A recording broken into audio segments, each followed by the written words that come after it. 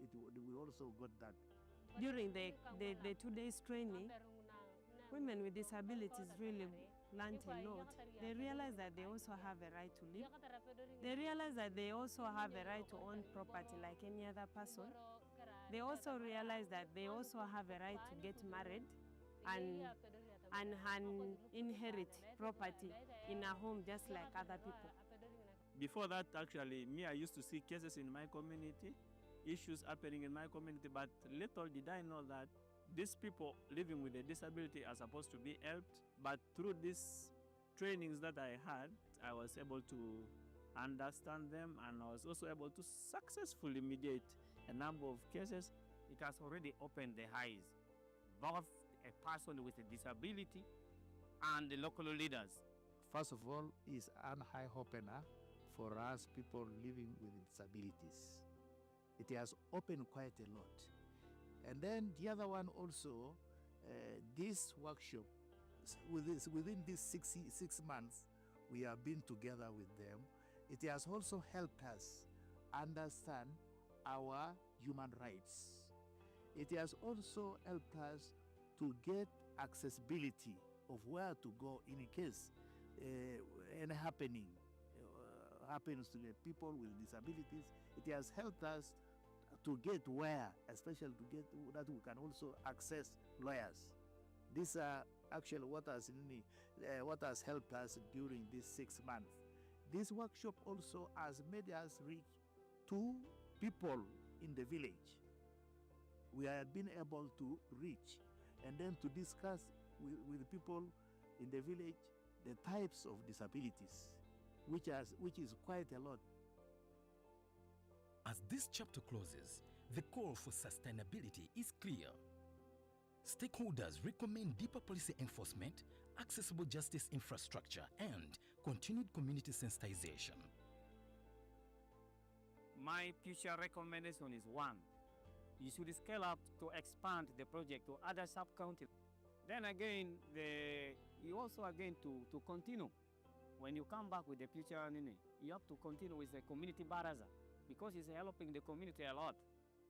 Because with the community, when you go to radio, others, they don't have radio. But when you come direct to the grassroots level and you make the community baraza with them, they will benefit more than, because others, a person with disability, sometimes they don't have radio. But when you go up to their outreach point, they will achieve it.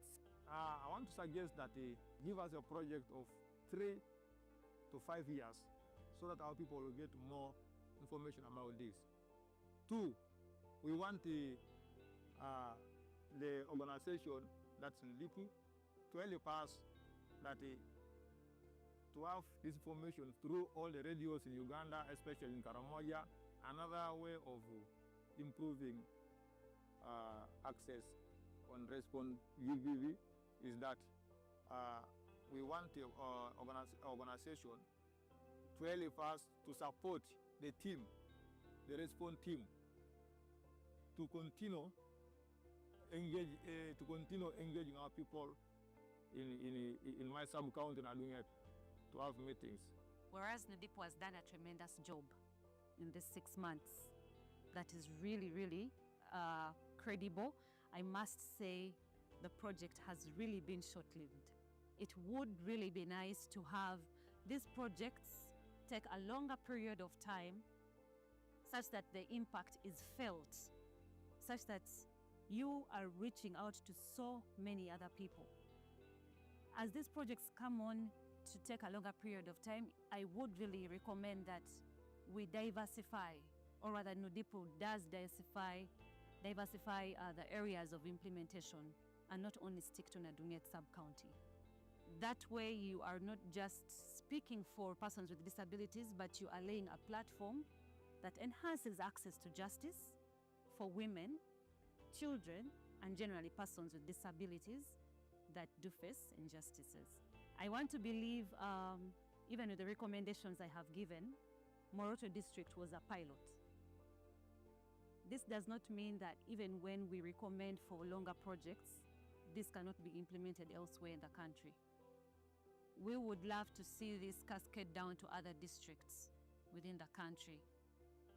Me being an elder and also a disabled person, I have been, when I grew, I was put aside from our family because being living with disabilities.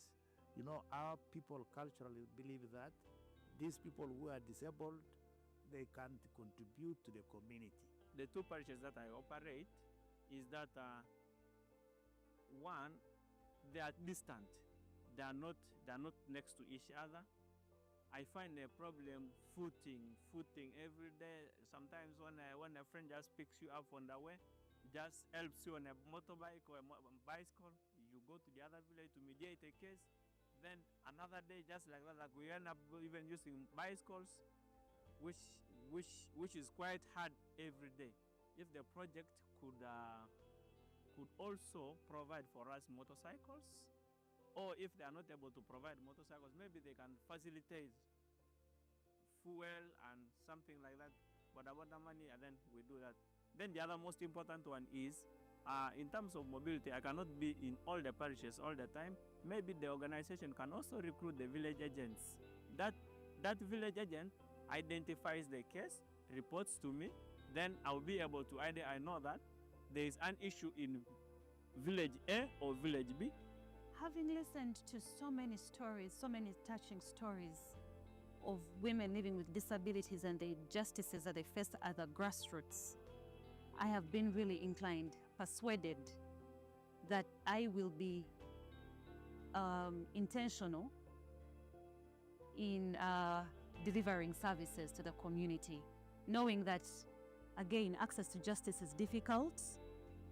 I will be working closely with the community volunteers who are doing such a great and tremendous job at the grassroots to see to it that we can conduct mobile legal aid clinics designed to reach out to persons with disabilities that face injustices, listen to their cases right from the grassroots that they do not have to incur any transport costs, and justice will be served. In the event that we are not able to conclude a particular case at the grassroots level, I'll see to it that any kind of funding that is given to the organization is directed to persons with disability to see to it that their matters can be heard in courts of law. What I got there during the radio talk show during that time was the response of the people. If there was much time, I think would have taken quite a lot, because there were a lot of people were listening. We did not know that people were listening, but the response they gave, the questions they gave, the more explanations they wanted means there is something lacking. Time is lacking, and then also time for what? For these activities to be done is so short. People are also grateful that most of the persons with disabilities have learned that they really have rights to life, they really have rights to own property, and they have actually stopped hiding. They have now woken up, because by then persons with disabilities were just sleeping and they would ignore certain things, but now through the project, people are now out. They have come out from their hiding places. And I'm very grateful that it will not stop here. I will continue educating other people with disabilities down there in villages, especially those ones that we did not reach out to all. I'm going to reach out to them, educate whatever I've learned from this project. I'm so grateful. I would love to thank Nudipu for the opportunity it has given me in particular to be in these spaces, to discuss the rights of persons with disabilities, to get to understand them at a deeper level. It is something that has for a long time been left out, but having to know that there are organizations out there that look out for the inclusivity of persons with disabilities has been really quite an honor. My last remark again is to thank Nudipu, ASF, and then other people who have been listening to us during the talk show, radio talk show, that this must be continued if we want people with disabilities to be also included in the community, in the arena of today's world. Justice must not be a privilege for a few, but a lived reality for all. Let us build a Uganda where every woman or girl with disability can walk into a courtroom, into a police station, into a society, not with fear, but with hope.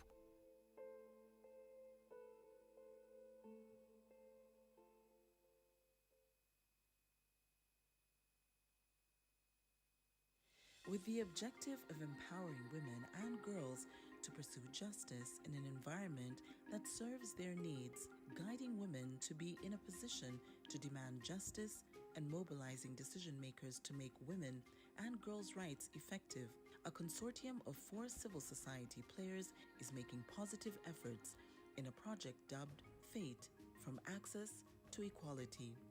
We highlight the impact of their intervention in Uganda.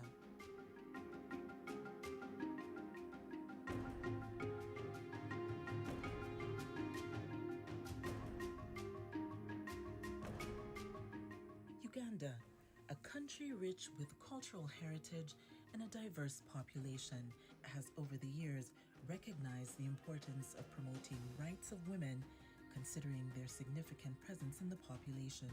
We have moved tremendously in the last 40 years.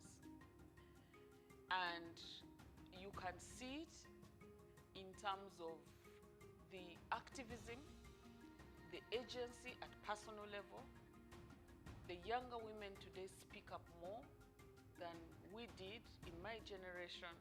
We can't also deny the fact that women have moved from the traditional domestic sphere into the public sphere. Increasingly over the years, we've seen a change, a shift in terms of policy direction towards more equality, more inclusion of women, more engagement of women in discussions politically, economically, socially, more inclusivity of women in decision-making processes.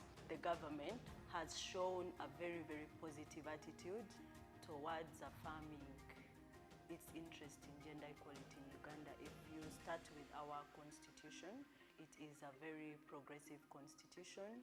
It recognizes equality and, of course, freedom from discrimination based on sex, gender, and all of that. But there are also very particular articles within the constitution beyond the affirmative action that we all know, that aim towards uplifting women or taking into account the very, very deep patriarchal history or the challenges that women faced. These policies, together with the significant role of civil society in advocacy, capacity building, legal aid, and research, among others, have provided an upward trajectory in the fight for women and girls' rights in Uganda. Despite the policies, laws, and all interventions by government and non-government organizations, it's important to note that the challenges still exist.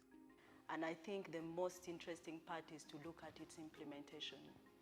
Are women able to leverage from the positive attributes that we have in our laws and policies? You see examples of we're having very many women in leadership, but we're not seeing the tangible benefits. You're having many girls going to school, but high levels of unemployment. Many don't have the agency and they are stay-home moms. They earn money, but they can't make decision over that money. So all those backlashes are happening. Now the challenge there is when that boundary is overstepped, that is when abuse happens. Abuse, violence, domestic violence comes in. Depossession of widows from their land and property rights. Sexual violence comes in. So the key question is, are they able to access justice? Can they access a court of law? No. And why? It is because a number of factors constrain their ability to access justice. One of it is economic. The majority of our women, like we've said, depend on land as a factor of production. But also the majority of our households are still very patriarchal. So all the resources are controlled by men. That means the mere means of just transport to access formal justice is very difficult. And that's why we have programs, we have projects to try and bridge the gap that government is not able to do in terms of providing access to justice. These initiatives have aimed at empowering women and girls to pursue justice in environments that serve their needs. One of such initiatives is FATE, an abbreviation to mean From Access to Equality.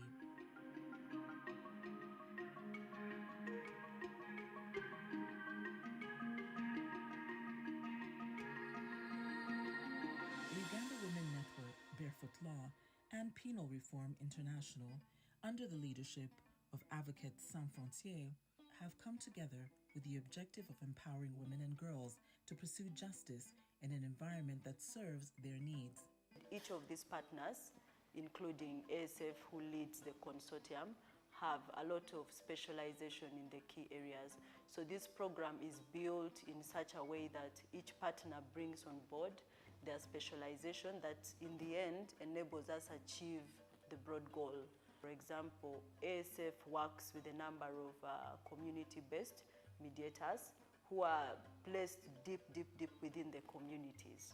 And these are able to act or they work as our ears and eyes on the ground, and then also supports a number of civil society organizations through grants for them to be able to provide legal aid. As Uganda Women's Network, issues of access to justice for the last 30 years since UONET was formed has been at the center of our work. We are building on what we have already been doing in regard to violence against women. Barefoot Law has been around for just over 10 years now. What we do is provide legal information and awareness to the general public in order to help them resolve their legal problems. Outwards of 90% of the people we survey, and this is the same for both rural and urban areas, have got limited knowledge of the law, have got limited knowledge of how to resolve their legal problems. So we got technology as a way. It is a major tool that we use in order to, number one, reduce the cost of sharing legal information, but then also increase the outcomes that can be gotten through technology. For PRI, our interest is to use an intersectional approach in gender equality responses. Intersectionality will allow us to look at these particular vulnerabilities of people, of the different groups of women, because not all the women are the same. Experiences would determine they could either worsen your vulnerability or even worsen your abuse and discrimination and violence. Through various activities and engagements by FATE project partners, there has been momentum created towards empowerment of women and girls to pursue justice in an environment that serves their needs. So we have several interventions under this project where we try to enhance the knowledge levels of these women. If your right is violated, what next? Where do you go? Who do you run to? And what do you expect at the different service centers that you approach? Basically, our interventions are derived from the cases registered at the advisory centers. When you look at the register book, you'll be able to tell that there are so many succession cases, there are so many land disputes, so that always informs our area of discussion when we reach out to these communities. And then we also realize that our women, looking at the fact that the education levels are always low, that even when they know that they are supposed to go to court, she may not have the courage to run to court. So their immediate options are the social circles within the communities where they live. They will run to their religious leaders, they will run to culture leaders, or even clan leaders. So that's why you realize that among our other interventions, we have the dialogues with the informal justice actors, where we bring religious leaders, culture leaders on board. We also engage district leaders, special councillors, because we realize that these have the mandate to pass laws and ordinances at the district level. So we also do training for such women to empower them to advocate for gender-sensitive policies at district level. Then the survivors, how do we deal with them when they are in this situation? By providing counseling, by providing legal aid, by providing representation. And ultimately, there are those who are really vulnerable by providing temporal shelter. Then also looking at the economic empowerment aspect. Our studies have shown that over 80% of the women who find themselves in the vicious circle of abuse are economically dependent. So what we do is for those who we've been able to access and who have accessed our services, we want them to go back better by ensuring that you give them some basic skills so that when they go back, they are not going back into the vicious circle of poverty. So economic empowerment has been very instrumental.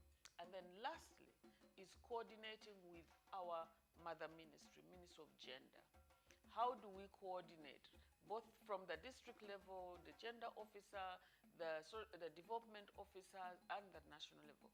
So with that, you're able to provide a holistic package in terms of access to justice. The project has enabled the revamping of the GBV advisory centers and shelters both in Kamuli and Namutumba districts in eastern Uganda. This endeavor has seen increased access to justice for women and girls, as evidenced by the increase in the number of women and men seeking services through advisory centers. So we have men, women who work in child neglect is like child neglect. Men, women have been left with kids to take care of. They don't have anything. Common cases that we receive is child neglect, land-related cases, conflicts, especially succession-related cases. And our office has been able to receive them. We've used more so a DIARA method to handle these cases, and we've been successful. We've settled these cases. We've tried to teach people the law. We've carried out so many sensitizations in communities. We've carried out so many dialogues. We've trained community structures. We've trained even the people for sustainability purposes. We've formed groups, the ones we call survivor support groups.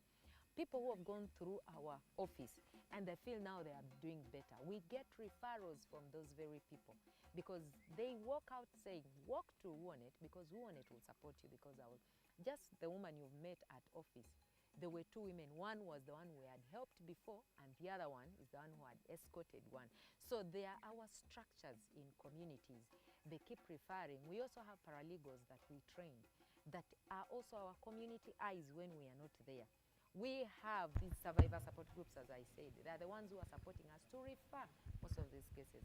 But we also work very closely with stakeholders.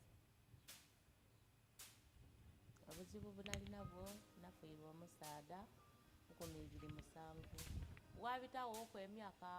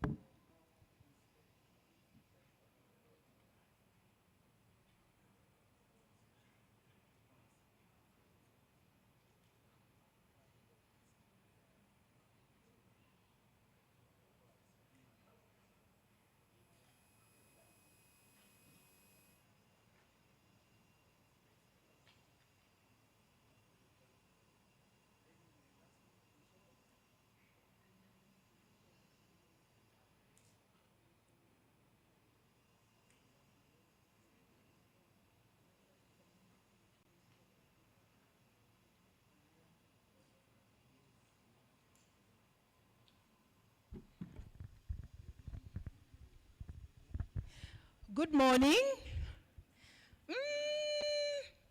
Good morning. I know it's a Friday morning. So it's good morning. Good morning. Good morning. Oh, that is sweet. Thank you. So you're all, we're ready to start. Hello. My Lord, we are ready to start. My name is Sheila Mwanga. I'll be your mistress of ceremony this morning, and on behalf of the FET, not in the meaning of the word, but FET program partners, Advocates Sans Frontier, Barefoot Law, Penal Reform International, Uganda Women's Network, I would like to very, very warmly welcome you to this national conference on access to justice for women in Uganda. Our tagline this morning is breaking the barriers, secure her justice. Let's give a big hand clap to ourselves for just being here. Thank you for keeping time, and I want to really, really recognize and appreciate you. In our midst, we have our chief guest, who is representing the minister. And I would like to invite her, and you're going to join me in a very special way to invite her up to this floor. Dr. Angela Nakafero, very well known to us. Dr. Angela is the Commissioner Gender and Women Affairs in the Ministry of Gender, and she's representing the Minister of Gender, Labor and Social Development. Warm, Dr. Angela was here on time. Dr. Angela, you're very welcome, very well known to us all.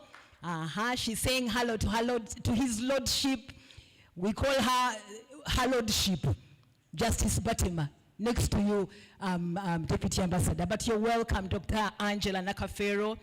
Dr. Angela Nakafero, as we know, breathes and practices gender equality. Thank you very much for coming, for representing the minister, the ministry, and also in your own right. I would like in a very, very special way to also invite the Deputy Ambassador, Head of Development Cooperation, the Embassy of the Kingdom of the Netherlands. I will try, sir, to pronounce that name. But please join me even in my mistakes to welcome Mr. Baweyan. Smeding. I'm already going to Dutch now. You're welcome, Deputy Ambassador. Thank you so much. I know you're very new. I hope you've eaten some matoke already. You liked it? You like it? Good. Please have a seat. That clap was not befitting for a partner who's supporting this project. I would also like, in a very special way, to invite the partners under the program FATE. I would like to invite Miss Irene. Irene from Advocates Sans Frontier is our host this morning. Please welcome Irene. Irene Anying, thank you so much. Nedda, no. Good people. Irene, you're very welcome. Please take your seat. I would like in a very, very special way to invite Barefoot Law. They are also here. Barefoot Law, are you here? Is Michael here? Michael, are you here? Please welcome Michael. Those are our digital people. Very well clad in their corporate wear. Michael, you're welcome. Are we clapping or we forgot? Michael is the director, development and fundraising, Barefoot Law. I would like in a very special way to welcome my very good friend Rita, Miss Rita Achiro. Rita, please come. Rita is the executive director, Uganda Women's Network. Are we clapping for Rita or just? That is Rita, one of our partners under the FATE program, From Access to Equality. I would like also in a very special way to welcome our partner and friend, Penal Reform International, represented by Miss Faith Mutumba. Faith, are you here? Yes. Please welcome Faith. Yes, Faith is coming right there from Penal Reform International. Our chief guest, those are the partners, as you know, of the program. I would like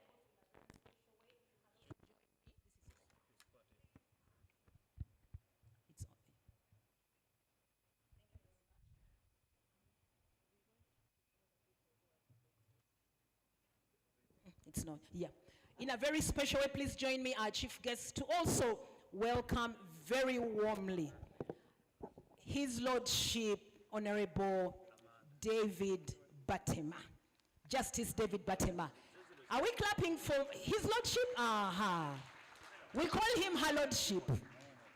Just Basama, you can keep your seat there. I wanted to recognize you, but he's one of our panelists.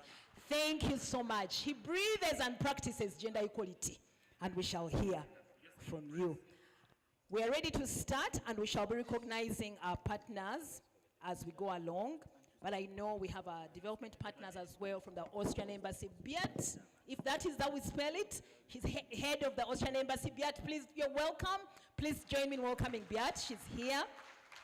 Of course, we have seen Grace. Thank you. Our colleagues from the ICC, thank you so much. I had you complaining in secret. Thank you so much for coming. Either way, we really appreciate it. And of course, from the Victims Trust Fund, thank you so much. We're going to start our program with our opening ceremony. We'll start with a national anthem because it's a national conference and we have the minister being represented here. So we're going to stand up. Then we shall have a prayer from Emmanuel. Codette, I hope you are here, Emmanuel. So let us stand up. We shall do one stanza of our national anthem and one stanza of the East African anthem. And then we shall have Emmanuel pray for us.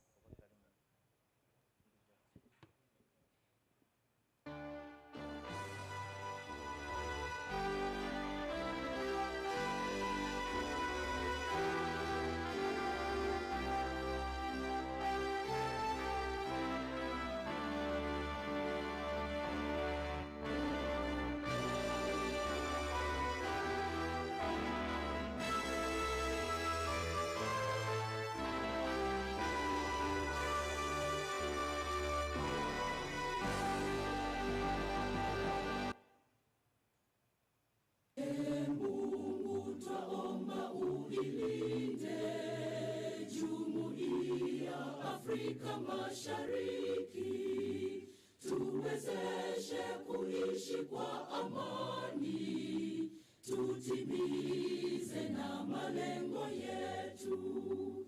Jumuiya yetu sote tuilinde, tuajibike, tuimarike, umoja wetu ni nguzo yetu,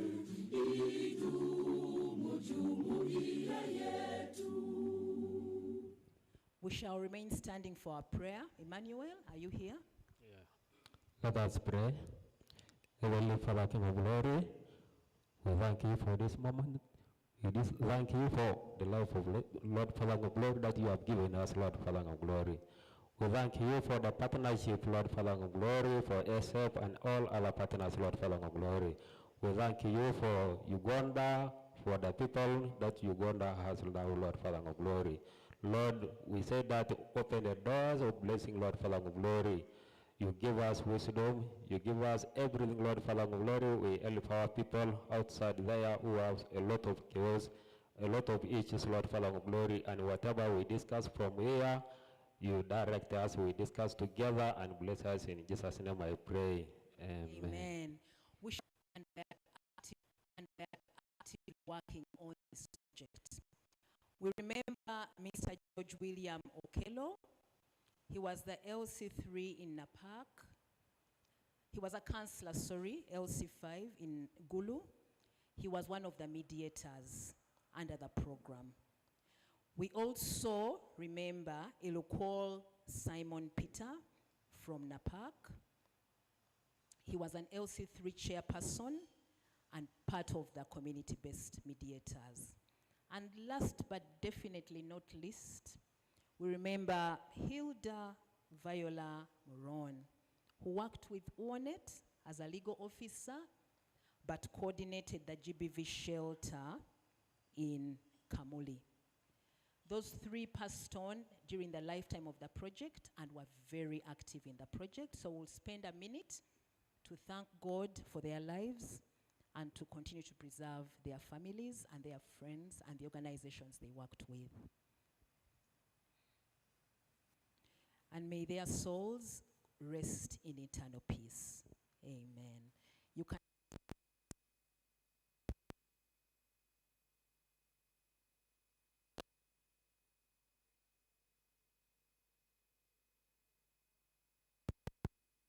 justice, law, and order sector. Police our police, are you here? Can we see your hands at least? Yes, those are our colleagues from the police. Thank you so much. Prison service is very well represented here. Thank you so much, Lydia, for coming. Please clap for them as well. Of course, as we see Lady Justice Susan Okalany, my Lord, as you take your seat, Deputy Head, International Crimes Division, you are very welcome. Please join me in welcoming her Lordship. As well, she's a supporter. She breathes and lives gender equality. My Lord, you are indeed welcome. Thank you so much. I would now like to invite our first speakers, the partners. I would like to invite Irene. Irene from Advocates Sans Frontier is the country director, as we know her. Irene, Winnie, and Ying. Irene, come and tell us why we are here. Just to frame for us a little bit why this national conference.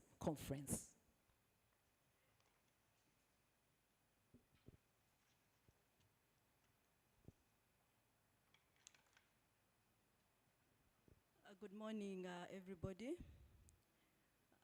The Honorable Minister of Gender, Labour and Social Development, represented here by the Commissioner Women Affairs, that is Dr. Angela Nakafero, the Deputy Head of Mission and Head of Development Cooperation, Embassy of the Kingdom of Netherlands. I'm sorry, I won't attempt to pronounce your name.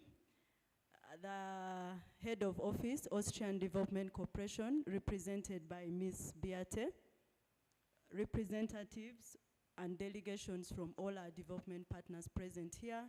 I see our colleagues from Enable present in the room, the outreach officer and spokesperson for the International Criminal Court in Uganda, His Lordship Justice David Batema, Her Lordship Lady Justice Susan Okalany, the team from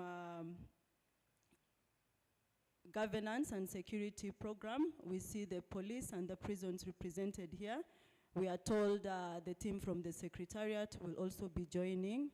The heads of civil society organizations and project partners, distinguished guests, and allow me to observe all protocols, ladies and gentlemen. On behalf of Advocates Sans Frontier and our partners, Penal Reform International, Uganda Women's Network, and Barefoot Law, it's my great honor to warmly welcome you to this national conference on access to justice for women in Uganda. The conference, as we can see on the banners, is organized under the theme, a holistic approach for access to justice for women, emerging issues and opportunities. This conference, again to reiterate, is organized under the project From Access to Equality, Empowering Women and Girls to Access Justice in Uganda. The project was implemented from 2021 to 2025, August, under the consortium of 4 organizations. I'll reiterate: Advocates Sans Frontier, Penal Reform International, UONET, and Barefoot Law, and implemented in 5 regions, including the Acholi, Busoga, Teso, Karamoja, and Bunyoro sub-regions. This project was designed with an intended impact that women and girls are empowered to pursue justice in an environment that serves their need. But before I go further, allow me to sincerely thank the Embassy of the Royal Kingdom of Netherlands for the generous financial support towards this very ambitious yet important goal. The project was fully funded to a tune of 4,895,500 euros, and I think it befits the agenda for which we are here. So we sincerely appreciate this financial support. And as we conclude this project, I would like to restate that our meeting today is very timely and it's honestly very necessary. As you're all aware, the 1995 Constitution of the Republic of Uganda, alongside such policies in Uganda as the gender-based violence prevention and response and national action plans. They've laid very, very important foundations for advancements of women's rights. We also like to celebrate the very progressive role of our judiciary in striking down discriminatory laws and championing gender justice through a lot of landmark pronouncements. But despite all of these achievements, we must acknowledge that many women and girls in Uganda still face barriers in accessing justice. Gender-responsive laws and policies have not always translated into effective protection or even meaningful remedies for survivors of violence, and neither has it contributed into equal economic participation and equal participation for these women and girls in justice. It is against this background that the consortium partners that I have mentioned before, through the FATE project, worked with you partners who are present here today to try and close these gaps. So this 4-year project has, in summary, contributed to empowering women and girls to demand justice, but also engaging with duty bearers to make the rights effective. The project has directly advanced Sustainable Development Goals 5, 10, and 16.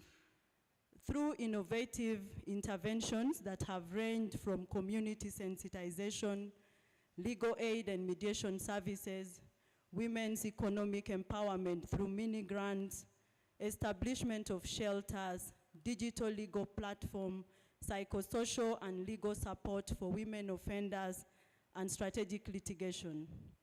We believe as a project we have made significant progress in advancing women and girls' rights in Uganda. It is not, I think, in my place to mark ourselves, but very luckily we have our external evaluators here today who will help us appreciate some of these achievements and also the gaps that are still left for us to try and fill as we move forward. So today's conference provides a critical platform to reflect on some of these achievements, share lessons, and discuss how we can consolidate the gains, but also sustain the momentum beyond the FATE project. Most importantly, it provides an opportunity to interrogate whether the current policy and legal frameworks sufficiently respond to justice needs of women and girls in Uganda, and to chart pathways for stronger, more inclusive interventions going forward. As I conclude, I wish to reiterate my deepest appreciation to our funders, the Kingdom of the Netherlands again, for their generous financial support. And on this note, I sincerely want to acknowledge the support of our contact technocrats at the embassy, Ms. Grace Babihuga, Ode and Fred, who I think have not made it here, but again, I will not attempt to pronounce their last names. Ms. Grace, your invaluable timely guidance cannot go unnoticed. You are all very humbly a part of this team. Yes, thank you very much.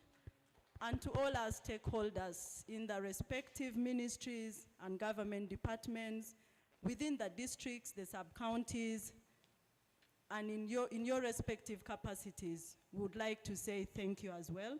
You are very much part of the project. Thank you for the collaboration.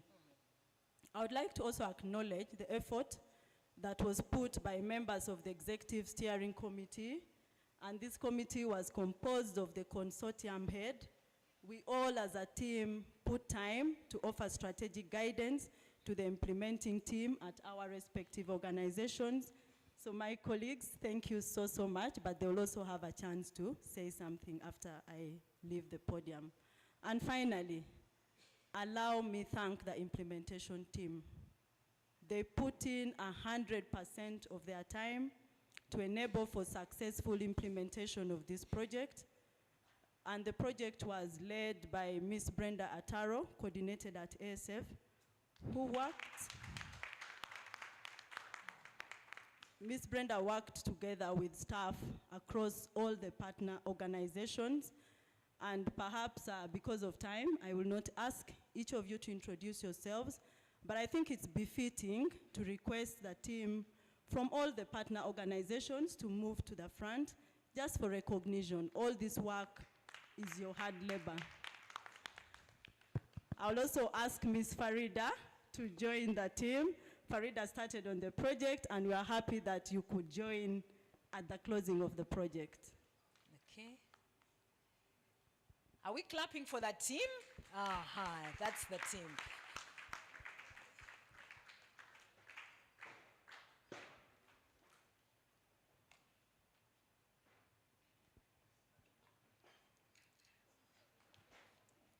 I hope the camera person is taking a nice picture of the team.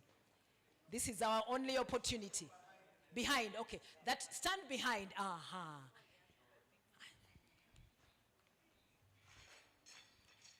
Brenda, we are standing behind.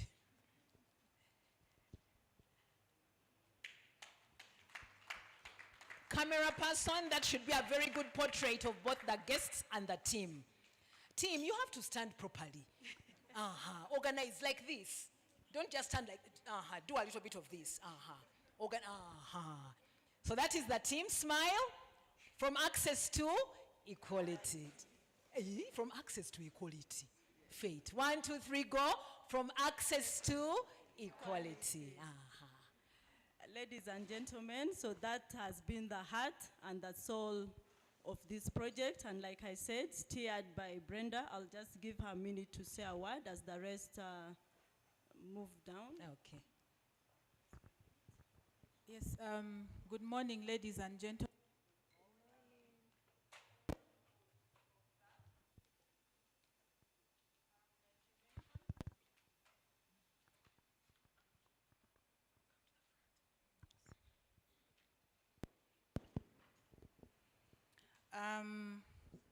Good morning, ladies and gentlemen.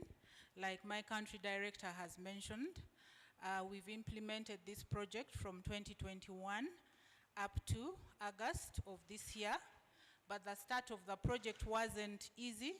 We started at the time of COVID and lockdown, and we had to grapple with some of the issues and procedures that were put in place, but nevertheless, the team pushed on, and I must appreciate that the team we started with in 2021 is the team we are completing with. There was no staff turnover, so thank you so much for that. I will not take much of the time, but we appreciate you sparing your time to come and celebrate with us to break the barriers and secure her justice. Thank you. All right, thank you, Brenda. Would also like to recognize our other partners that were implementing the project. We have Gulu Women Empowerment Development Network, led by Ms. Pamela Angwech. I think I saw her somewhere in the crowd. Thank you. We have our colleagues from Nudipu, and thank you for the translation services today. They implemented in the most difficult district in Karamoja, so thank you so much. And then we have our friends from FIDA, who are also represented here today. Thank you. And finally, we have our colleagues all the way from Gulu, Human Rights Focus. Francis, thank you for coming. All right, so allow me welcome you once again and look forward to inspiring discussions. Thank you very much.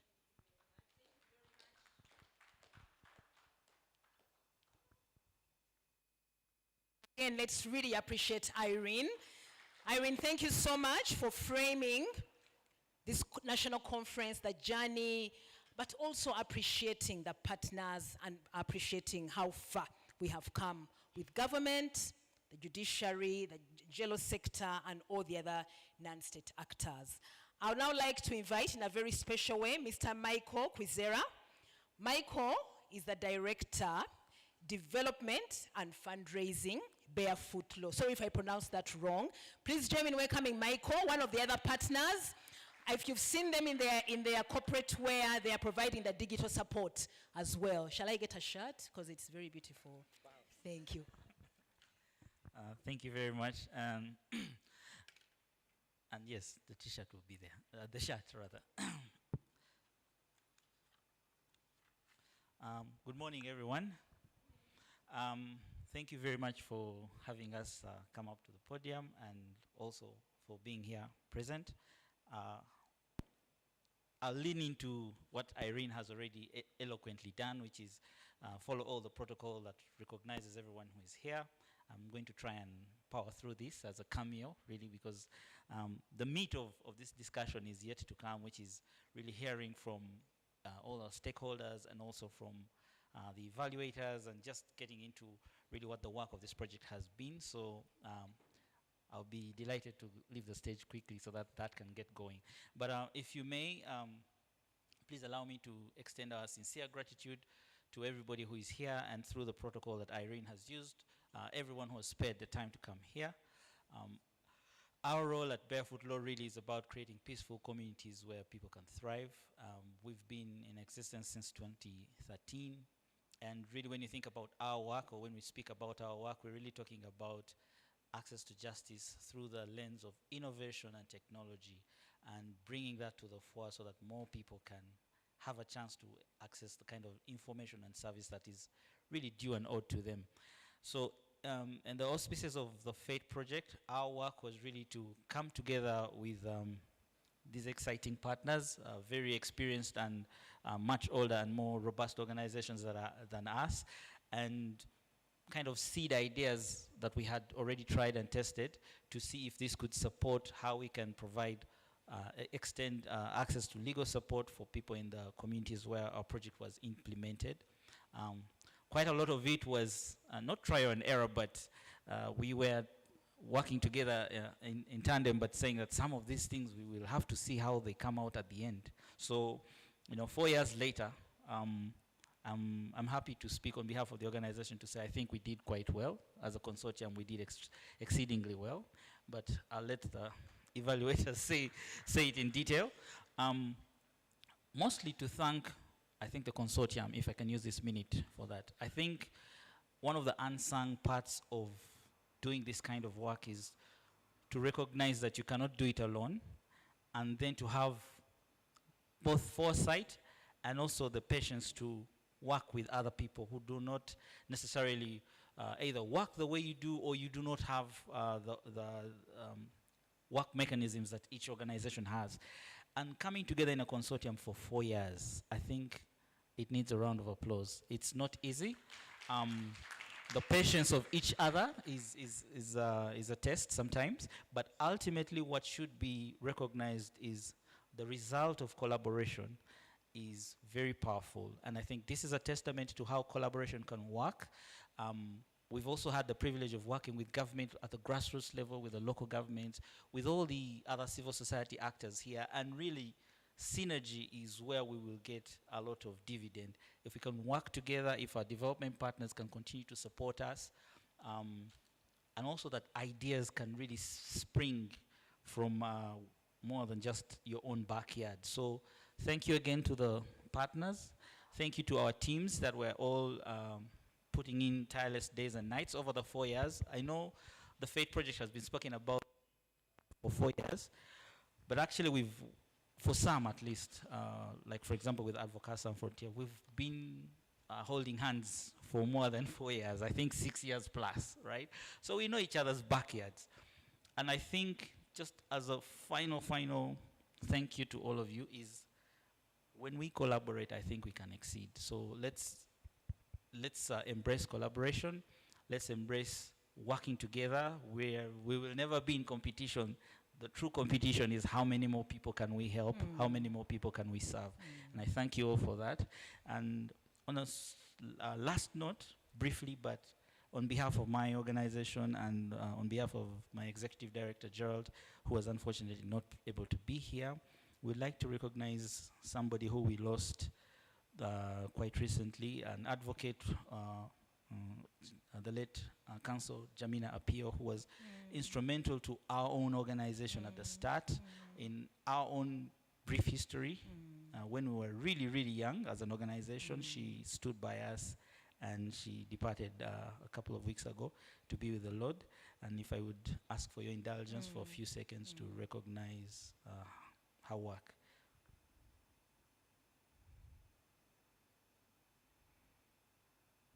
And may she rest in eternal peace. And Amen.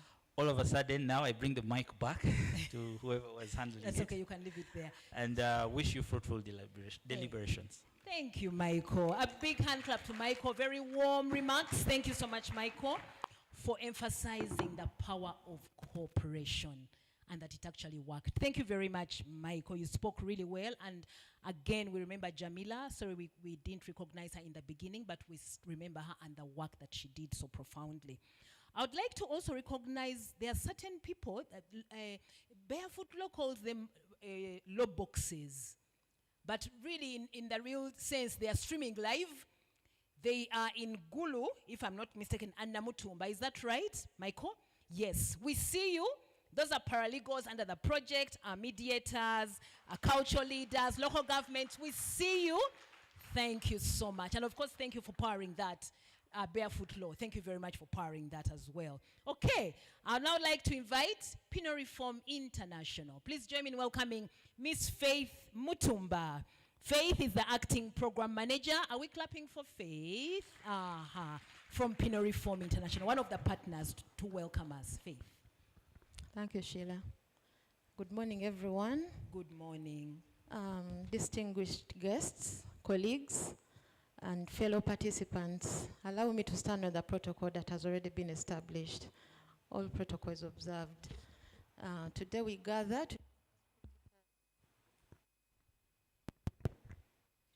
to discuss critical issues and adhere our collective efforts to ensure equal access to justice for all.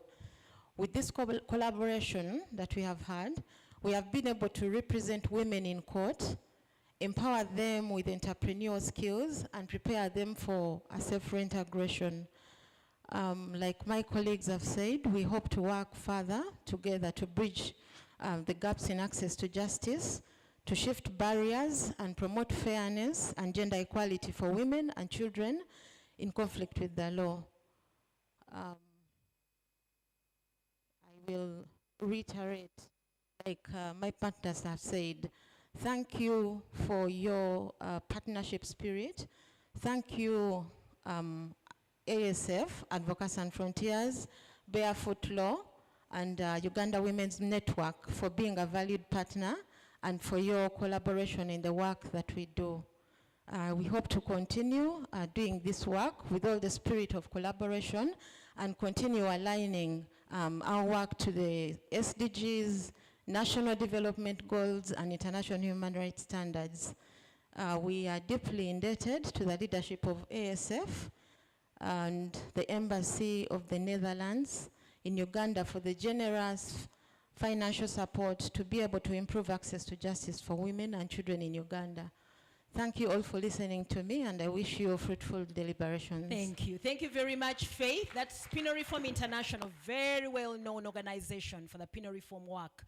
And the team is also very well represented here. Thank you, Faith. Last but not least, I would like you to welcome Miss Rita Achiro. Yes, wherever you want, you can stay there, you can come. Are we clapping for Rita? Rita is the Executive Director, Uganda Women's Network, very well known to us. Breathes, lives, acts, gender equality. Rita. Good morning, everyone. Good morning. I'm going to stand on the protocols already observed. First of all, I'd like to welcome all of you on behalf of the FATE partners as Uganda Women's Network. My role here today is basically to say thank you to all of you, but in a very special way, I would like to start with our Ministry of Gender, Labor and Social Development, the government of Uganda, for having put in place all the legal and policy framework within which we offer the support that we've been able to offer under the FAITH project on supporting vulnerable women and girls. In a very special way, I'd also like to thank our development partners, without whom we would not have been able to have worked for the last 4 years.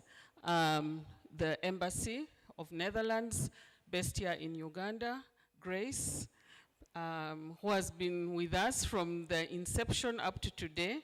Please pass our regards to the embassy and your colleagues. We were very honored that the ambassador was able to visit the shelters 2 weeks ago, and she saw it for herself. That was our wish before we closed, that she visited. Please send her our regards. I also like to thank all the partners that we worked with at the district level, especially the police, the LCs, the paralegals, the communities, and all the technical staff at the district level, the community development officers.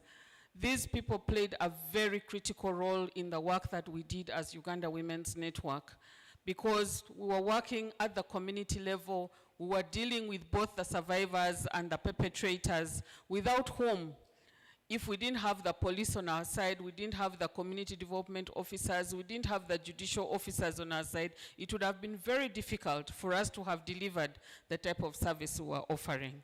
Thank you very much. I know many of them are not represented here, especially from the district, but at least we made an effort to meet all of them. Thank you. I'd also like to thank our partners, led by ASF, who have been the lead partner in this consortium, for having brought us together. For us as Uganda Women's Network, this program was building on to the work that we ordinarily do, providing services for vulnerable women and girls. We run 2 GBV shelters in Busoga, that is Namtumba and Kamuli, and those shelters were built by Uganda Women's Network. Prior to this particular program, we had already worked there for close to 10 years. And this program helped us move one step further. In 2010, when we went to Busoga, the GBV rate in Busoga was the highest in the whole country. And we worked in all the 10 districts of Busoga with the first program. As we speak today, after the FAITH project, the rates have become lower, although we still have a number of challenges. I know Irene talked about the evaluation that has been done, but also when you look at the national statistics, the GBV rate in Busoga is much lower than what it was in 2010. That stood almost at 74%. So we want to say thank you to all our partners who have contributed. As my colleague has said, as much as we celebrate the wins, violence against women and sexual gender-based violence continues to be a big hindrance for women in terms of realizing their human rights. It is also changing face, it is evolving. The violence that we talked about 10, 15, 20 years ago has changed face. We are seeing more of economic violence, we are seeing violence online, and different types of violence, psychological torture. These days we talk about mental health, and these are the type of violences that were never given the prominence it deserved. As we close this program today, we need to be cognizant of this new emergence of forms of violence that are silent but very dangerous. Last week you all saw the documentary that BBC did, and this type of violence is not only happening outside Uganda, but also different forms in our own country here. So we need to open up our minds to violence against women and girls and do it differently. Thank you for coming, and wish you a good day. Thank you, Rita. Thank you so much for the appreciation, but also pointing us into the future in terms of the changing face of violence against women. I would like to invite Irene, as we have spoken. Irene, please take the honors of introducing and inviting our chief guest, Dr. Angela Nakafero, who is representing the minister, but also here in her own right. Thank you very much, Sheila. It's my honor to invite Dr. Angela Nakafero, and very humbly so, as we have stated at the beginning, Dr. Angela is the Commissioner for Gender and Women Affairs at the Ministry of Gender, Labor and Social Development. But she's very passionate beyond the title. She's done a lot of work around gender and on women affairs. And very humbly so, when the minister could not make it, she took the mantle to come and be here with us today. And I'm sure she's also in a very technical capacity present here. Dr. Angela, we really, really appreciate it. Let us appreciate Dr. Angela with a big clap. Dr. Angela, thank you very much. Thank you very much, Irene, for that kind introduction. I'm really honored and privileged to join you as we celebrate faith. Hope we are not going to close it. But also as we reflect on access to justice for women and vulnerable Ugandans. Allow me also to stand on the existing protocol and say good morning, ladies and gentlemen. I bring warm greetings from the Honorable Minister of Gender, Labor, Social Development, and the team that is not able to join us today. But then Masindi is celebrating the International Youth Day, and that's why we are very few in this room. And I would like to say Happy International Youth Day for the young people in this space. Do we have young people in the space? Happy International Youth Day.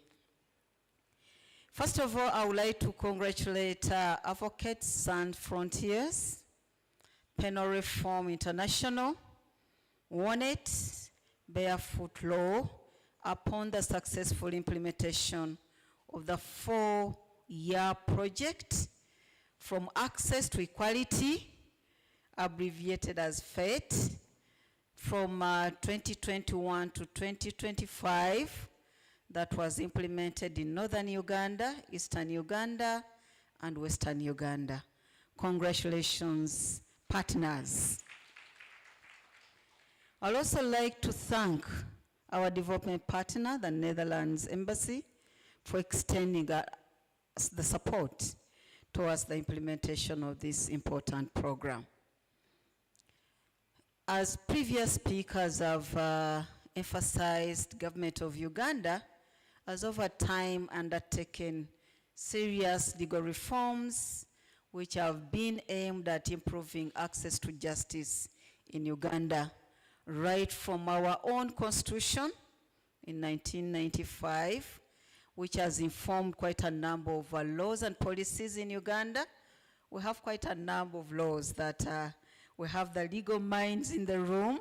I wouldn't want to really preempt the discussion by outlining all this, but we really celebrate that as a country, we have quite enabling laws and policies, including on issues of gender equality and the empowerment of women, as well as the human rights of children.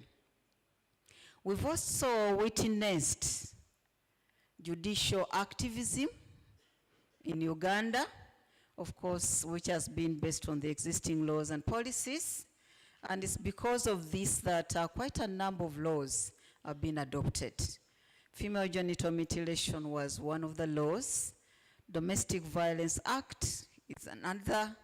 Recently, we had the amendment of the Succession Act, which brought in issues that are pertinent to the rights of women and children, and of course realizing that we are all equal before the law. Currently, there are quite a number of discussions in Parliament on the Sexual Offences Bill, on the Marriage Bill, and also work around the lifting of the reservations Uganda has on the Maputo Protocol. So we really celebrate all these initiatives. We are also pushing for the ratification of the African Union Convention on Elimination of Violence Against Women and Girls in Africa, And of course, the support has been overwhelming. As Rich has emphasized, sexual violence has taken another trend.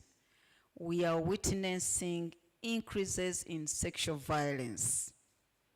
We are also witnessing technology-facilitated violence. I believe none of us in the room has been spared. Either our account is hacked, your money is stolen, there's abuse along online, and of course it's taking different forms. Not forgetting uncalled for pornography that is currently shared across. We are also witnessing violence against older persons. Uganda, we used to protect our older persons, but of recent, violence against older person is on the increase, being denied of the property rights, being neglected.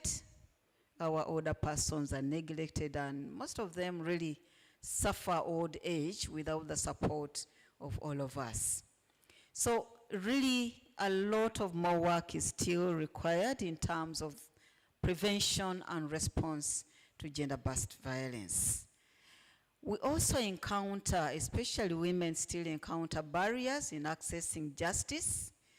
Of course, issues of poverty, limited legal literacy, discriminatory cultural norms and practices, the complexity of the justice system. Some of us even fear Justice Batemwa and Your Lordship, Madam Susan Okalanyi. Some of us fear to cross the courts of law. We fear to go to the police. So ordinary Ugandans still fear the justice system. If you're called to the courts of law, people would want to hide themselves. So a lot of work has to be done in terms of making Ugandans feel comfortable to seek justice. That means, ladies and gentlemen, we need to double our efforts.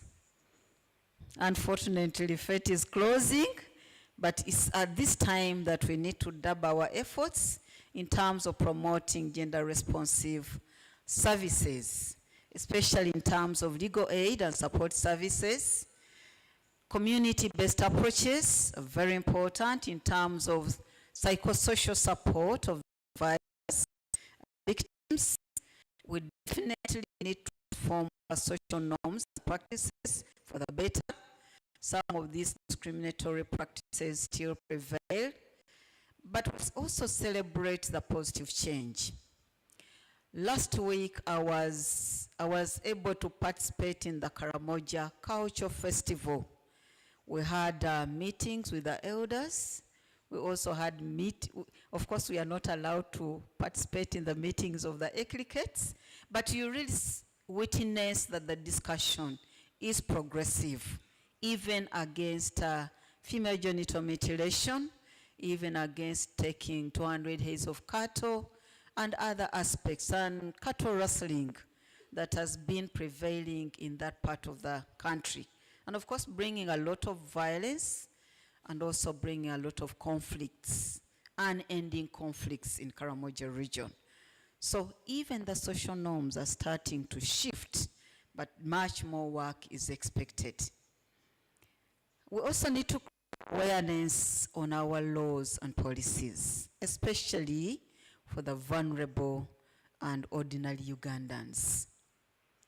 Privileging technology is very, very important. I'm glad that the justice sector is now adopting technology in terms of investigations, in terms of the listening in, but also in terms of ensuring that the proceedings are more accessible and efficient.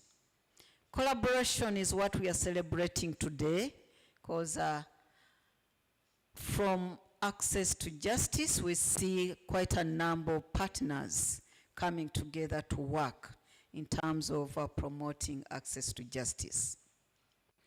Reflecting on our 4th National Development Plan, especially under the Administration of Justice Program, Government of Uganda has realized the centrality of justice for all, including legal services for the vulnerable Ugandans. And government is committed to improve access to justice for all by strengthening people-centered justice delivery systems, strengthening and reforming justice business processes, and strengthening administrative, legal, institutional, and coordination capacity of administration to justice.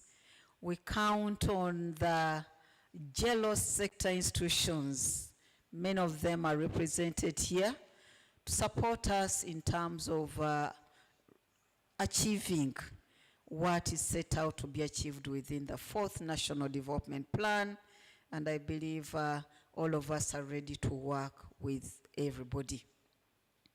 Allow me in a special way, ladies and gentlemen, to thank the Royal Netherlands Embassy for the support, without which this project wouldn't have been able to be implemented. I've been in Busoga, Namutumba, and other parts of the country. You really will realize that there's quite a lot of work in terms of supporting the survivors of GBV that is under my mandate to access justice. We've also witnessed an improvement in reporting of cases.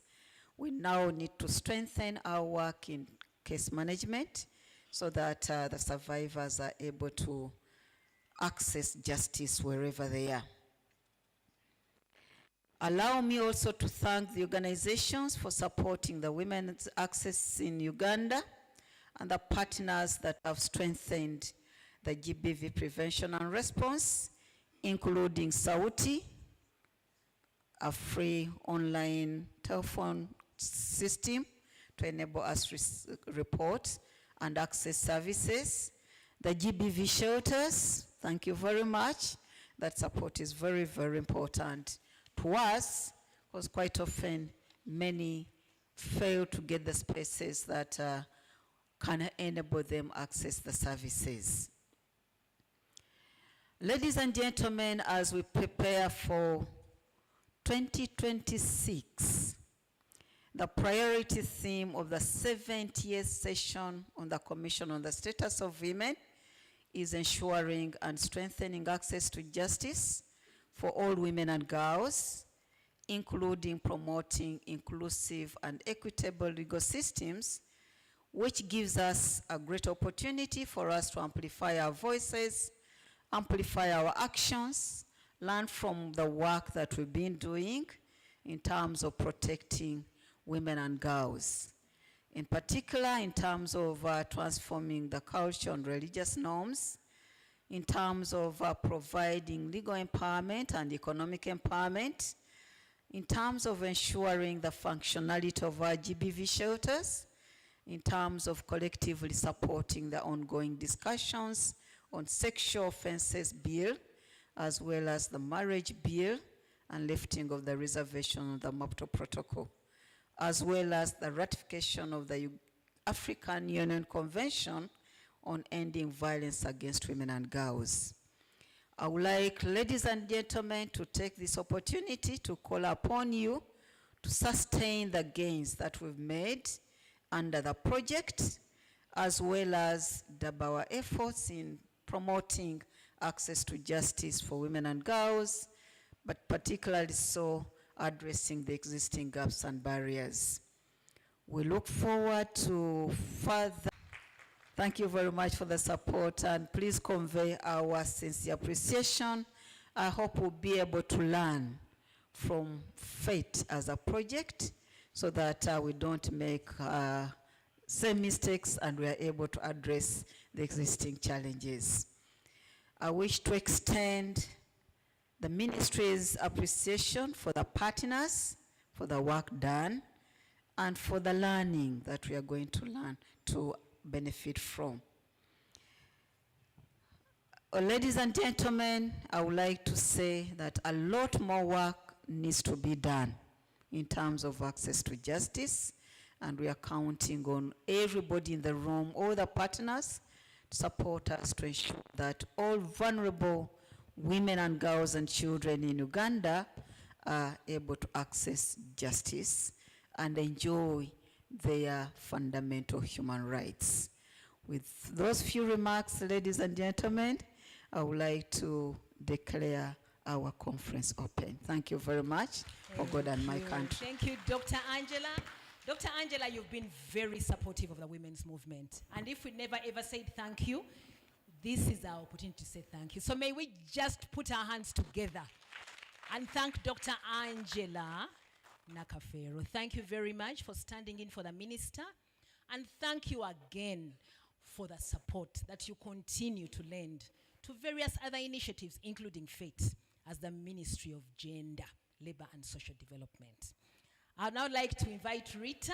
Rita again will come and speak a little bit about our Deputy Ambassador. He's still very new. Rita, please introduce and welcome the Deputy Ambassador and Head of Cooperation, the Netherlands Embassy, and welcome him to this conference. I have the singular honor to introduce to you our new Deputy Ambassador and also Head of Development at the Embassy of Netherlands here in Uganda. Prior to his coming here to speak to us, I just want to say a few things. One, that Ambassador Bawe Yan, you're welcome to the Pearl of Africa. I'm sure you've been here for some time, but also social media, you have read about us.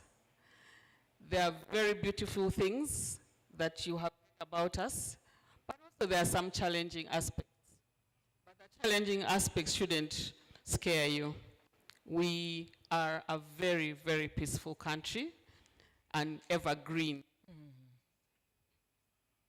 I am very, very happy that you're coming at the tail end of this program. Why am I happy? Because I know you're going to hear the things that have been done, but also listen to some challenges. And I know you will be able to initiate another program as head of program to build on this one.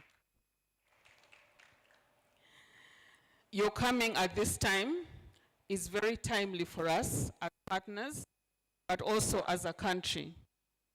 As I said earlier on when I was making my few remarks, as much as we celebrate the milestones that we've made, the challenges before us are still enormous. I'm also acutely aware of the current global challenges we face, especially when it comes to the shrinking funding base to development. I know there's also shifts around where money should be allocated when it comes to development. Many of the talks right now is going around trade and business, climate justice, just to mention but a few.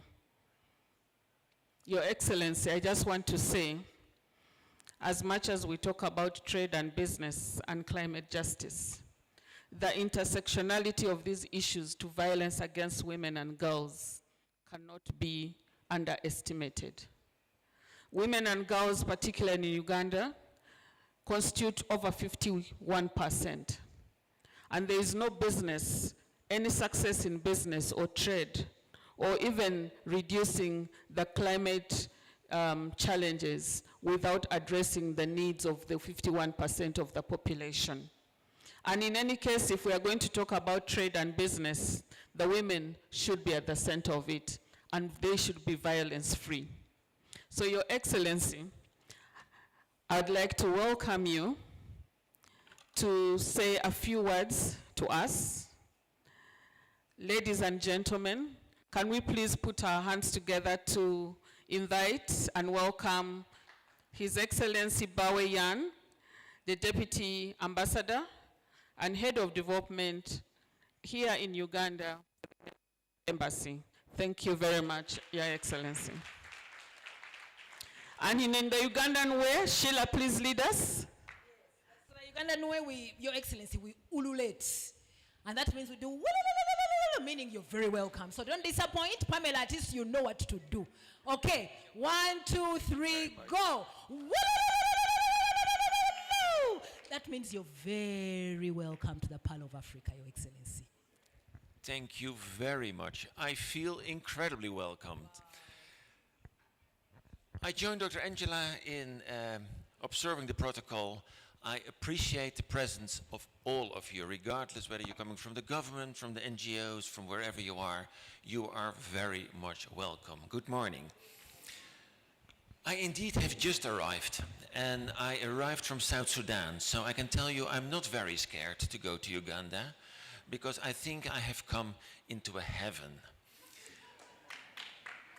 And the good part is I have never arrived in a country where people were able to pronounce my name that was not so perhaps start here today in this closing event of the FATE project, from access to equality. And absolutely, I commend the consortium partners, Avocats Sans Frontières, Penal Reform International, Barefoot Law, and the United Women Network.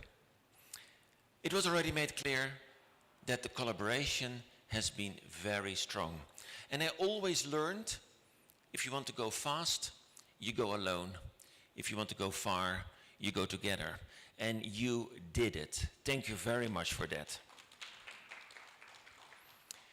This week, we celebrate and we commemorate 30 years after the landmark Beijing Conference on Women Progress. And progress has been made in education, in health, political participation, legal reforms, but we cannot deny, and Dr. Angela made it very clear, persistent gaps remain. And that means that it has to remind us that the promise of Beijing remains for all of us a call to action. As we commemorate these 30 years, we honor the courage of those who paved the way.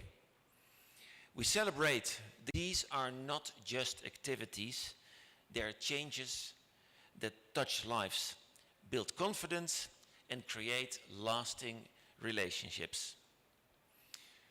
We definitely also extend our appreciation to all the JLOS institutions, and of course, the government of Uganda. Without your collaboration and support, none of this would have been possible. Thank you very much. This project speaks directly to the 4th Uganda National Development Plan, which calls for empowerment and livelihood programs for special interest groups, in this case, women and girls.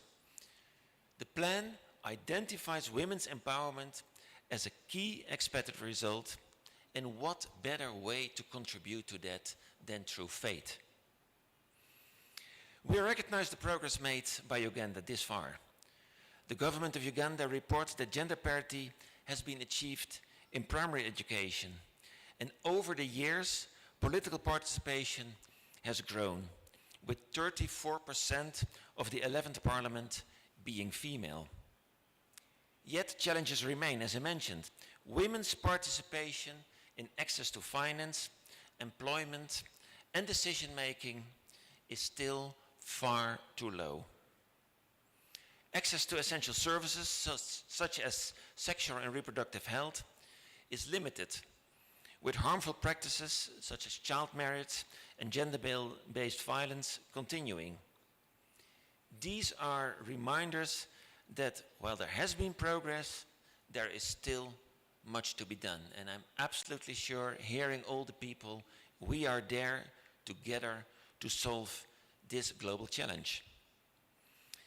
In light of the importance that the Netherlands attaches to gender equality, I would like to highlight today a local initiative on the rights of women in Uganda that the Dutch ambassador recently launched together with 7 other female ambassadors in the country. The initiative is called Women Uganda 2025 Plus, and it's meant to amplify the voices from Ugandan society in support of uplifting the position of women in Uganda. In this campaign, we work with male and female influencers in the Ugandan society to contribute to uplifting the position of women in society by speaking with one voice and addressing issues through channels we have because of our roles. And I can tell you, our ambassador, she is a fighter for this. There is not a single week that she is telling us all the good work that we have to do in order of gender equality. And I welcome you to engage you, together with all of us, to bring the messages across. Ladies and gentlemen, we are all aware of the shifting geopolitics in the world today. The developments are not always in favor of gender equality. For the Netherlands, it also has meant adapting our foreign policy priorities, and a new policy letter was issued earlier this year. One thing remains constant.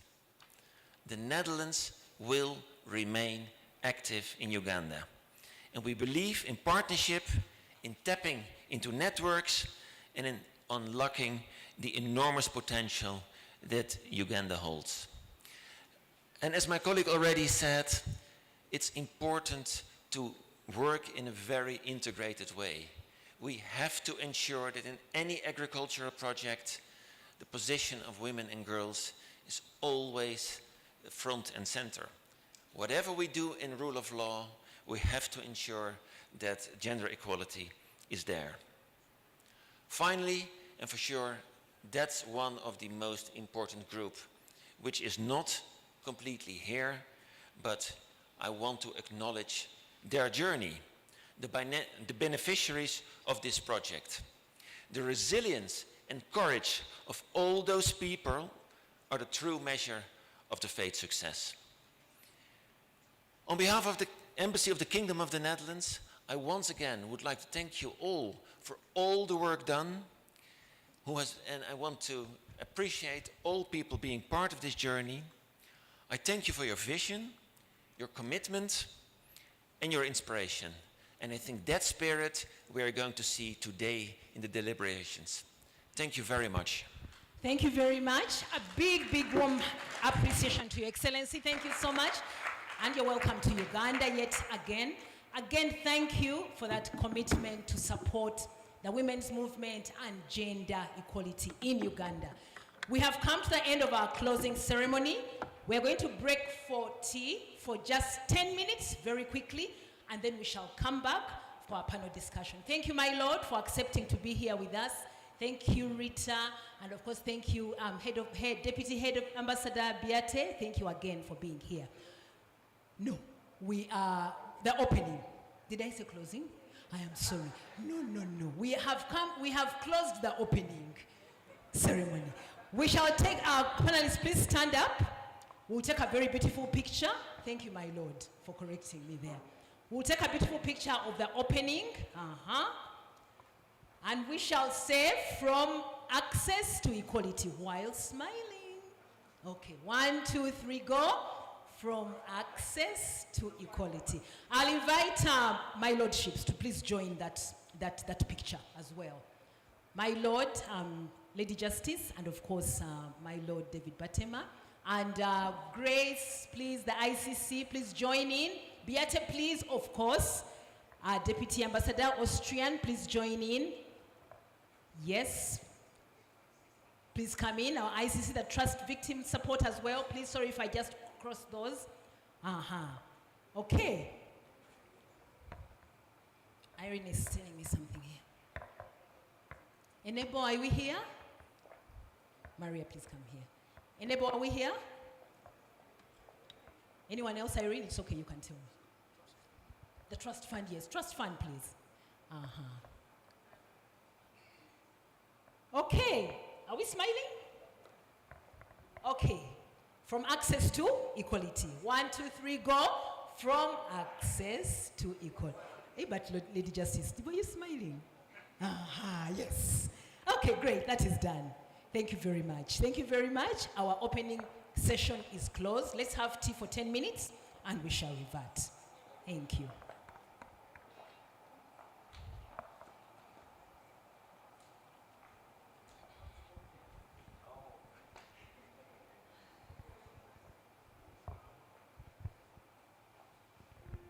Tea is served at the back. Exactly after 10 minutes we shall start because we are running terribly out of time. So in 10 minutes we are going to start. At 11:10 we shall be starting. Tea is ready. Please pick a cup of tea.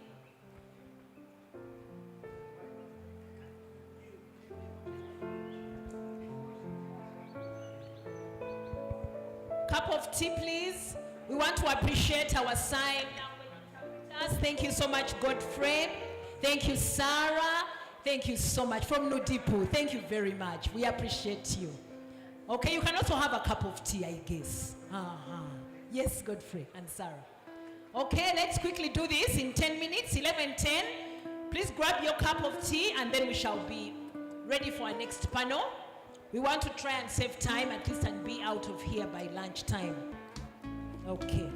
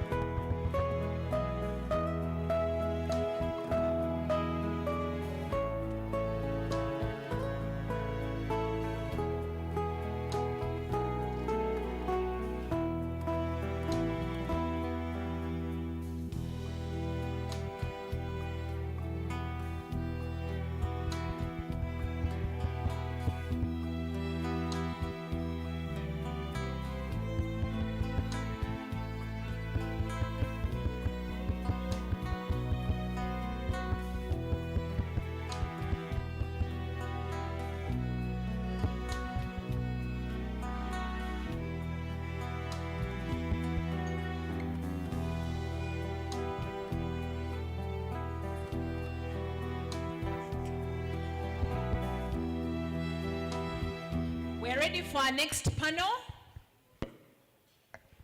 It's 11:12. We want to try and keep time from now on. Our next panel is 15 minutes only and will be chaired by Rita.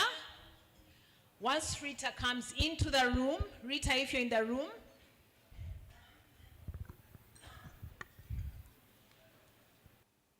we are ready to start our next panel discussion. We are going to explore the conference theme in a little bit more detail. Break the barriers, secure her justice.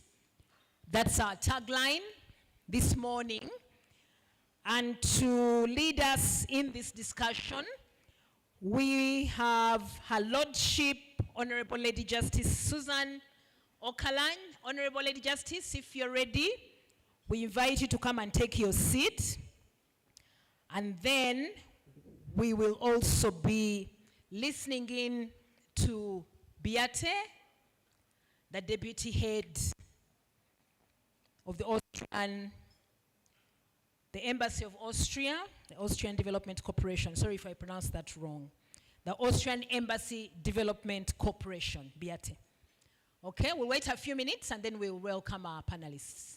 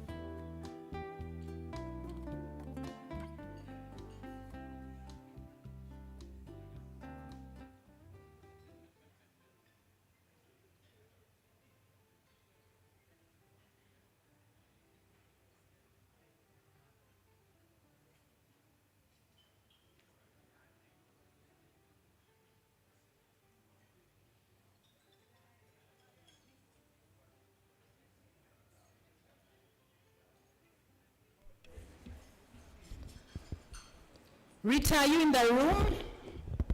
If anyone has seen Rita. Rita Chiro.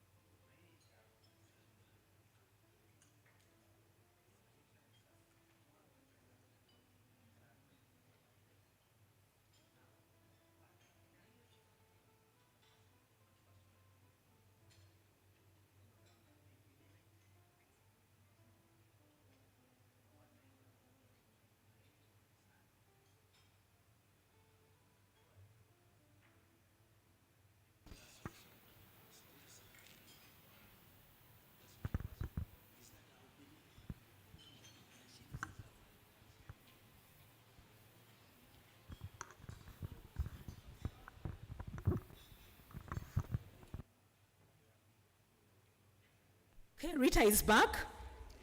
Rita, please come and take your seat. Please join me in welcoming Rita again to the podium. Rita will be chairing our next panel. Are we clapping, my lord? Panel, deep diving, thank you for that clap, my lord. Deep diving into our theme, break the barriers, secure her justice. I wish somebody could display Rita's profile. It would be good to also introduce Rita in her befitting capacity. Rita will be chairing the panel, and I'd like to invite in a very special way her lordship, Lady Justice Susan Okaline. And I think still the governance advisor, at the Austrian Embassy Development Corporation. Beate, thank you so much. Rita, you're on your own now. You have 15 minutes. Manage my lord, her ladyship, and then of course Beate as well. Thank you, Rita.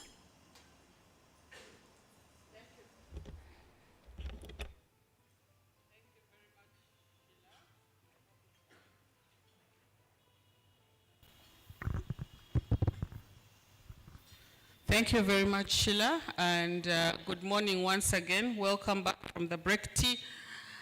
I have 15 minutes between me and the two speakers. I don't know how I'm going to do this, whether I try and make the introduction very brief so that I give them time to elaborate on the key issues.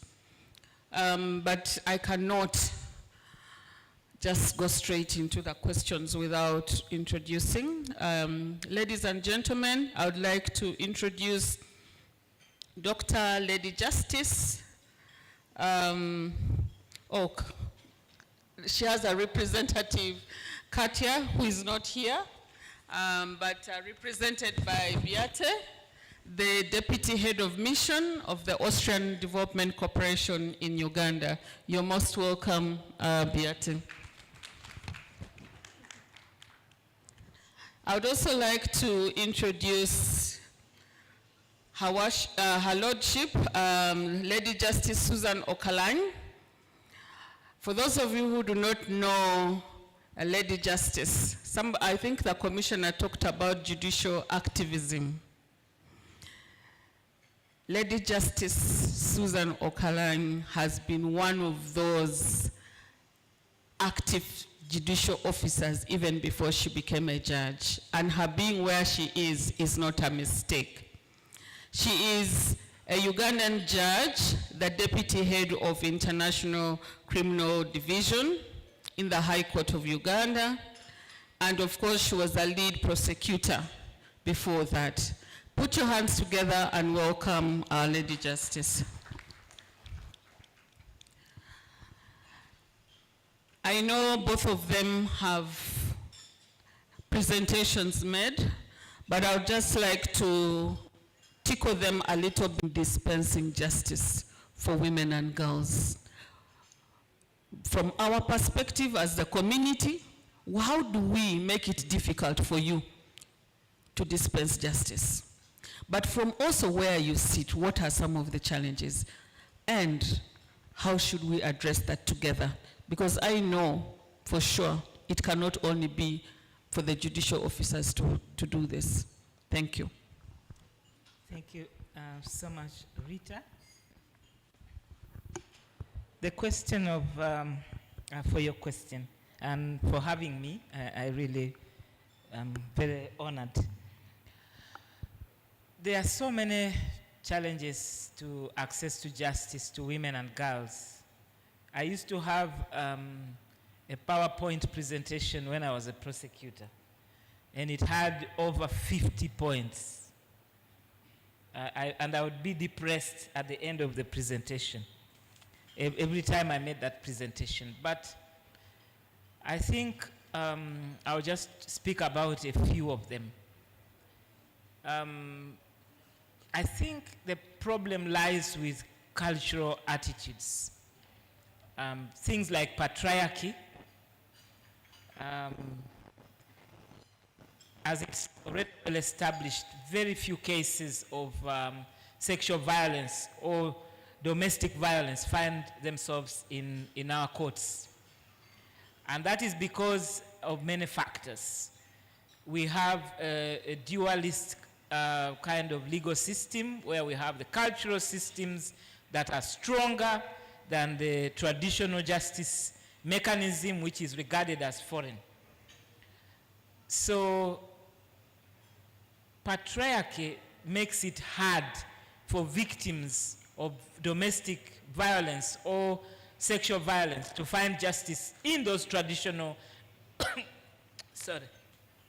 in those traditional courts or mechanisms.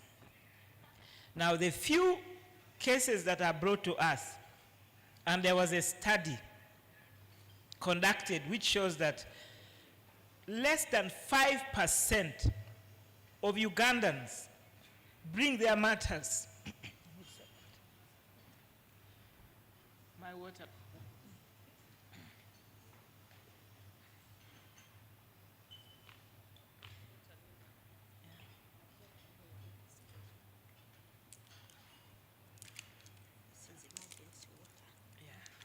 Thank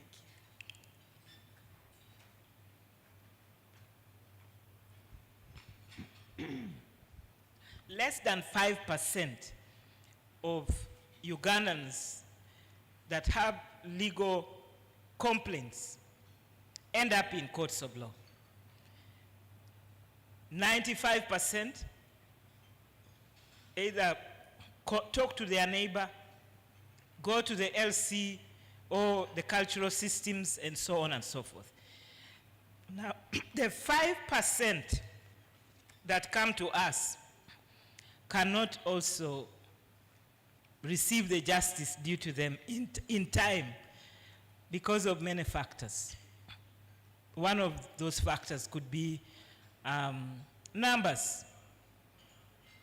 People think that judges are slow, that the justice system is. Of course, we have our own challenges, but we are backlogged. The courts are backlogged because of the number of cases per judicial officer. There are about now 100 judges of the High Court. When I joined the High Court in 2016, there were about 40-something of us. So there's a problem of numbers. And I think the same applies downwards. But there are many other factors, as I said. I had a very long list. For women and girls, the control that their family members have over them prevents them from coming even to testify when they are due. The case is due for testimony. So it's a long story of many challenges that women and girls face in accessing justice. Of course, courts are also not everywhere.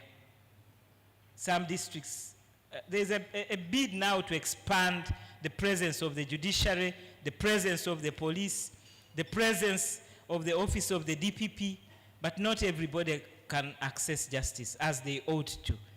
And the big animal in the room called corruption. Police Form 3A is still on sale. Whether we admit it or we deny it, victims cannot get access to that form. The facilitation that the police get to investigate cases is still very low. So you have people facilitating the police, complainants, victims, facilitating their own cases being investigated. You can report a case and the police has no transport from point A to point B or to visit the scene of crime. And that takes days. I'm told some jurisdictions, some countries, I don't want to say they are developed or whatever, cases take less than 2 weeks to be investigated and tried. And hours from the point of reporting to the point of trial can be 3 years. And I'm really being modest. It can go beyond that. Have I answered your question? But you wanted me to say how to solve The solutions, I think they go without saying. Proper facilitation of the police to investigate cases. Working with civil society to provide support to victims. We all know that that's another challenge I haven't mentioned. Legal aid and legal assistance. Victims need legal aid and legal assistance from the beginning. At FIDA, we see that as a problem. I know you have seen it at WUONET. The support that a victim needs from the sexual violence victim, let's stick to sexual violence. From the time she's reporting her case to investigations, to medical examination, to all that. There's a lot of re-traumatization and so many things in between. If we don't have the model like that South Africa has of the Tutuzela centers, where a victim can be processed with less trauma and protection to enable them eventually give valuable evidence in courts. So the whole thing calls for collaboration. I think the biggest challenge of all the challenges that we have is failure of the actors to work together. That has been our major problem. The police were collaborating with civil society, collaborating with victims, collaborating with the Office of the Director of Public Prosecutions, everybody else collaborating with everybody until the case, the victim has her day in court. Yes. Thank you very much. For those of you who may not know, Lady Justice is also the chairperson of FIDA Uganda. So she speaks from both aspects of being in the judiciary, but also she understands how the importance of civil society work contributes to all this. I'd like now to turn to Biete from ADC. You've heard that the Lady Justice said our major issues around negative social norms. And these negative social norms are unwritten rules that determine how women, girls, boys, and men are treated. Unfortunately, these negative social norms are inclined towards women and girls, mainly the negative ones. From a development partner's perspective, could you highlight to us briefly the work that you have been doing and probably what needs to be done more when it comes to the issues of the legal framework? What do we need to do better and more? I know you know that Uganda is not short of any laws or policies. And as development partners, you've supported that. So what do we need to do more and better? But also, more importantly, sustainably. Thank you.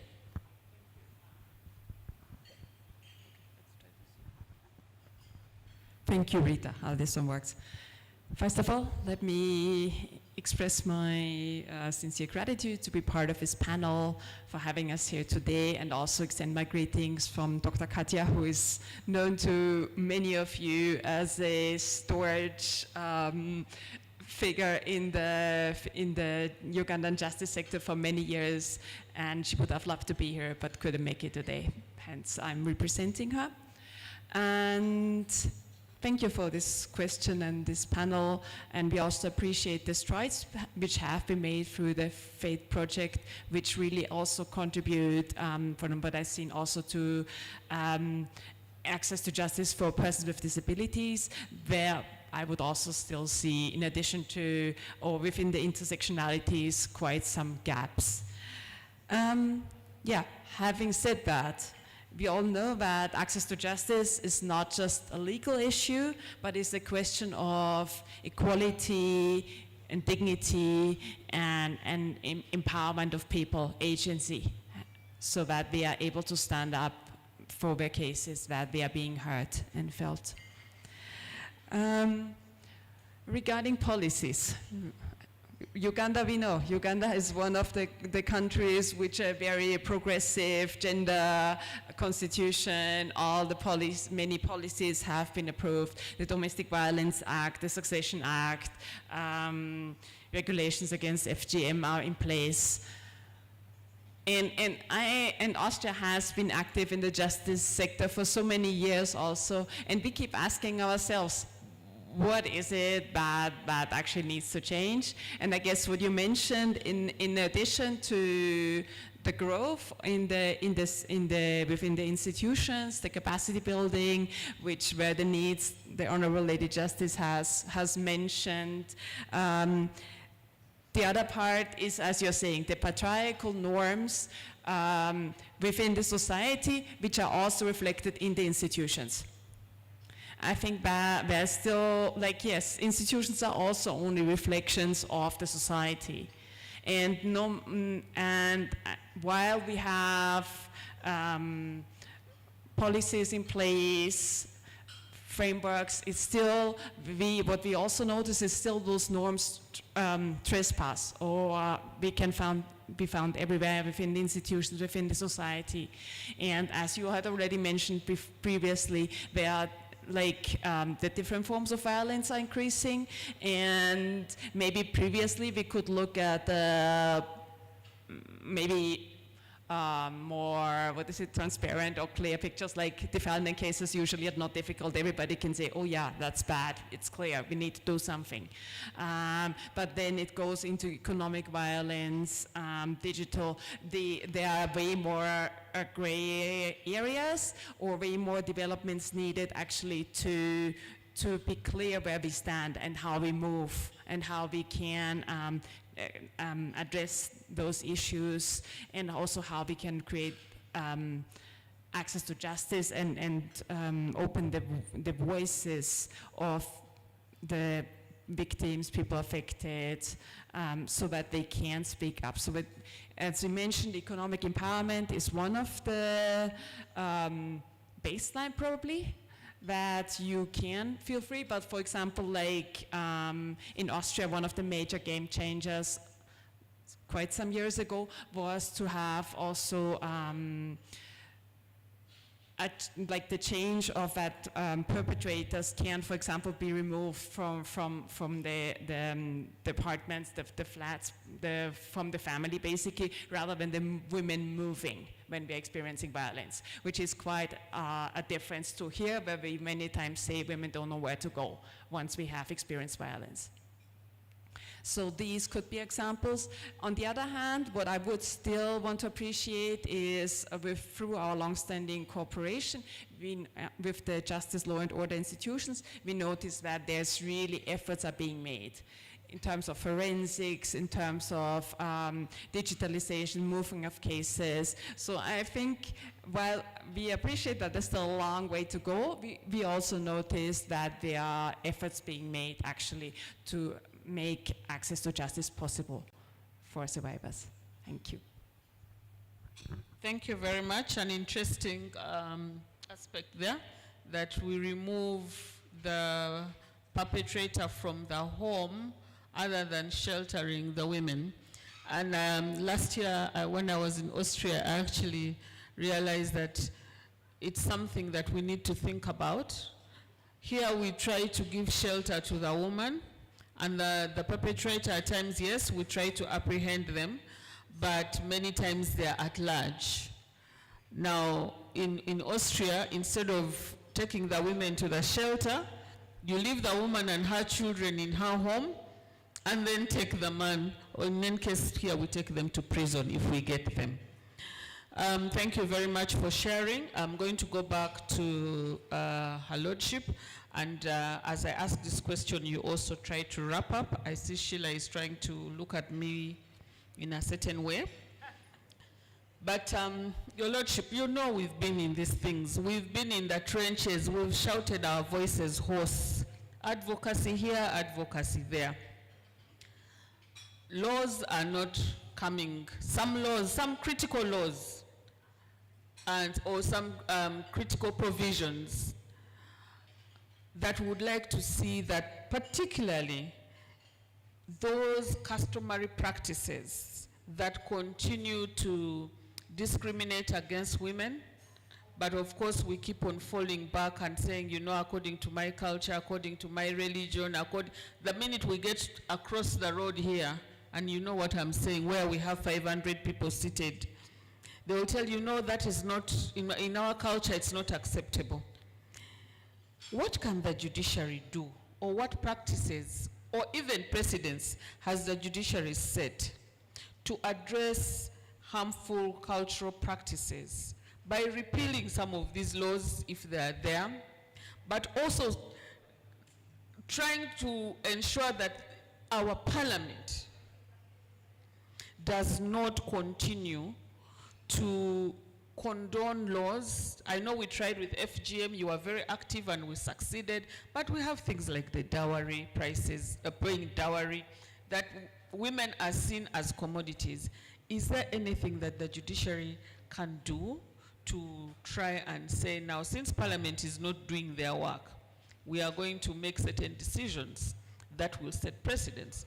And for us who have been in the trenches advocating, we can now use those as the laws to protect the women and girls. Do you have some of these practices, some of these rulings that you can share with us? Thank you so much. The question of culture, the strong culture that promotes the cultures in most of our communities that promote inequality, such as bride price and so on and so forth, must be legislated against. That is my opinion. We can dance around trying to do what you have called judicial activism. Some people actually hate it. The word activism in the bench, it's like contrary to what should be happening. And I think judges have made some decisions that have benefited women, and there are many. I can't recall them, but I do remember Justice Adonyo's decision where he recognized something which is not in our law, common law marriages. You know, if you've been with this man for 40 years and you've children with him and you've lived with him and you've acquired property together, you cannot just be regarded as the good friend of the man and you walk away with just your dresses. But what I also wanted to say is the judiciary can make laws, and it has made laws. It has interpreted laws, and in doing so, try to fill gaps. Recently, you had the decision of the Supreme Court on the army trying civilians. You saw what happened subsequently. That is where the problem is. There was an attempt to bridge the gaps that the judiciary noted in its decision. But I would encourage actors here, the lawyers, civil society organizations, to bring actions in strategic litigation for some of these things. You know that already there's a decision about the Mifumi case, but it fell short of saying that bride price encouraged gender inequality. It fell short of that. So I think if an action is brought, well-researched action, challenging things like bride price, challenging things like child marriage. Of course, child marriage is already criminalized indirectly. And for me, I would advocate for a law that says you cannot marry a child. The reason I say so is some parents in Busoga, in Teso, and so on and so forth, still think that they have authority to marry off their children as long as they've given the permission. So even if the child is 16 or 18, 17, as long as the parent has consented, the marriage is valid. And yet the defilement law is criminalizing that kind of marriage. So I think we might need to break things down by really saying child marriage is illegal.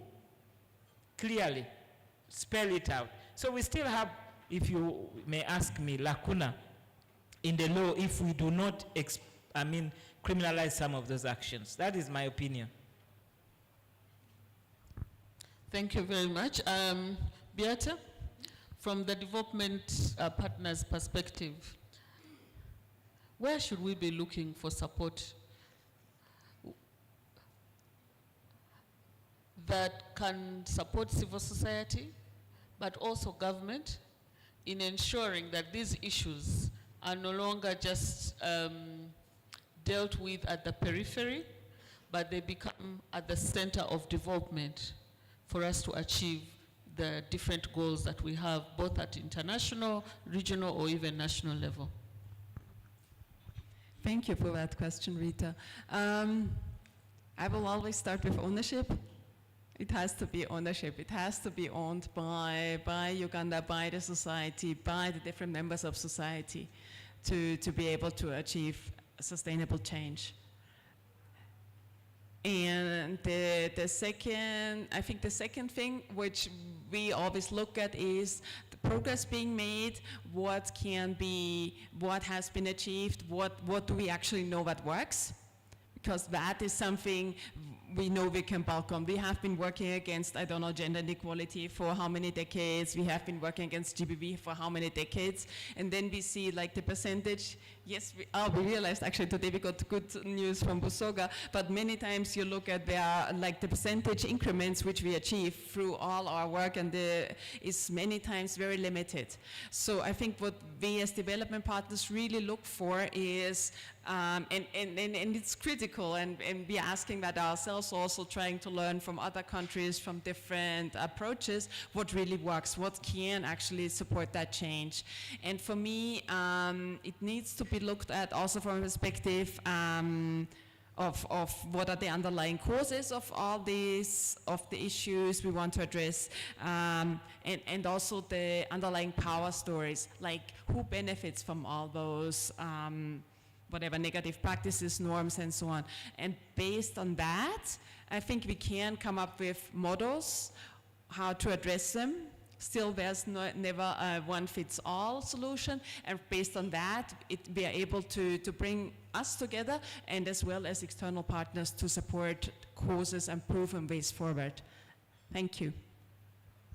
Thank you very much. Please give a hand of applause to my panelists. From the presentation and discussions we've had here, it's very clear that social norms still are a big hindrance to access to justice for women and girls, but also generally. It's also clear that as stakeholders, but also MDAs, that is the ministry, departments, and agencies of government, need to work together and speak to each other. The Lady Justice has made it clear, the judiciary may do its part, then you find Parliament is not doing theirs, or there's another ministry or department that is not doing what is supposed to be done. So if we can't work together, then we will continue moving in silos and not making headways. That commitment takes leadership, it takes good governance for us to achieve what we want to achieve. It's also very clear that the role of civil society cannot be negated, that civil society plays a very critical role, and partnerships that Beate has emphasized, and then the need for evidence-based advocacy and influencing in terms of having research to inform our litigation and advocacy, and continuing to push on. Some of these laws need to be strengthened. Let's call it as, I'm one person who always tells people there is no child marriage, it is abuse of children. Because marriage, by definition, is the union between two adults. So that abuse of children is something that I think the Lady Justice is saying we need to call that name and ensure that it doesn't happen. So the role of civil society is crucial, and that of development partners, that we need to continue walking the journey amidst the difficult and challenging times. This is something we need to do together. Ownership, as a country, we cannot give away the responsibility that, or wait for development partners come up with innovations and initiatives on how to address some of these issues. You all know that legal aid in this country is primarily a civil society issue. But how long is that going to happen when we cannot invest as a country in legal aid and we don't even have a legal aid policy in this in the country? So that these are some of the challenges that we grapple with, and probably the reason why FET 2 needs to come. Thank you very much and have a good morning. Thank you very much, Rita, for concluding this so well. Thank you, our panelists. You've done a great job. Of course, the Deputy Ambassador, I think you've heard it loud and clear. FET 2 has a lot of work. There's still more to do around securing access to justice. Thank you so much, our panelists. Again, a big hand clap to them. Camera person, please take this picture. My Lord, and of course the Deputy Head of Office, and Rita. Is somebody taking a picture of this? Hey. We don't see any camera, at least our generation we need to see. They could be hidden somewhere. Okay.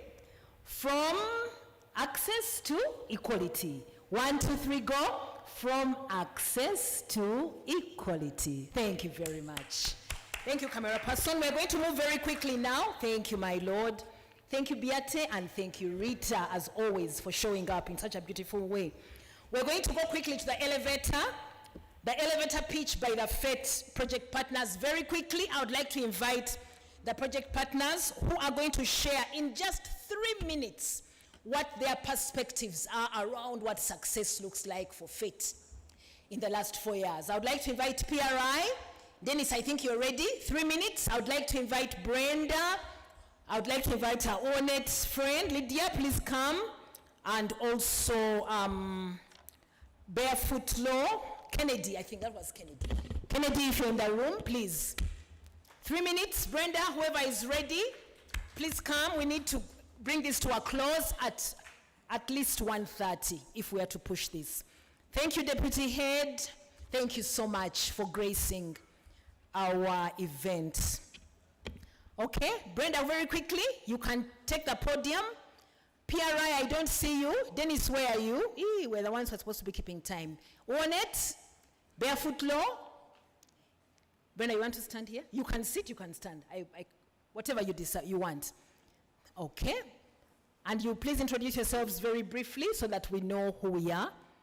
And then lastly, we have Dennis or Faith. Okay, all right, okay. Brenda, I'll start with you. This elevator pitch, when I read the concept note, it says the elevator pitch will highlight the results of the project in the last 4 years, but also focusing on legal and policy gaps. You have only 3 minutes. Your key highlight for this project, Brenda. You have them. Yes, thank you very much, Sheila. My name is Brenda Ataro. I'm the project coordinator for FET at ASF. I'm going to start my presentation with a quote. When the justice system feels costly, distant and complex, communities suffer from unresolved disputes and injustice. And I'll also share the story of Princess. Princess is a woman who was abducted by the LRA. She had a child. When she was in captivity, she returned, and by good luck, and I'm putting the good luck in quotes, she got married, but as a second wife. So on this unfortunate day, the co-wife came and set the house on fire, and her 4-year-old girl was in the house, and the girl got burnt, the upper part of her body. Because of the information that she got from community sensitization sessions, she knew she had to go to the police station and report. But when she got there, of course, the statement taken, she was given the form that her lordship talked about. She went with the form to the health facility, and they told us if you don't, they told her if you don't have 25,000 shillings, we are not filling the form. So she went back to police and gave them the update. The police told her, there is nothing we can do for you. After a few hours, the suspect was released. And every time she went back, literally carrying her child, who hadn't yet got treatment, back to the police station, they told her there is nothing we can do. Having no money, the form is not filled, the child is in pain. She's been to the service providers whom she thought, you know, she would get help, and the help wasn't coming through. So I pose a question to all of us. Do we imagine that in her situation or in the circumstances, Princess is going to access justice? We shall come back to her story.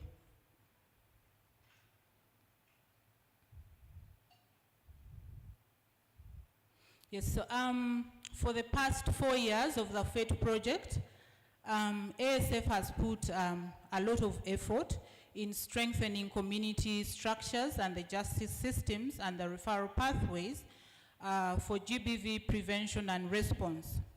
Of course, taking cognizance of the fact that we have 2 justice system frameworks running.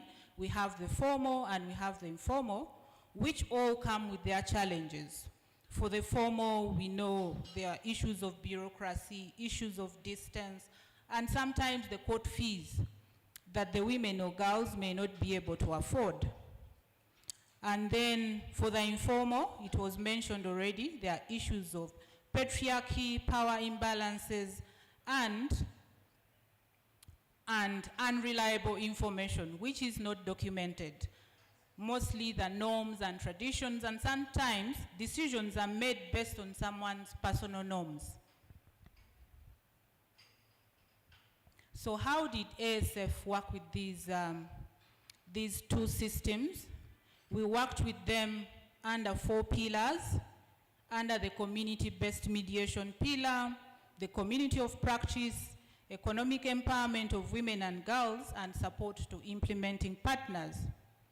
And with these 4 pillars, we made sure there was a lot of training and equipping the stakeholders with skills and knowledge on how to manage dispute resolution within their own environment with the available resources that they had, but with a very, very key focus on gender-sensitive decisions and responses. That was the core of all the trainings. Whether it was a referral of a case, a mediation to be held, or it was hand-holding, or it was a meeting to be set up, there had to be gender sensitivity. Setting up a mediation, issues of power relations. The moment you indicate that the men sit on the chairs and the women sit on ground, the mediation at most times fails because you're already showing the power imbalances. The timing you set for the mediation, if you set it at midday, that is when the women are preparing lunch for the children. So that is also, you know, here's Sheila. The cheat is coming, I see it. Yes, so community-based mediation, we trained our 60 community-based mediators whom we deployed in all the regions, and the design of this mediation was that each mediator in the district was attached to a coach that provided continuous mentorship. And these coaches are trained lawyers and advocates of the High Court who are working in some of the legal aid service providers organizations. Our mediators handled a total of 1,672 cases. And if you look at the figures, the next slide, please. If you look at the figures, the percentage of mediation success is at 83.9. The next service that was uptaken was the referral. And for the referrals here, we should note these were cases that were not within the mandate of the mediators, criminal cases that they referred. Let's go to the next slide. So I did an analysis and compared it with the court case backlog. You see, when the project started implementation in 2021, the backlog was at 32%. By 2023, it was at 27.48%.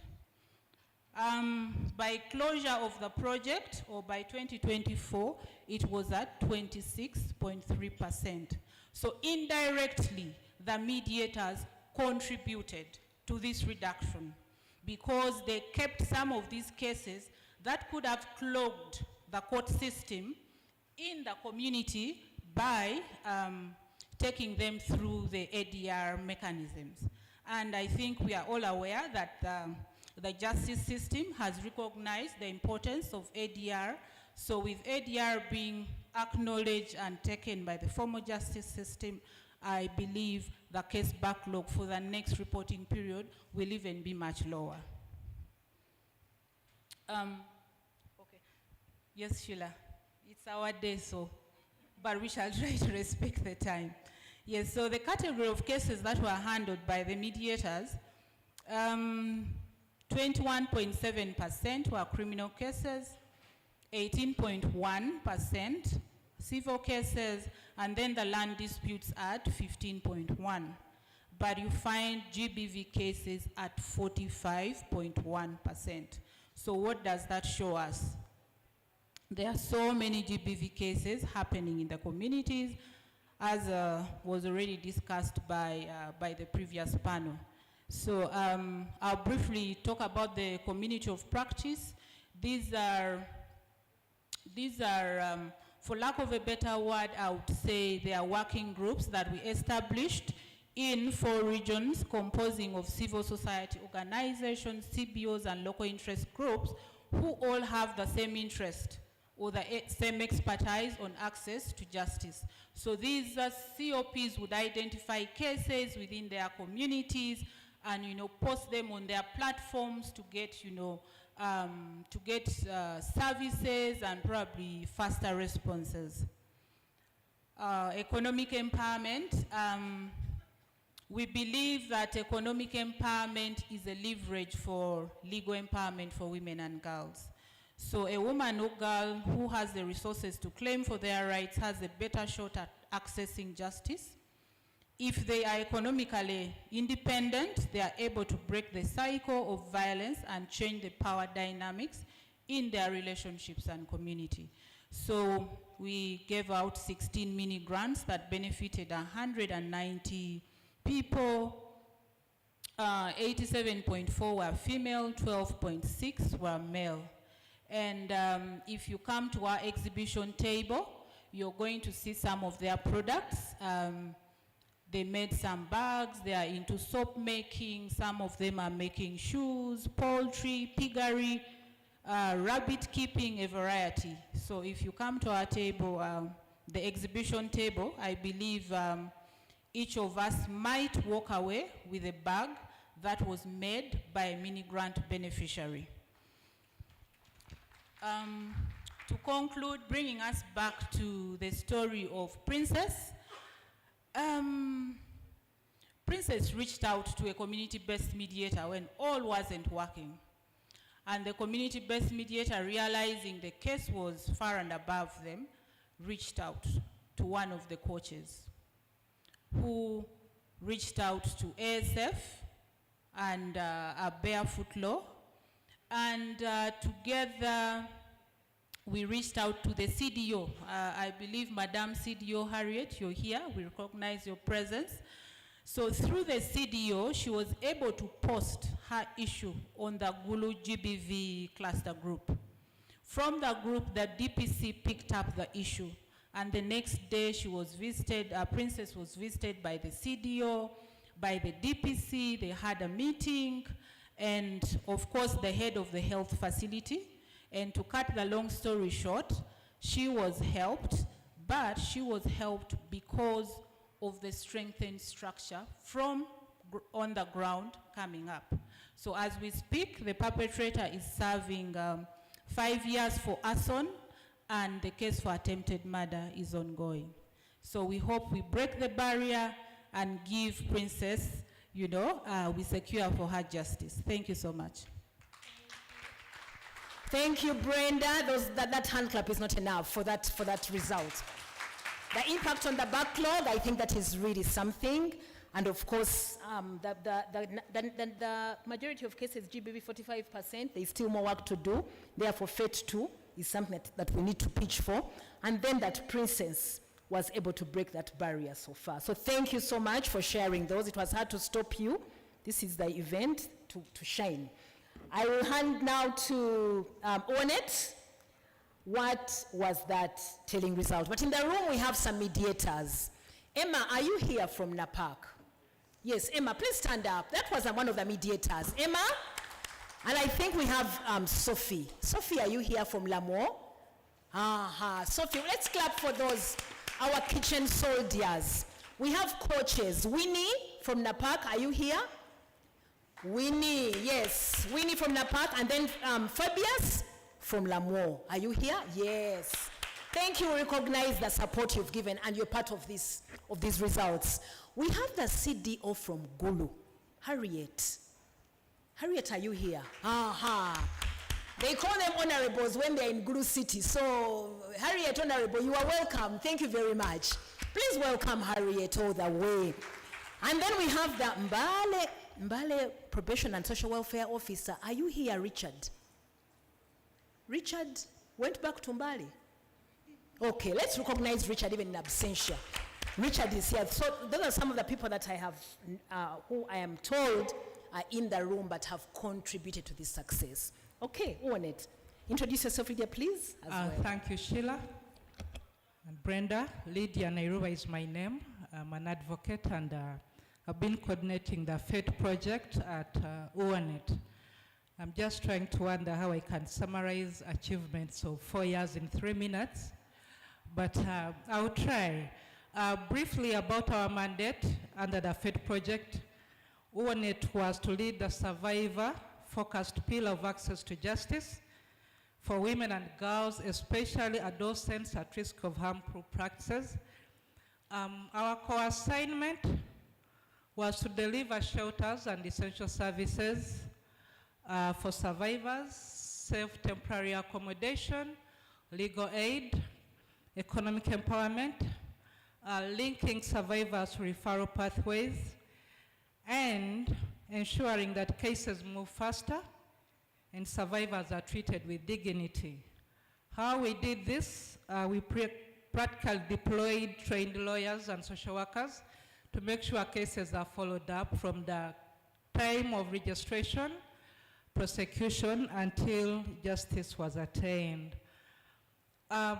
If I may draw you to 2021, when the project was starting, women and girls were facing a justice system that was traumatizing, intimidating, full of bias, and most of them, just like her lordship noted in her presentation, dreaded to even get closer to these court systems and premises. But over the 4 years, I'm glad UANET has registered some important and key achievements with the support from the Embassy of Netherlands. And for that, I want to register my appreciation for the generous 4 years of support. We are gladly grateful for this opportunity. And we believe your financial support was not just financial support, but a lifeline for women and girls, especially in the Busoga region. We are grateful and kindly convey our appreciation to the embassy. Over the 4 years, UANET has bridged the justice information gap by producing over 27,500 legal literacy materials. These were different key issues that pertinently affect our women and girls. We developed posters on the laws, law of succession, child labor, marriage and divorce, property, women land rights, and we went ahead to translate these posters into the local languages that can easily be read and understood by our communities that we sought out to support. Through that, Her Lordship noted that most of 5% access the court system or the formal justice systems. And to link this gap, UONET trained community paralegals across the project regions. We trained over 78 community paralegals. 20 of these were deployed in Kamuli and Namutumba, and this now stands as a sustainable grassroots mechanism that continues to support the women even beyond the FED project.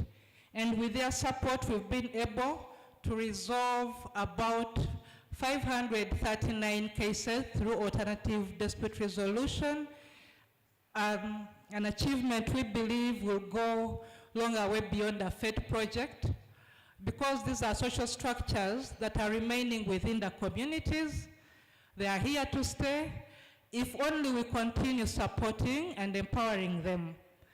UONET has also shifted norms and strengthened accountability. Over 13,000 people were directly reached through campaigns, dialogues, and school outreaches, with media extending beyond 1.7 million. One of the major challenges in access to justice is the lack of legal information, and that we've managed to create awareness in most of the sub-counties in the Busoga region, and we also extended this knowledge to people outside the project districts through radio campaigns, TV shows, and then legal awareness via spotty messages. Besides that, UONET has provided a safe space for GBV survivors. One of the biggest challenges that former justice actors face is the fear of survivors coming to court to testify, the fear of women standing up to report simply because they know at the end of the day, she cannot go home when she has reported the owner of the home. So through our shelters, UONET has been able to provide safe accommodation for approximately 516 survivors, and 206 of these were minors. When we accorded them these safe spaces, we saw women standing up with dignity and courage to report cases because they know there will be no intimidation. They are safe. As prosecution and investigations are ongoing, they are offered a safe space and later safely reintegrated into their communities with support of UONET staff and the other key justice actors. At national level, UONET has championed international strategies through platforms like International Women's Day and 16 Days of Activism, where we spotlight on key issues that continue to affect women and girls. And through this, we made sure we collaborate with justice actors, communities, and I think in the recent, the last 16 days campaign, we brought on board the border riders, smartly dressed with the reflector jackets. These are still within the communities, and they continue to pass on the message of ending violence against women and girls in our communities. At the structure level, UONET spearheaded a landmark national gender assessment of the JELOS services, giving women a voice in evaluating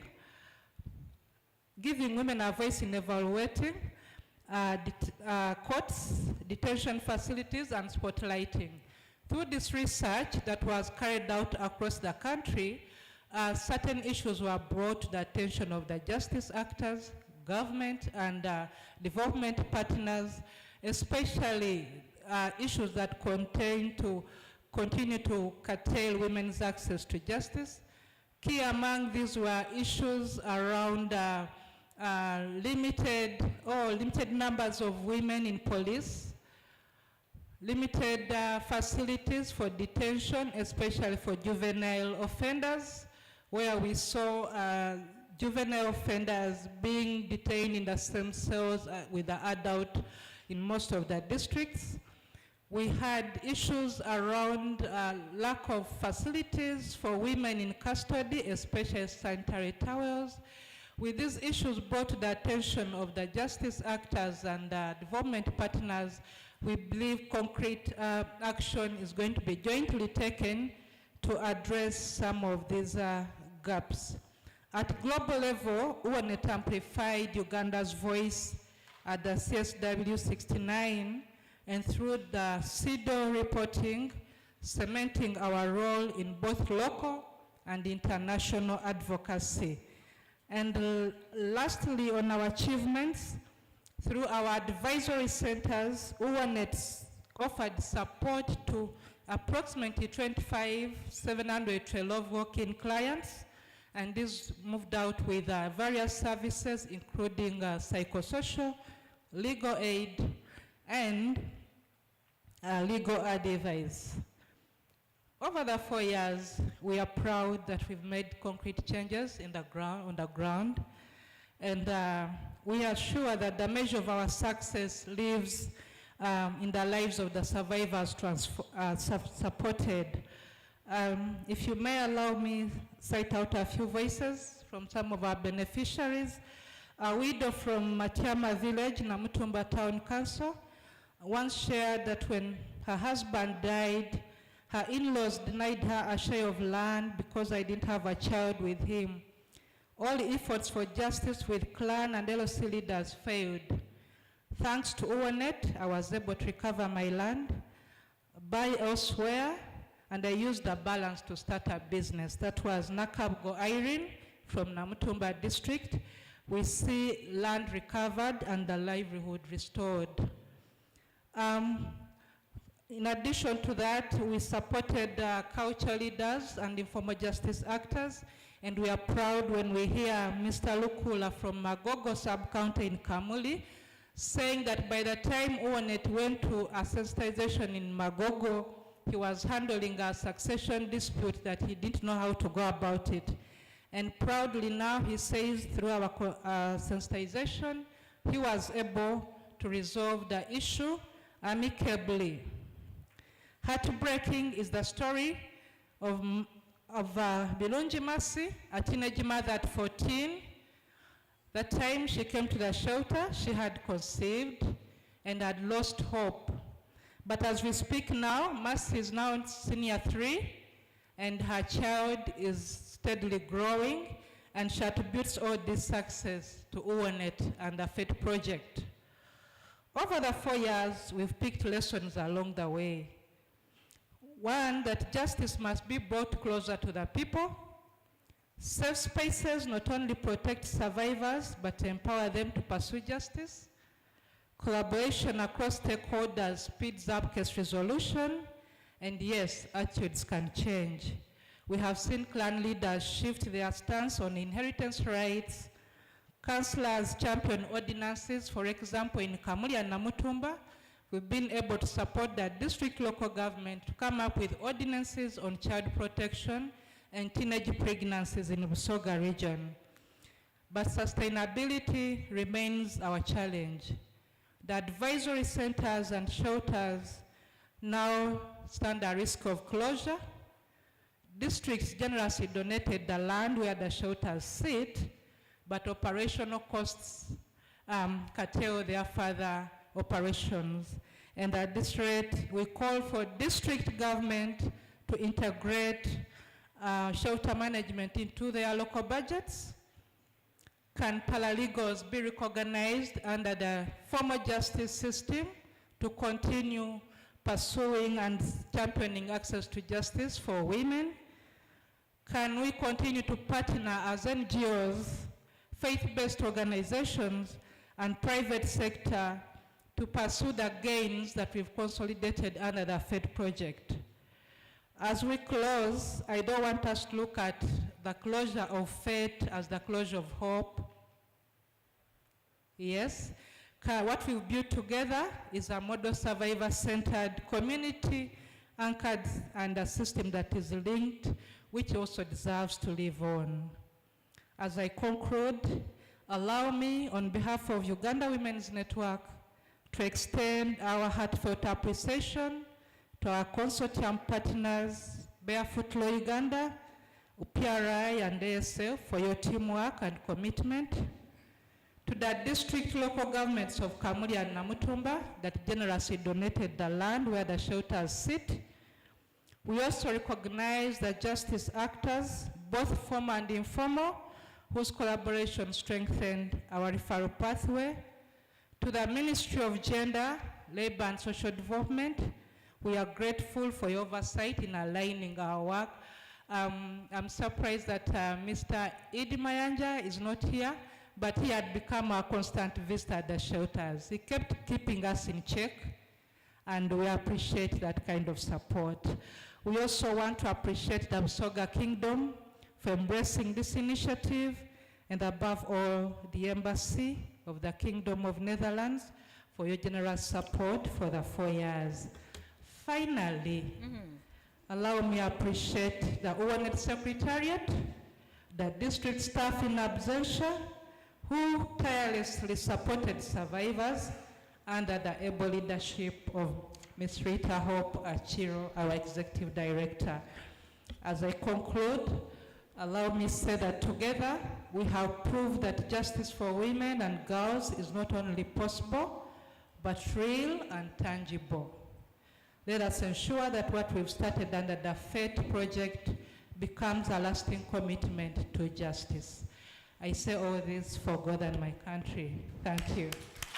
Thank you very much, Lydia. That was really moving. The testimonies are moving, but also that contribution from Kamuli and Namutumba local government, I think, is a model that really needs to be sustained and explored. And of course, you said, yes, attitudes can actually change.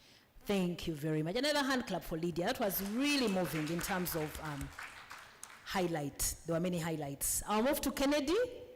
It's hard to stop you guys, but you know what you know. You know if you know the issue of this one. So, Kennedy. Thank you very much. My name is John Kennedy Kasozi. I'm an advocate and the FED project coordinator at Barefoot Law. The mandate, similar to partners here, under the consortium for Barefoot Law, was to enable young women and girls to gain empowerment to legally act on their justice needs.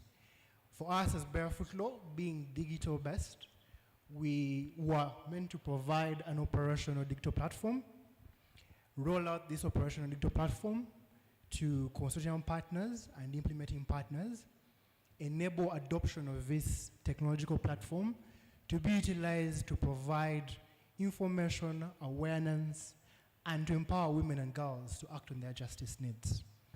We indeed were able to carry out this mandate.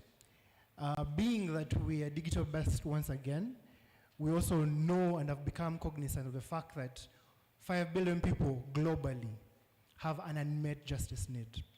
In our corner of the world, in Eastern Africa, we participated and used the opportunity of the project to not only provide a platform, but to provide a solution.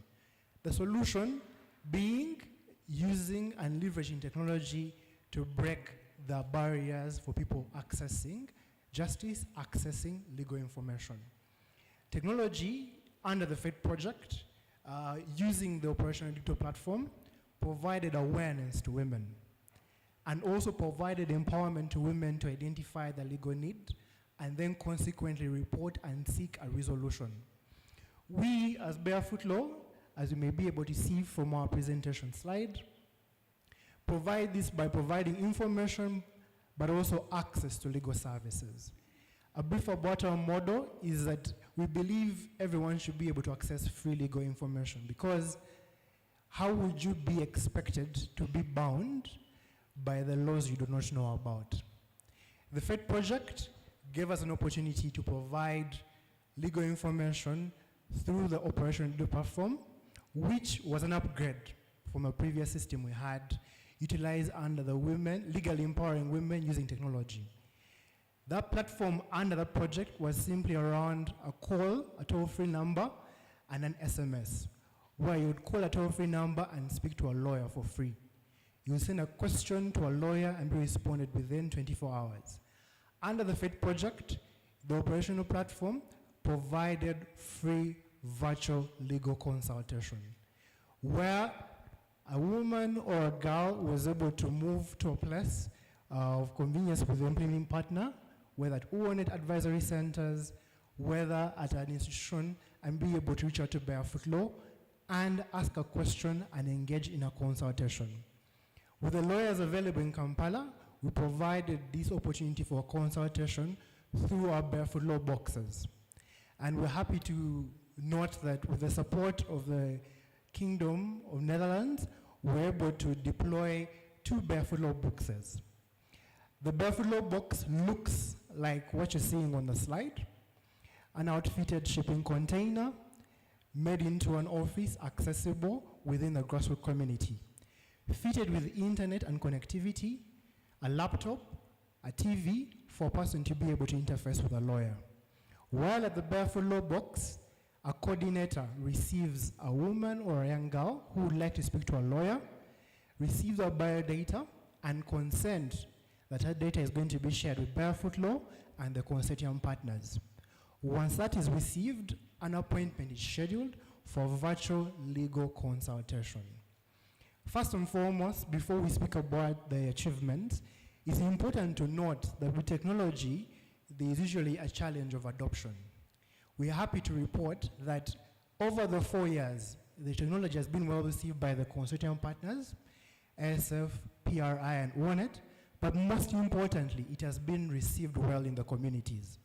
People are comfortable speaking to a lawyer over virtual interface, over an appointment scheduled and responded to by a lawyer in Kampala and a coordinator in the field.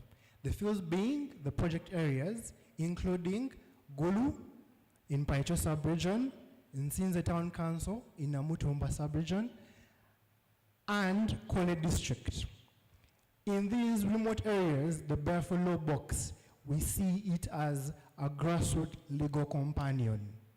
And the technology developed through the program or through the project has been further operationalized and utilized to provide empowerment to a woman. At this point, I'd like to speak about the achievements much broadly after speaking about our mandate and our model. We've been able to serve over 13,000 women. These women accessing free legal information to be able to appreciate their rights and to be able to gain empowerment. Of these over 13,000 women, 95% have reported knowledge of their rights. Of these people who have been able to note knowledge of their rights, about 68% of these women have acted by filing a complaint or filing a report about an offense against them, demonstrating the behavior to seek help, but more so to show that they've been legally empowered to act on their justice need. We're happy to note that the developed operational digital platform has had 100% uptime. There is not one point in the 4 years of this project that the digital platform has been noted to be off. Meaning there's been availability of service, there's been consistency of service, and empowerment of women to legally act on their justice needs. We're happy to note that as Barefoot Law, one of the young organizations in the consortium, the collaboration with UONET, with ASF and PRI has given us much stronger mandate to strengthen our referral pathway and strengthen the capacity to provide services to women. Notably, we have seen opportunities to speak about, and we've also seen capacity to scale our interventions. Among the opportunities, we have first of all been able to see that there is power in using technology to reach people and to empower people with legal information to act on their justice needs. The FED project started in 2021, slightly before the restrictions of the lockdown were lifted. In that moment, many law firms were closed off. In that moment, many formal justice centers were closed off. But legal problems did not cease. With the capacity to develop an operational technological solution, able to provide consultation to remote communities, we see that technology has a capacity to resolve disputes. But more so, first and foremost, change the mindset. The mindset that a young girl and a woman, first of all, have a right, and their rights must be respected. Where these rights are not respected, a young girl or a woman has the capacity to act by reporting an offense against them or reporting a complaint against a person violating their rights. We have an opportunity of using technology to create mindset shifts. A capacity for us to be able to reach many geographical locations beyond what we physically could be able to reach previously. In the same way, there is an opportunity for us to be able to leverage relationships and strengthen the referral capacity developed in the 4 years with the relationship with the consortium partners, but also the development partners. Infrastructure. There's an opportunity to use technology, as I mentioned, but we also learned that we can use renewable energy to power innovation. The Buffalo boxes are powered by solar. Solar, using the support of the resources under the project, that's provided constant electricity, has facilitated the 100% uptime for the digital platform, and has also enabled people to seek legal assistance in an environment that is safe for them.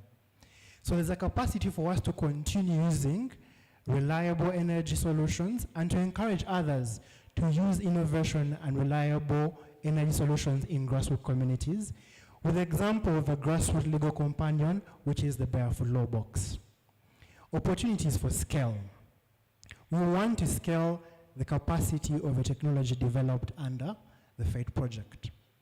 Currently, we are in 3 districts, that is Ngulu, Namutumba, and Kole. We would like to see all regions of Uganda, 15 regions, having a Barefoot Law Box, giving capacity for people to be able to interact with a lawyer using the virtual system developed under the project. The capacity of using this virtual platform to be able to empower more women to act on their justice needs within the environments that we believe are serving them. We believe in the capacity of strengthening our referral pathway. We see that where we identify a woman in need, we're able to create a quick referral to UONET for a shelter. We see that there is a need for litigation. We can work with PRI, we can work with UONET to be able to see that a matter is taken before court, thus strengthening the relationship, collaboration, and the referral pathway built in the project. Lastly, we want to deepen our work with organized groups, specifically village serving and loan association, clan leaders, local leaders. These organized groups, as you're able to see, are able to convene within the Barefoot Law Boxes. Imagine 15 Barefoot Law Boxes convening organized groups and working very closely to empower people to use the law to resolve their disputes peacefully. That's a mandate we can carry forward, and we can scale the interventions developed within the FED project and to have sustainability of the gains of the project. We also want to encourage use of technology for the future. We cannot be left behind. The lessons learned in the pandemic, the lessons learned within the course of the project have to be carried forward, using technology to reach many people who would otherwise never have met a lawyer, to reach many people who would otherwise use means that are not legally empowered, ending up in resolving disputes in a wrong way and leading to more harm. As Barefoot Law, we are carrying a big, hairy, audacious goal of creating peaceful communities where people can thrive, using the law as a tool to resolve their disputes. As I conclude, I want to share a vote of thanks, first and foremost, to the Kingdom of the Embassy of Netherlands, who have been a very resourceful developing partner and a supportive partner to us as Barefoot Law. As mentioned, we would not have had a further deployment of the Barefoot Law boxes in the locations in Gulu and in Sinze without their support. We'd like to thank ASF for their stewardship and good partnership with us before the project, in the course of the project, and we believe in consequent interaction we're going to have. Implementing partners, UONET, who are very strong in referability and handling of referral cases, especially around women facing GBV, and PRI, who have also guided and been very supportive to us, especially with matters concerning women in prison, but also given us expertise in areas we had not been before, such as ginger and sorority. And as I conclude, I believe the interventions built in the FET project can only be scaled further because there is a big need in the communities where we are, and we can indeed provide the service people require in these areas. Thank you. Wow. Wow, the Barefoot Law boxes. I think that's a phenomenal model. And the way it intersects law, IT, but also clean energy. I saw Grace shaking her head. I think that means that is FET 2, FET phase 2. Hey, we see you, Grace, but thank you very much, Kennedy. A warm hand clap to Kennedy, really. And Barefoot Law, that team, that technology team of young people, thank you so much for your support and also for integrating IT and digital spaces into access to justice. We know we have some people on the boxes, in the boxes, I think in Gulu, yes, who are also watching us live. So thank you very much, Kennedy, and we look forward to hearing more on what Chris has to say around that modeling of boxes. Okay, we'll switch the gears very quickly at 12:38. Dennis, you know if you know, but you told me that 3 minutes is a lot of time for you. But PRI is very well known for its access to justice work. You work with prisons, in prisons, working with women in different districts of Uganda. So what was your experience, your highlights during the FET project? Thank you very much. Good afternoon, ladies and gentlemen. Good afternoon, Dennis. Dennis Ocheng. I work as the Monitoring and Evaluation Officer with Penal Reform. I want to give a brief about penal reform, what they have done.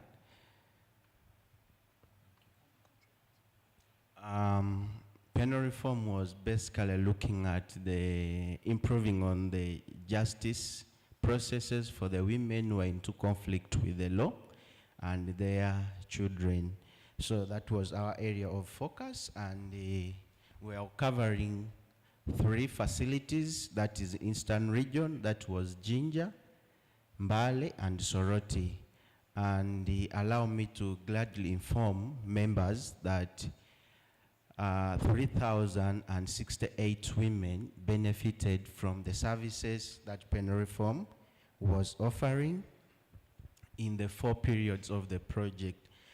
My presentation is going to be basically on pictures because of the time, and I request you to. The first picture shows the social inquiries that was taking place that would support us in case representation or case handling at the court, and we had about 1,717 women who received legal aid through the social inquiries, and in that representation, in that assistance, 57% of the women were released or received fair sentencings during the processes of the 4 years. Allow me also to say that out of the 57%, 10% of the cases were dismissed through the judicial processes in the process. My next slide. One other thing that penal reform did best was to empower the women through rehabilitation. And 126 women benefited from the vocational training on small entrepreneurship skills. And the pictures before us shows the certification period when the women were waiving their certificates after their training were done. And those women all passed, because there's a awarding certificate for participation, but all those women passed their assessment during the training.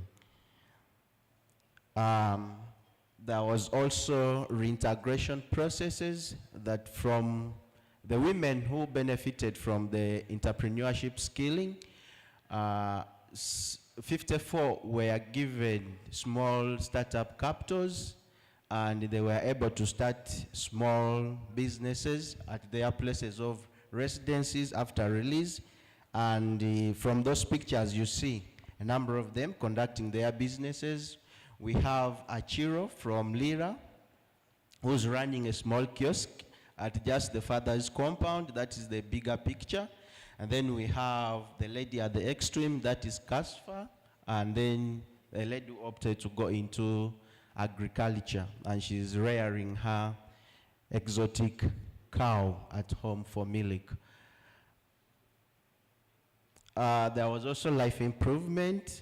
This is a continuation. Down, that lady is called Adija.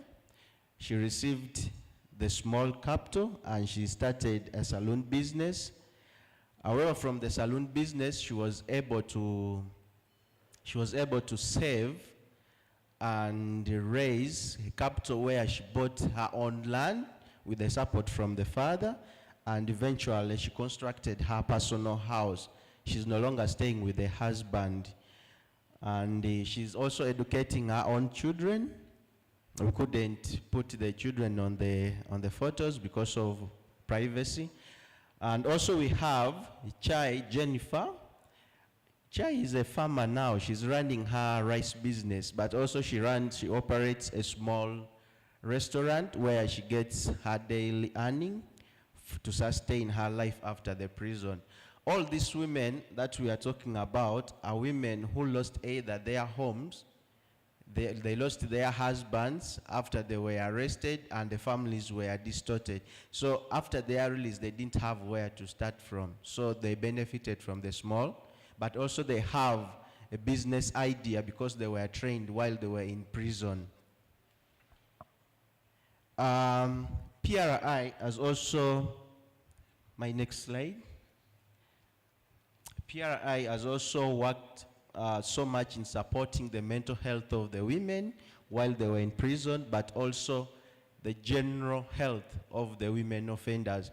As we all know that all the prisons in Uganda only have a level of a health center too, and we also know what are the provisions of the health centers too in Uganda. So PRI comes in to offer the medical support to these women while they are in prison.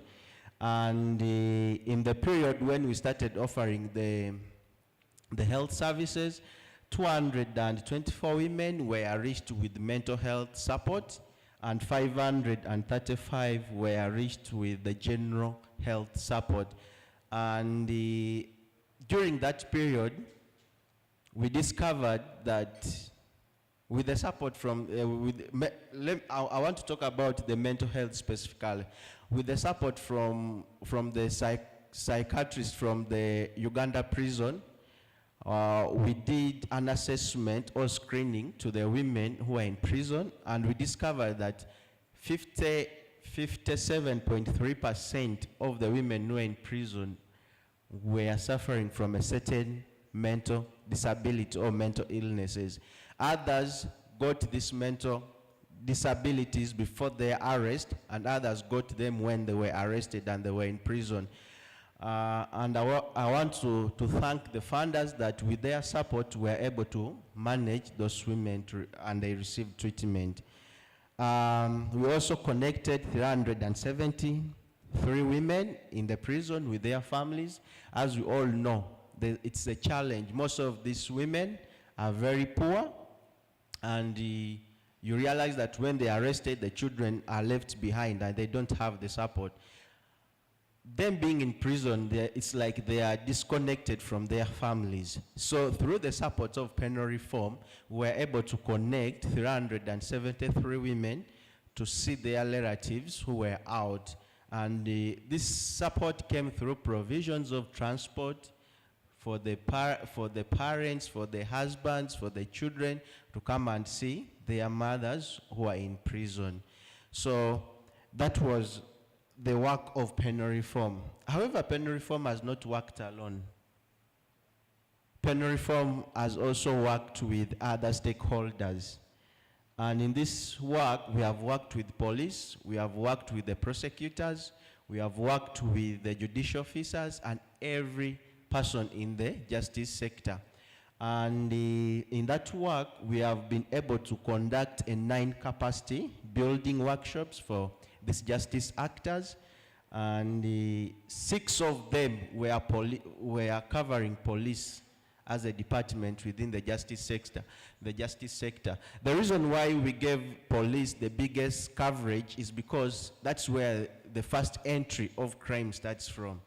So if police is not given the first priority, you'll realize that the case is going to reach court when some of these cases can be handled at police level.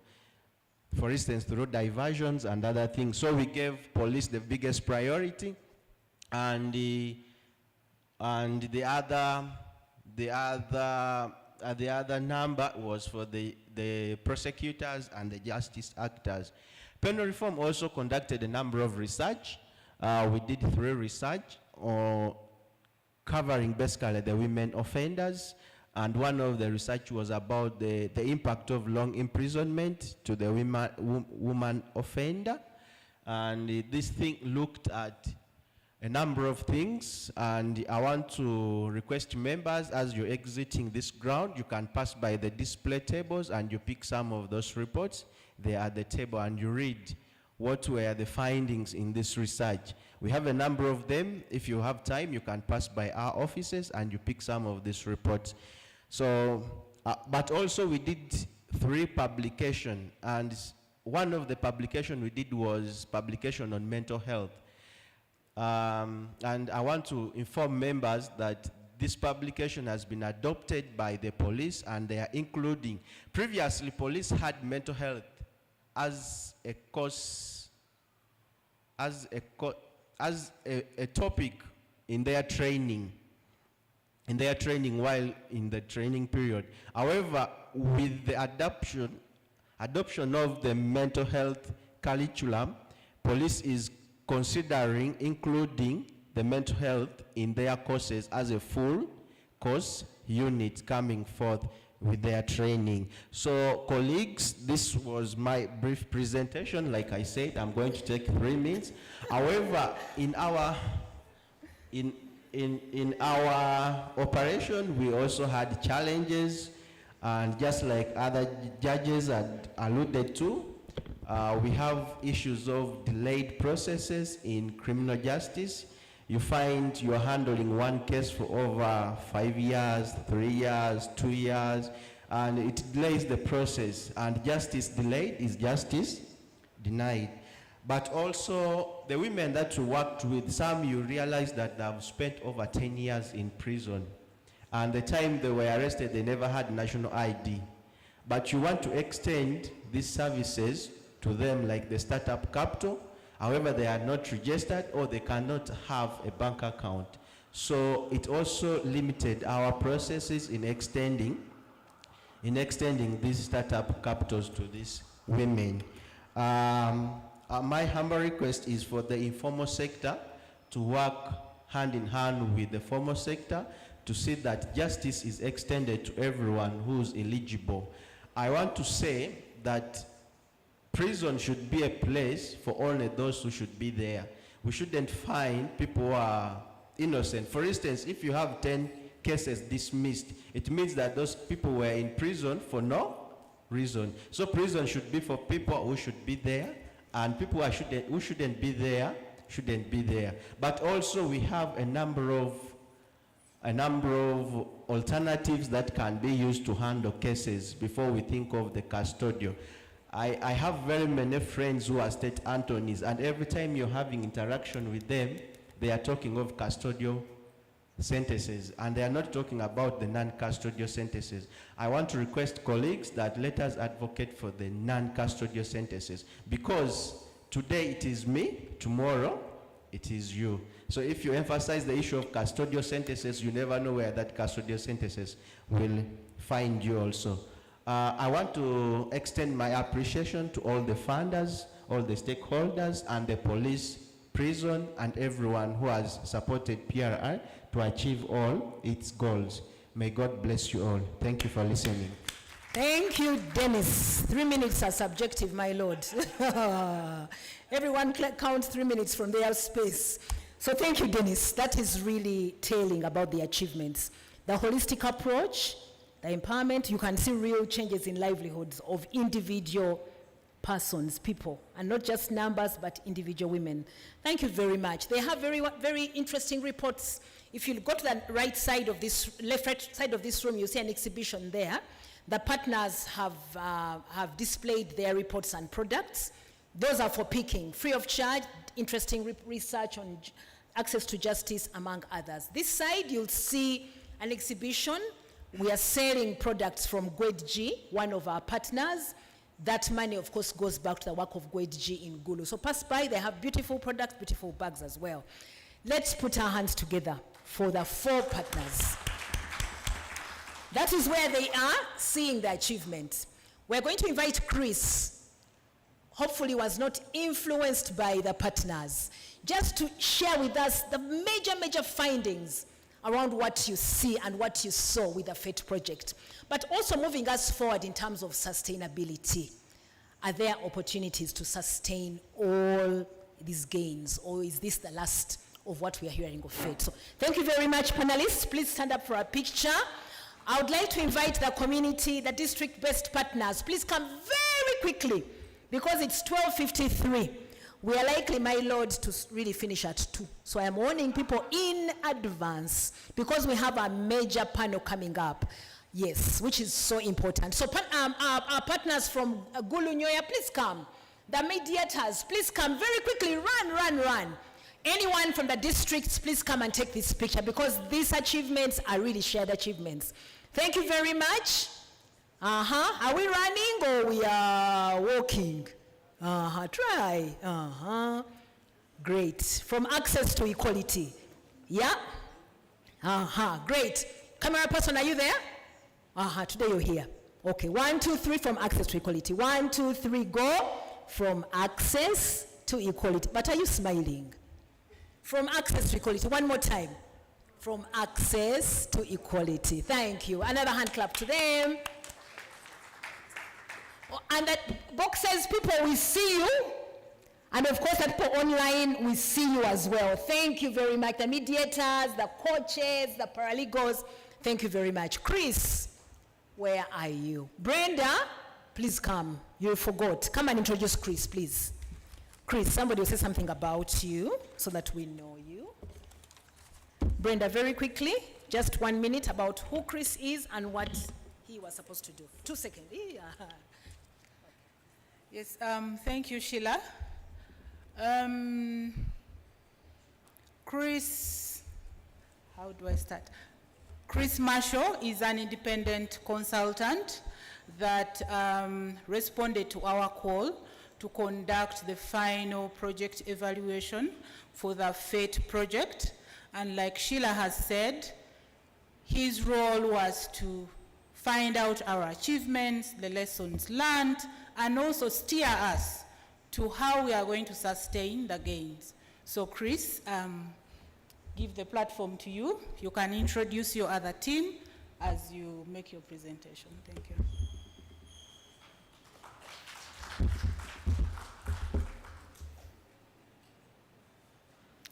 So thank you very much, Brenda. It's a pleasure to be here today. And as Brenda has already flagged, I'm here not on my own, but I'm here representing a team. In the room with me today, I have my colleague Gilbert. Gilbert, if you'd like to stand up. Online, I have my colleague Yetta. And then, in addition to that, we were part of a broader team of over 20 enumerators and supervisors. And effectively, our job as evaluators is to go out to the beneficiaries, to go out to really the people who are the driving force behind the program and the people who should be the ones who experience change, to capture their voice and to understand what is the difference, the practical difference that this program has made for their lives. So maybe if we go to the next slide. Okay. So maybe if we go to the next slide. So in terms of the evaluation scope, I won't spend too much time on this because ultimately I think we want to get into the details. We were there to adopt a mixed methods approach. We were there to go round, and we've been to each of the 11 districts where the program has been working. We've been engaging in multiple different ways, and we're here to provide support for the donor to reflect on what's the difference the program has made, but also what are some of the lessons learned. We're here to engage and provide support to the consortium members, and we're also here to hold everyone who's been involved in the FATE program to account. We're looking at the level of what impact has been achieved, to what extent was the program sustainable, what are the things that have made the biggest difference as a program, but also what are some of the lessons that can be learned for the future. So, next slide, please. So how did we do this? Well, we started off and we wanted to make sure we were engaging with the individual beneficiaries. So our team of enumerators has been going around the districts. We've been working with the people from the consortium who were there on the front line. And I'd just like to say a very, very big thank you to everyone from all the consortium partners, also from people like the mediators, the coaches, everyone who's been working at the grassroots level. Because ultimately, without you, we wouldn't have been able to engage with the individual beneficiaries. Alongside that, we've been doing interviews with all of the key stakeholders. And that's really a matter of picking up on some of the challenges that people have already talked about today. So the challenges that exist within the formal system, the challenges that exist within the informal system, looking at things from a government perspective, but also bringing in civil society views. All of this has been done within a relatively short period of time, so I think it's fair to say from Gilbert and my perspective, it's been a very, very intense few weeks, but a very rewarding one as well. So, next slide, please. So what did we find? You've already heard from each of the consortium partners giving that sense and that snapshot from each of their perspectives of what they've done. And I think that's a very good foundation for us to build on as a team of evaluators. Knowledge has significantly changed. I think the other thing that we were looking for as a team of evaluators is knowledge is good. It's good on its own, but is it enough? And I think practically it's not. And instead, what we've been able to see is actually a change in approach, a change in confidence, and actually a pickup of practical action. That's not been isolated. It's been something which has been a consistent pattern across each of the districts. Because one of the things that we were looking at is to go, okay, so maybe there are these changes in Namatumbo, maybe these changes in Soroti, but are these replicated in Masindi? Are these replicated in Gulu? And understandably, there are differences as you go around the districts, but there is a consistent body of evidence across the project as a whole. And these changes, they're not just single issue changes. What the project was trying to do was to have a holistic approach to access to justice for women and girls. And realistically, the access to justice challenges that face women and girls are myriad. We've heard talk today over women who are in conflict with the law and the challenges and difficulties that they experience. We've heard issues around land rights, around succession, around wills, around economic empowerment. And we've also heard that really significant challenge and barrier for women around domestic violence, which is so prevalent here across Uganda. Next slide, please. So, as you're listening to each of the individual partners, I think there's something which is missing from that, and it's something that we're able to bring as a team of evaluators. You've heard each partner's specific pitch on what they did on their own. Now, what we were able to do when we went into individual districts is go, okay, PRI is doing this, UANET is doing this, ASF is doing this, and Barefoot Law is doing this. But how do each of those sets of interventions fit together? And I think the consistent picture that we saw at the district level, and even going down to the sub-county level, was first of all, really unified approaches to community sensitization. Now, some of that built on the Barefoot model of taking the lawyer out into the community. And I think one of the things that really impressed us there was just the vision of a lawyer on a laptop, on a projector with a generator in a small village being projected in front of a village loan and saving group. And that type of reaching out into the most difficult areas is fundamental, I think, to the difference that FATE has made. And it wasn't just a matter of one partner doing that. What we also saw was consistent engagement through media, through radio shows, through working with district officials to get that message out. And then alongside that, what we saw was mobilization and engagement with traditional leaders, working with them to pick up on some of the points that were made earlier over cultural norms and social practices. And part of the approach that the program has demonstrated is actually taking it one cultural leader at a time. I think it's been really positive to see the way that there's been a systemic approach, looking, for instance, at bylaws around cultural leaders, and looking to change practices through almost their own regulations and systems. But at the same time, I think a hallmark of the program, and something that I would commend them for, is taking the time to sit down with people and ultimately going on that together, because it's that patient engagement which is ultimately going to lead to change. Alongside those informal leaders, what we've also seen is engagement with the formal justice system. And I had the opportunity to sit down with multiple formal justice actors. So, Your Lordship, some of your colleagues as magistrates, but also members of the prosecution, and also to sit down with police. Now, it's important not to be over-optimistic, and it's important not to say that the picture is perfect, because it's not.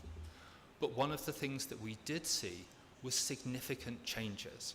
We saw, for instance, police getting a very different response from LCs, going to the point on coordination that was raised earlier. We saw, for instance, a very different picture when it came to coordination across the justice sector. And what we saw as well is some of those figures that you see there in terms of community engagement and satisfaction. And that is very different from the landscape before FATE started. So let's move on to the next slide.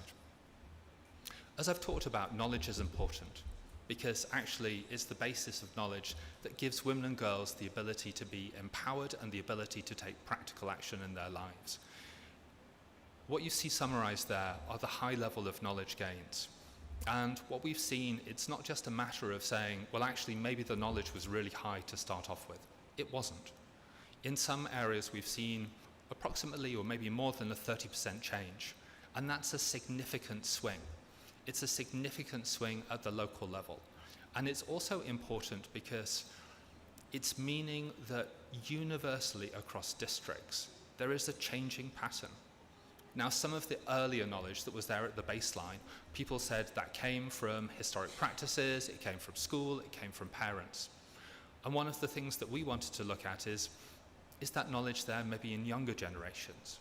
And what we saw through the evaluation is that it is.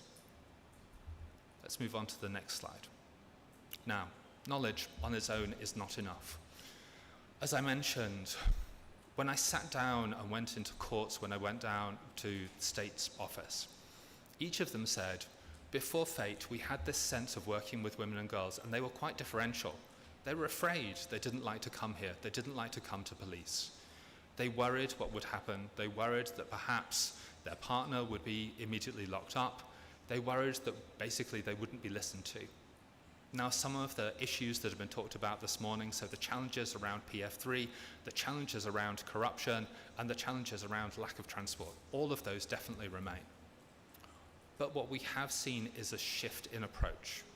Now, for instance, one of the RSAs that I spoke to, he said, before FATE, people wouldn't come into his office. Now he sits there, and when he gets to his office, people are coming in and they're saying, State, what can you do? What's the difference that you can make on my case. I spoke to a number of magistrates, and they were saying, well, actually, before FATE, we just dealt with all of the cases in exactly the same way. And now they're saying, let's have a more sensitive approach. Let's think differently about how we support women and girls. And let's think differently about maybe we should be taking cases in a different sequence. Maybe we should be thinking more about our discretion as a judicial officer and look at a case and go, well, actually, this is just such a small, petty matter. Can this not be resolved in a different and in a better way? What the programs also look to do, though, is to reflect on who can be other change makers in the community. And I think fundamental to that is the question of men as allies. We saw in some of the districts where we worked and where we were doing the evaluation that there's a network of male role models that's been established. And that's critically important because on the one hand, what the program's been able to do is it's been able to take women into challenging situations as experts, as leaders, and expose men at the district level to the fact that there's a very different pathway. There's a very different future that exists for women as lawyers, as advocates, as senior professionals. And that has led to behavior change. But what I think the program's been very good at doing is having that mix of involving women as change makers and advocates, but also at the same time bringing in men as allies. And I thought it was very strong and important to see the way that when the program's been looking at economic empowerment, it's not just looked at economic empowerment of women, it's looked at bringing together men and women to do that economic empowerment together. Let's move on to the next slide, please. So, at the institutional level, we've heard this morning about the brokenness that exists in the formal justice system. Part of that is the challenge of resourcing, part of that is the challenge of reach. And one of the things that I think the program has been good at doing is expanding beyond the formal justice system to go into some of those harder to reach areas. Because ultimately, the vision that the program had, and the vision that any access to justice program needs to have, is how do you take access to justice to the hardest and the most challenging point? What we saw through our evaluation engagement was the development of a series of referral pathways across the districts, equipping people like LCs, equipping traditional leaders, and also the network of community-based mediators to be able to say, if you have a challenge or a problem, this is where you should go, to provide clear signposting, and also through the medium of district coordination meetings, to think about how you connect people together so that it's not just a matter of a fragmented formal justice system, but instead it's a matter of a justice system coming together. We heard this morning about some of the promises and some of the indications for change that the government is willing to make. And that is definitely a gap, and it's something that we can come on to when we talk about sustainability.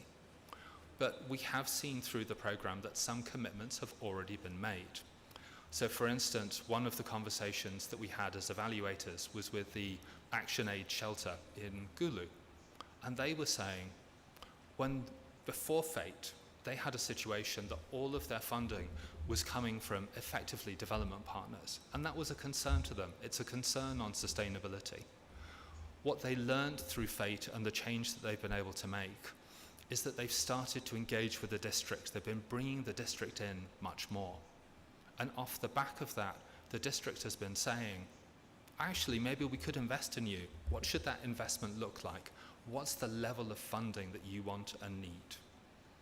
We've seen similar changes, likewise, in traditional leadership. So let's move to the next slide. Now there's a challenge around this as we get onto communities and social norm change.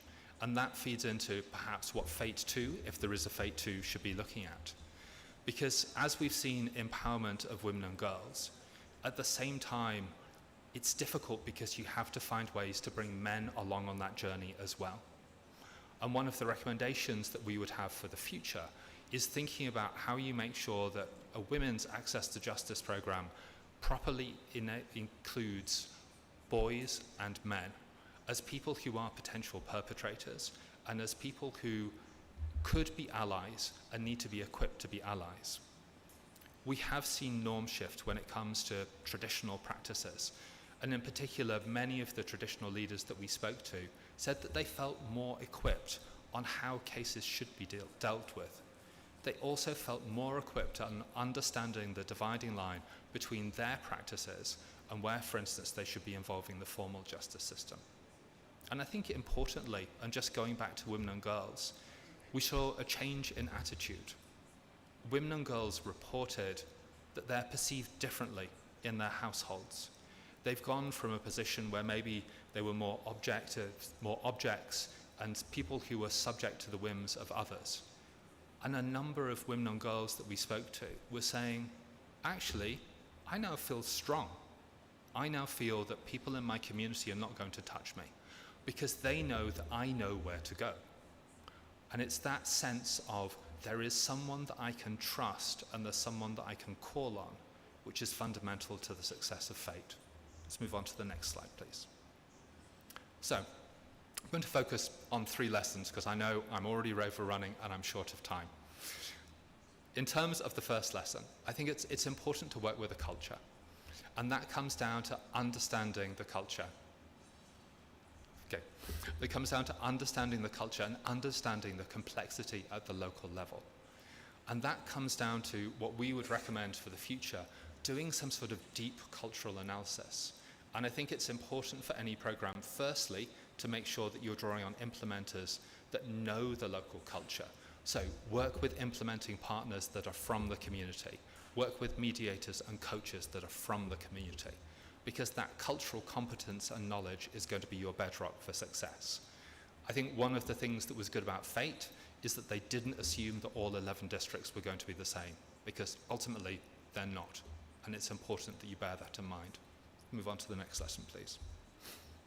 Secondly, integrated service delivery.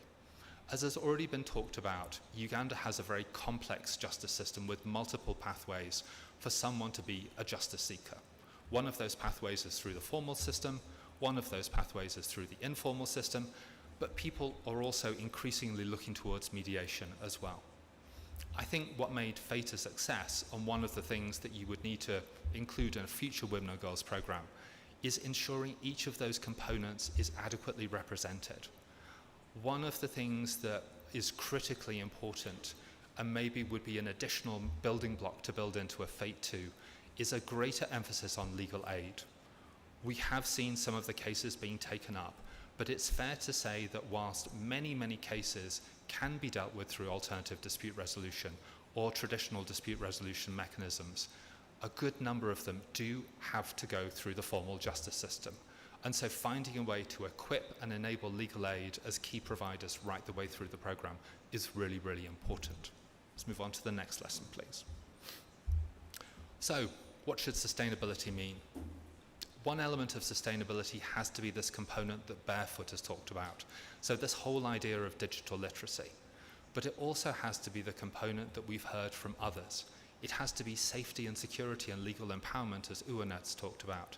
It has to be reaching out to the difficult places of women in conflict with the law and economic empowerment, as PRI and ASF have talked about. And for the future, that we would recommend a combination of a focus on legal empowerment, economic empowerment, and digital literacy. The other thing that really stood out for us is the question of where next? And there's a very important group of beneficiaries who were reached to an extent through FATE, but who should be reached much more conclusively in any future programming. And that's girls and boys. There are challenges in reaching girls and boys because ultimately, during many of the times when partners go out for community sensitization, they're at school. They're not there in the community when those talks are being held. They're also not the normal type of people who are going to be sitting there listening to the radio as well. And so one of our recommendations for the future is think about how you equip and enable women and girls. There is a significant community disconnect with that generation and a breakdown in some communities of the role models that traditionally exist and the way of supporting women and girls within the home.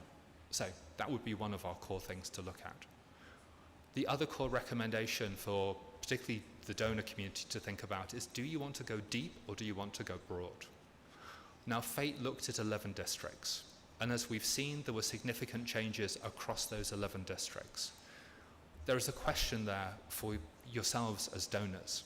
Do you want to go for a model which is 11 districts with a certain level of detail and depth, or do you want to go for a model which is 5 districts that enables you to go even further into those hard-to-reach communities? I leave that as something to you. As an evaluation panel, we'd be very happy to share our thoughts and our perspectives, but that, I think, is one of the other critical questions that emerged.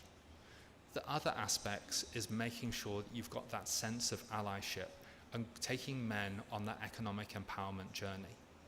Now, men, I think, there's a sense of crisis, there's a sense of challenge, and we're seeing that shift in the attitude and behavior of women. For the change with women to be sustainable, it's important that there's likewise that change with men. I think the final element that we would encourage building into a future program is that question of partnership with government and what does it look like. And there are different approaches that you can take as donors.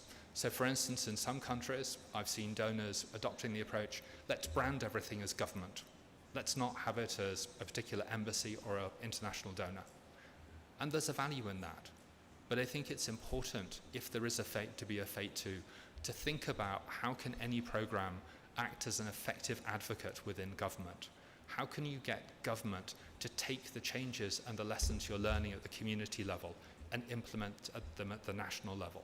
And also, how do you successfully hold government to account and move towards a system of systemic government investment in justice for women and girls? That's a very brief run through of all the things we've covered. I'm very much recognize the fact that we've had to cover 4 years, well, over 4 years of programming, and probably about a minute per 1,000 of beneficiaries. So that's a snapshot. I will be here throughout most of the day, very, very happy to sit down with people. I would like to thank all the people we had the opportunity to speak to during the evaluation, and thank you very much for giving myself and the evaluation team the platform to speak now. Wow, thank you very much, Chris. One question for you, Chris. What was your that result that made you like, wow? I think I'm a bit spoiled for choice. I think it comes down to sitting down with a 90-year-old in one of the districts when she was attending her village savings and loans group, and just hearing the way that actually the FATE program went to her and the support that she was provided with from a position where when she started off, justice felt really, really far away and it felt impossible. And she was working on the basis of this was her lived experience for so many years. And seeing the gratitude and the positivity that she had and the relationship that she had with fate and the trust, that I think was the thing that stood out most for me. But it's hard to choose an isolated example because I think as we went round the districts, there were so many elements of change. So, very well done. Thank you, Chris. A big hand clap for Chris and his team. For somebody who said nice words about the project when our development partners and the beneficiaries are in the room, are in the box. Really, thank you so much. I think they tease out really interesting areas around social norm change. I saw Rita shaking her head really hard with Pamela at her doorstep about involvement of men and women. I know FIDA is also doing that really, really, really well.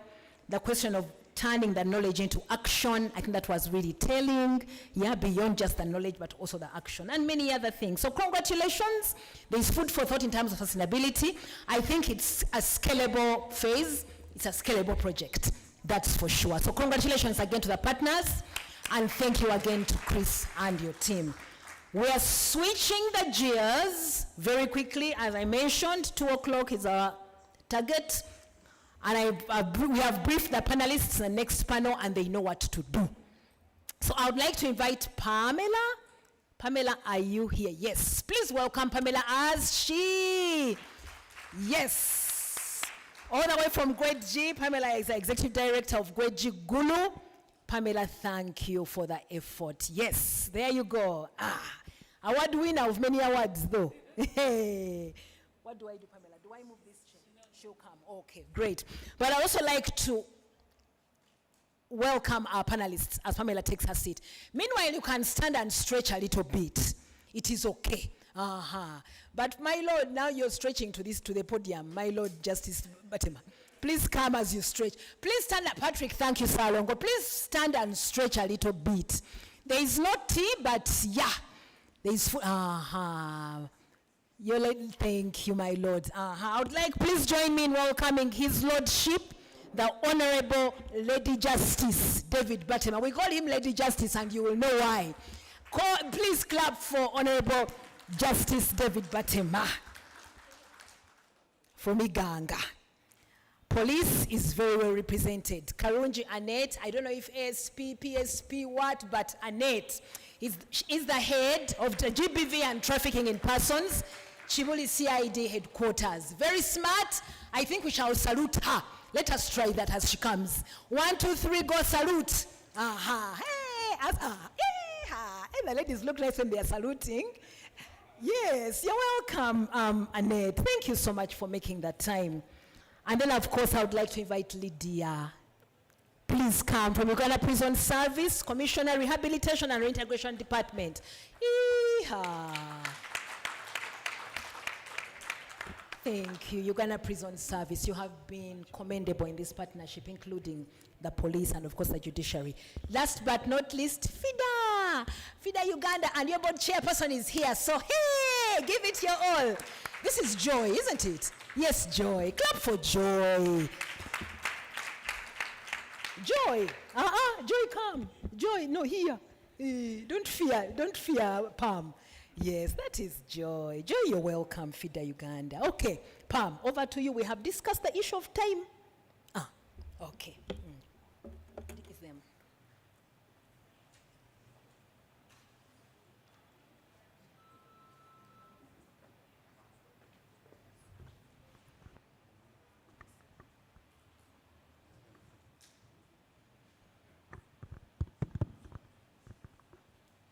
Great. Good afternoon. To look like the soul is willing but the flesh is weak. Please do justice to my session. My name is Pamela Ngwech. I bring you greeting and love from Gulu. Can you clap for Gulu City? So I'm not going to introduce again my panelists because there are many. We want to secure every little time. But it is my honor to chair this important session on access to justice for women in gender-based violence cases. And I want you to know that we are focusing on our issue paper. There was a very excellent issue paper that was done by the project team. I don't know how many people have seen that. But our discussion will focus on the practical recommendation emerging from the issue paper. How can we strengthen investigation, harmonize sentencing, provide psychosocial support, and also legal aid services, ensure digitalization and truly enhancing access to justice. If you look at this panel, if you want to know this is a really access to justice project, just check on the panel. The panel is really, really well placed. I want to begin with my Lord. And I don't know, there's a new terminology that her Lordship. Maybe because I want to go to that very root. Justice. We have noted that in the execution of GBV cases, especially when it comes to capacity building of the judiciary and prosecution of the cases, there's a missing gap on GBV expertise, especially how it is managed. And we are also concerned that it looks like the mentorship, pollination, and capacity building, but also the role modeling of experts in the judiciary. You know, when we talk about Honorable Okalanj, we know that when she is confronting GBV, she is really confronting it with all her strength. When we talk about you and your expert in the GBV field and the judiciary, it is. But we are questioning How are we going to sustain these experts in the future?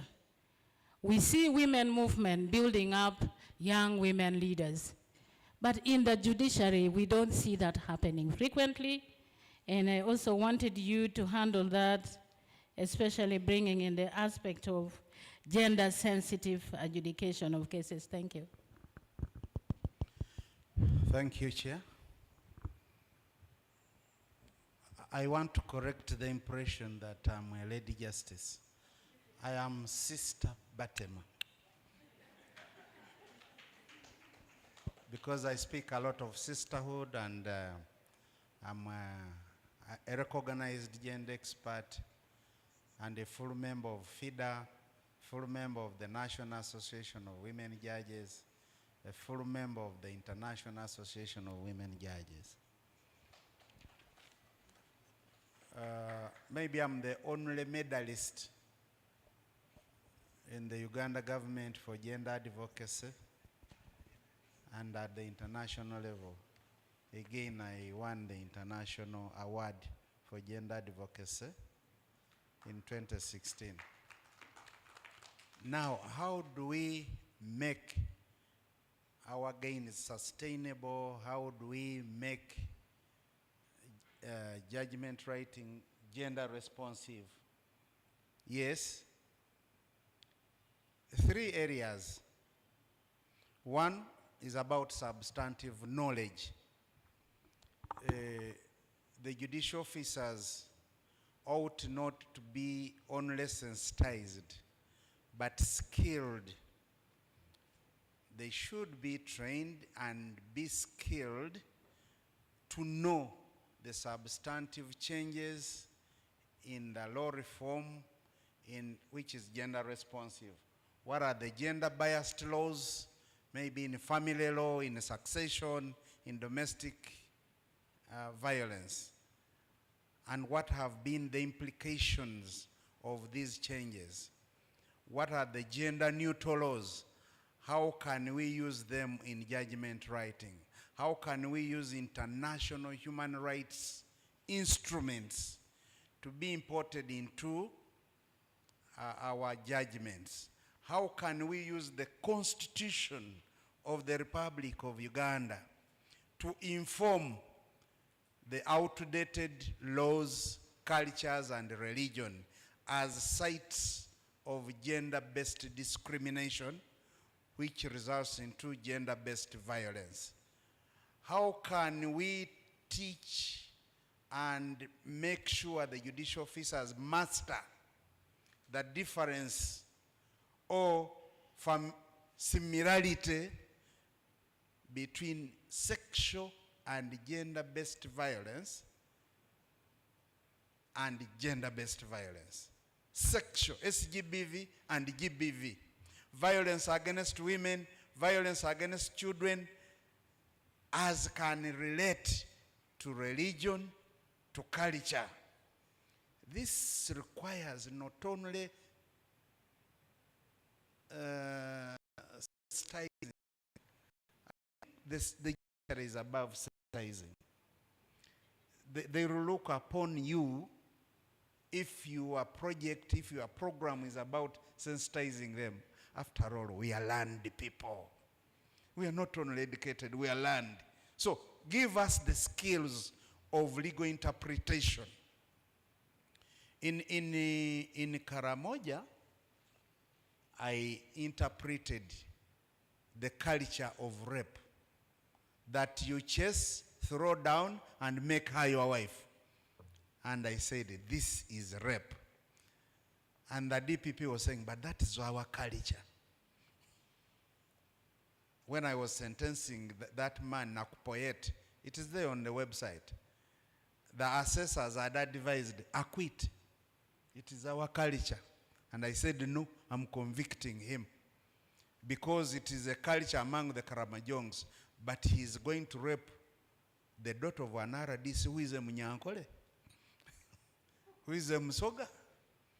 So substantive laws and how they've been reformed. The second area is what her lordship talked about, the delivery system.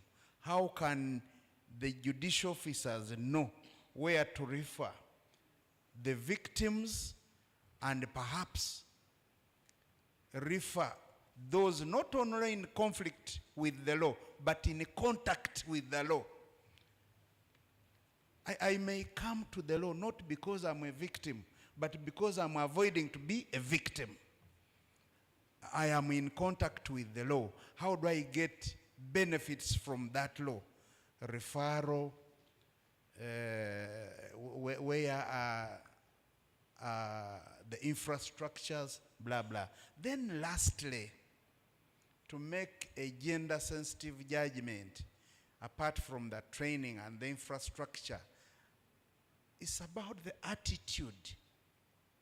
My dear friends, changing the attitude of judicial officers is a very, very big task, because we grow up influenced by our cultures.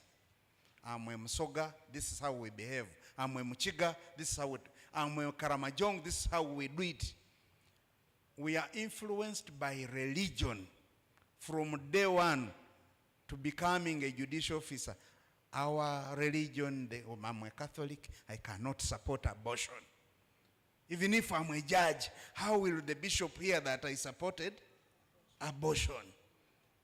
So to change that attitude requires enormous training, a lot of patience, and good judicial interpretation, and having the skills of judicial activism to say, this is the vehicle of judicial activism. Article this in the Constitution, article this in the Constitution will help you to overcome where you think there is a lacuna.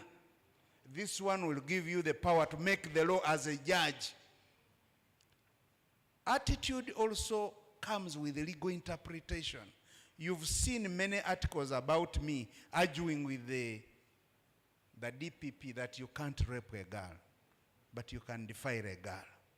And that has been going on and going on in our judgments, and I've been dismissing cases where the DPP has refused to amend rape to defilement and what have you. Read section 50 of the Trial on Indictment Act.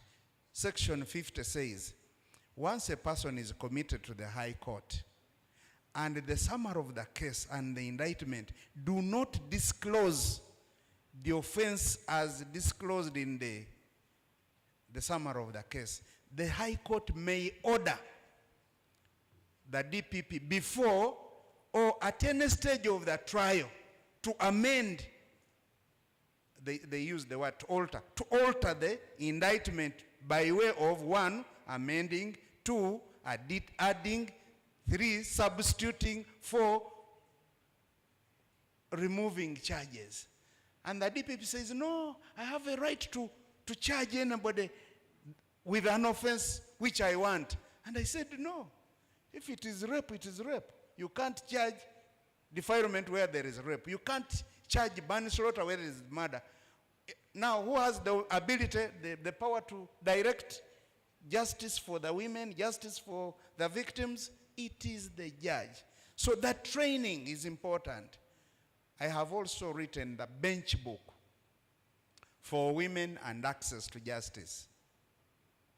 I've written another bench book. I've carried a copy here. I don't know whether my sister Susan has ever seen it, because the moment we launched the 50 copies, it has never been published to be given to the judicial officers. Maybe they feared that I will shine.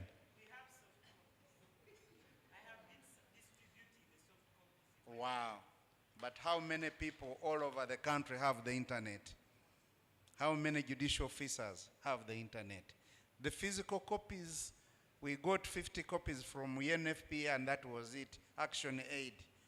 Thank you. But we want more of these books given to the judicial officers to guide them, to engender them. Because by way of appointment, you don't magically, all of a sudden, become gender sensitive.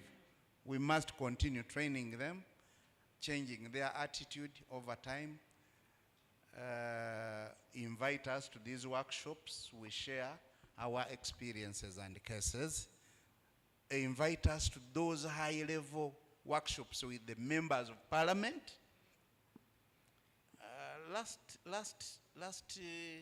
What was the last parliament called? 11th, 12th. I had 13 workshops with the members of parliament. We managed to change some. But some of those vegetable growers, call them abavubi. They are really die hard. Thank you.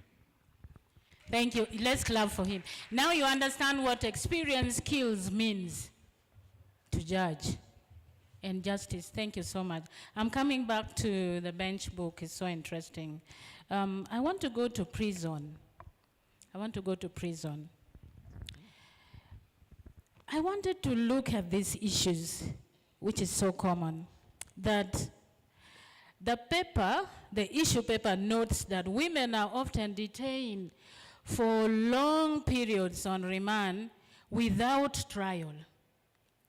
How can the prison service work with the judiciary in the process of prosecution to reduce on this backload? But I also want you to twin this question with answering in cases where mothers are in prison. I personally went to prison visit in Gulu, and I found women in prison with their children. And literally, that means a child of 2-3 years is also in prison instead of going to school. And one of the girls, where they are making porridge, she got burned. So, in cases where mothers are in prison, what measures are in place to safeguard the welfare of their children? So I wanted you to deal with these two questions. Thank you. Thank you, Ms. Pamela, and our hosts for gathering us together today. It's a great opportunity to engage with each one of us, and also to appreciate, you just heard PRI telling us how they give startups. That is a very critical element of helping people to avoid recidivism, which should be our overall goal of reducing reoffending. Now, starting with reduction in backlog, when it comes to women, I would like to appreciate that the numbers are lower, significantly lower than that of men. How is it coming up? There's a lot of prioritization going on with GBV cases, including women, and I think the sessions have helped a lot to decongest and also remove such backlog from our system. However, there are cases that are capital in nature, and where available sessions are not yet there, that is the status. When it comes to those that have been committed to High Court, we may not have a direct say on when they will be tried. But for those that can still go on bail and all that, a lot of advocacy has been going on, and that is where we credit all our partners for the legal aid, especially for the indigent women. Because when it comes to the women, a lot of them come with poverty. That is a fact. The ones that are richer usually get the bail where the offenses are not too capital in nature. So poverty as one of the things that are hindering access can be tackled by all of us in this room, where we have legal aid services coming through for bail applications, so that someone who is going to wait for 3 years can access bail and go home and then come back when their session is ready. And that happens more for the men because they can mobilize families, they can mobilize resources, even sell off something to come and, you know, get a lawyer to represent them, and they get out on bail. Now that doesn't happen a lot for the women, unless there's a free legal aid service provider coming through. So we also have the periodic submissions to court, because we are working together as the criminal justice system. Whenever we have overstays, especially on remand, we submit these on monthly basis so that there's action taken. Even through the district coordination committees, a lot of action is taken where people who have stayed longer in prison than they ought to, beyond the mandatory time they're supposed to spend even for capital offenders, we have them going out because of that coordination. And also we need to note that there has to be sureties in most of these processes. Sureties for men seem to come through faster than sureties for women. And normally the family members, even on the side of the woman where she is coming from, may not show up to stand as sureties for their family member. For the men, they will coordinate, even the in-laws, everyone will come. So again, we want to do more when it comes to women accessing justice. How prepared are they to mobilize families, communities, and that should be maybe something that we can take on as legal aid service providers and other community engagement initiatives. So the financial part of it is largely the factor, but also the nature of offenses.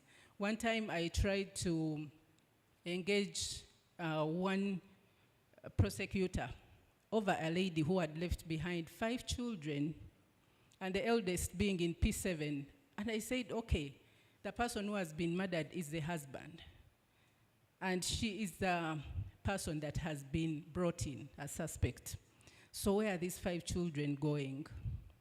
Can we secure, a process that will help her keep out until her trial is due?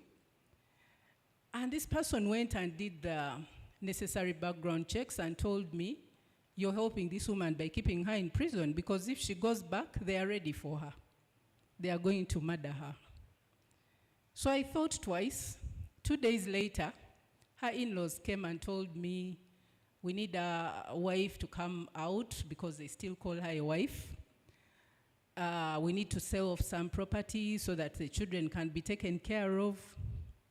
And on consulting, I realized they were ready. They only wanted to do away with her and proceed with everything else, to sell their brother's property.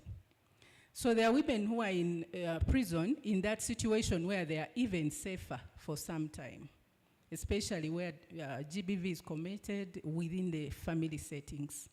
And that's a good majority in those capital offenses. So briefly, I want us also to find, why do we allow them in prison with their kids, especially those who are not breastfeeding, but they have no one to take care of their children? Is there anything happening in prison to prepare for that in terms of rehabilitation? In terms of, I would call them generally gender-responsive mechanisms around women and women facilities. We do have daycare centers in 4 prison units, but also in our Prisons Act, we are allowed to bring them in up to the age of 18 months. So it may not be restricted to breastfeeding, but as long as one is below 18 months. And then the families and their readiness to take on children when they are having a mother in prison, and sometimes conflict is still escalating, where it's domestic violence and such things. Where it's economic related, you'll find that relatives come up even if the baby is 1 year. They'll say, it's okay, can we take the child and all that. So where we choose to allow the women to be admitted with their babies, we are responsible for providing. And we do have a budget for that. At the moment, we had 290 children in the prisons at the end of August. And if the budget is to go by a consistent provision, we are able to provide the basics. And the Act tells us to provide what is commensurate to what would be in the community. But we also appreciate all the, the donations and support that we get towards that cause.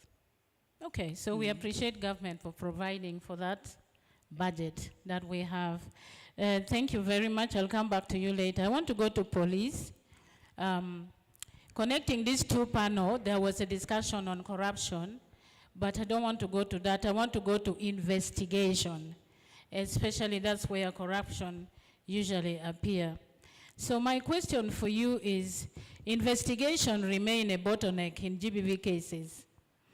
And what practical step is the police force taking to improve evidence gathering and timely investigation, especially the processes, the step, but also we want to realize that the gender-based cases or sexual gender-based violence cases perpetrated by high-level perpetrators, usually the investigations are not straight at police level.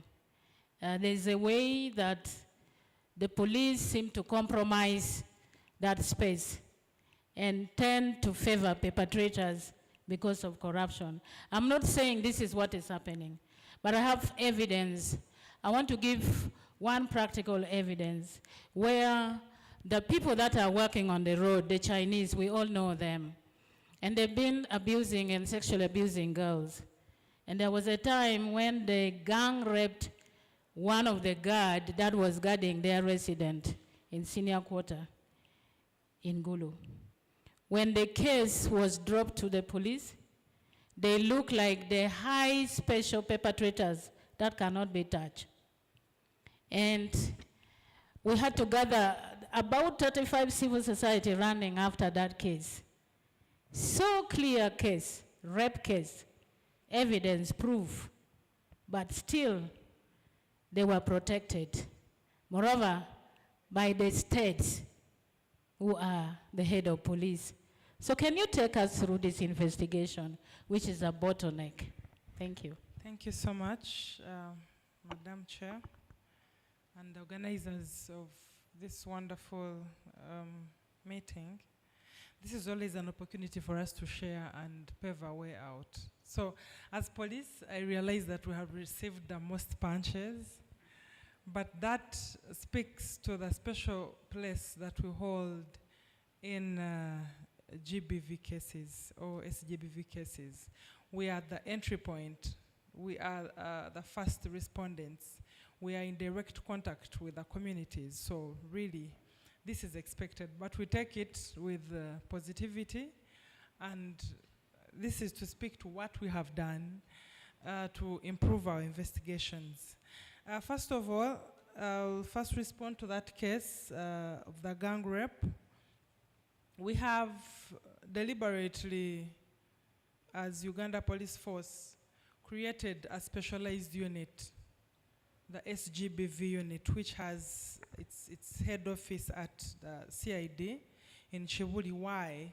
Because we realized that there is need for speciality in handling these cases of SGBV related, and the need for training, and the need to have dedicated people to really make sure that we investigate these cases the way they need to be handled. They need sensitivity, they need officers who are trauma informed, they need, like you really need to be equipped with knowledge for you to be able to carry out. Not every police officer, not every detective will come up and investigate thoroughly a GBV case. So about that case, I really urge all of us to be the ambassadors and probably take our numbers. I'll give an example of a case in Moroto where a team from CID headquarters is right now for I think 5 days so far. It's a case of an aggravated homosexuality. Because it's similar to what you're saying of the influence peddling, but because it came to our knowledge, we had to make sure that we go to the ground and investigate the cases. So what are we doing to better our investigations of SGBV cases is that we have rolled down the desk of SGBV to all regions. If you go to any region in Uganda, you'll find an expert heading the SGBV desk. If you go to a district, the similar person will be there, and they're equipped, well equipped to manage these cases. To better also inform the entire police force, we have developed a complete module at all training levels, starting from the initial training in Kabari and all other training schools, to make sure that at least a police officer at whichever deployment, whichever beat, we call them beats, wherever they are able to detect and say, this is a case of SGBV, and refer it to either Child and Family Protection Unit or to the OCCID. So I think as we roll out more and more, as we teach our young police officers about the ingredients of these cases, about what these cases are actually about, we are able to easily detect and transfer them to the right person or to the right desk for investigation. The other thing that we have done as police to make sure that we have quality investigations is to embrace science, the power of science.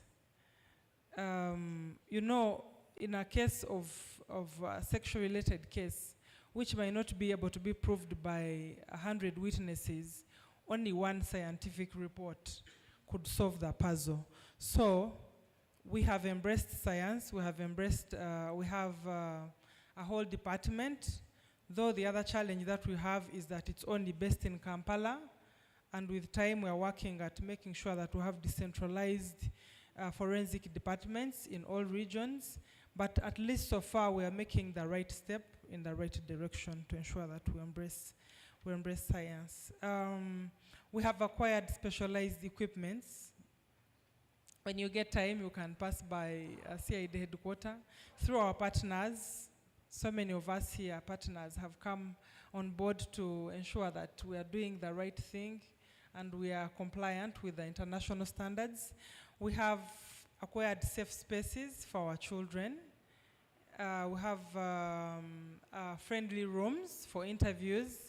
We have a soundproof space where you can, in confidence, interview our victims to make sure that that also adds to the quality of investigations that we have. We also have acquired equipment, DNA equipment. We make sure that our SOCOs, we have trained SOCOs, those are scene of crimes officers, per region, per district, and we give them the necessary kits to respond to scene of crime. Much as it's not really enough, but as I said, it's an effort to make sure that we better our investigations. This goes without saying that investigation of SGBV is requires what we call a multifaceted approach. All of us have a role to play. Police, civil society, the office of the DPP, Ministry of Gender. So once a case is reported, we are looking at what role does each of us have to play, and then we call on board all our partners. For example, we don't have enough shelter. The commissioner from gender will tell you that the government does not have enough shelter, but that does not mean that we don't have shelters for our victims. Thanks to the civil society organization that always comes on board to ensure that they're helping us here and there to make sure that we are having a complete, comprehensive approach to investigation of SGBV cases. Thank you. I think you have another round. You can bring that conversation. Okay. But I really appreciate the fact that we seem to have equipment, we seem to have new development happening. I think when you come to your final conversation round, you need to let us know where do we get the information, especially about the most equipped region, you know, in terms of when you talk about DNA, you know, equipment. This is something that has been for a long time a challenge to women, you know, when they are denied with children and they can not prove, you know, parenting of that. So I think we'll come back to you. I want to come back to my colleague here, Fida, especially when it comes to our role as civil society, but especially also the role that Fida has been, you know, pursuing legal aid. And I know legal aid remain limited with legal aid bills still pending, and how is civil society of Fida sustaining legal aid provision? It is constrained and funding constraint as well. But I also wanted you to touch on legal remedies, whether they are sufficient in cases of SGBV or violence against women. And then probably you can also touch on reparation and compensation of survivors of GBV by government or partners, since you will be doing also your final wrap on this. So I want you to touch on these 3 areas. Thank you. Thank you so much. Allow me to stand on the existing protocol. Good afternoon, everyone. So my name is Joyce Chirunga. I work with FIDA Uganda. And she asked the first pertinent question is how we are sustaining ourselves amidst the shrinking funding space, shrinking civic space, and of course the donor space. Beati talked about it, and of course Commissioner and all the other speakers, that the funding strategies have since changed, and we are looking at gender equality being pushed at the peripherals, and of course the right wing that are taking over, so gender equality is no longer really central to most of this work. But how are we sustaining our work? One of the models that we use is something we use, they are called community legal volunteers, or what sometimes are called community paralegals. These are usually our foot soldiers, and I think everyone that was here, the ASF team, that is the FED project, talked about their grassroots soldiers, the mediators.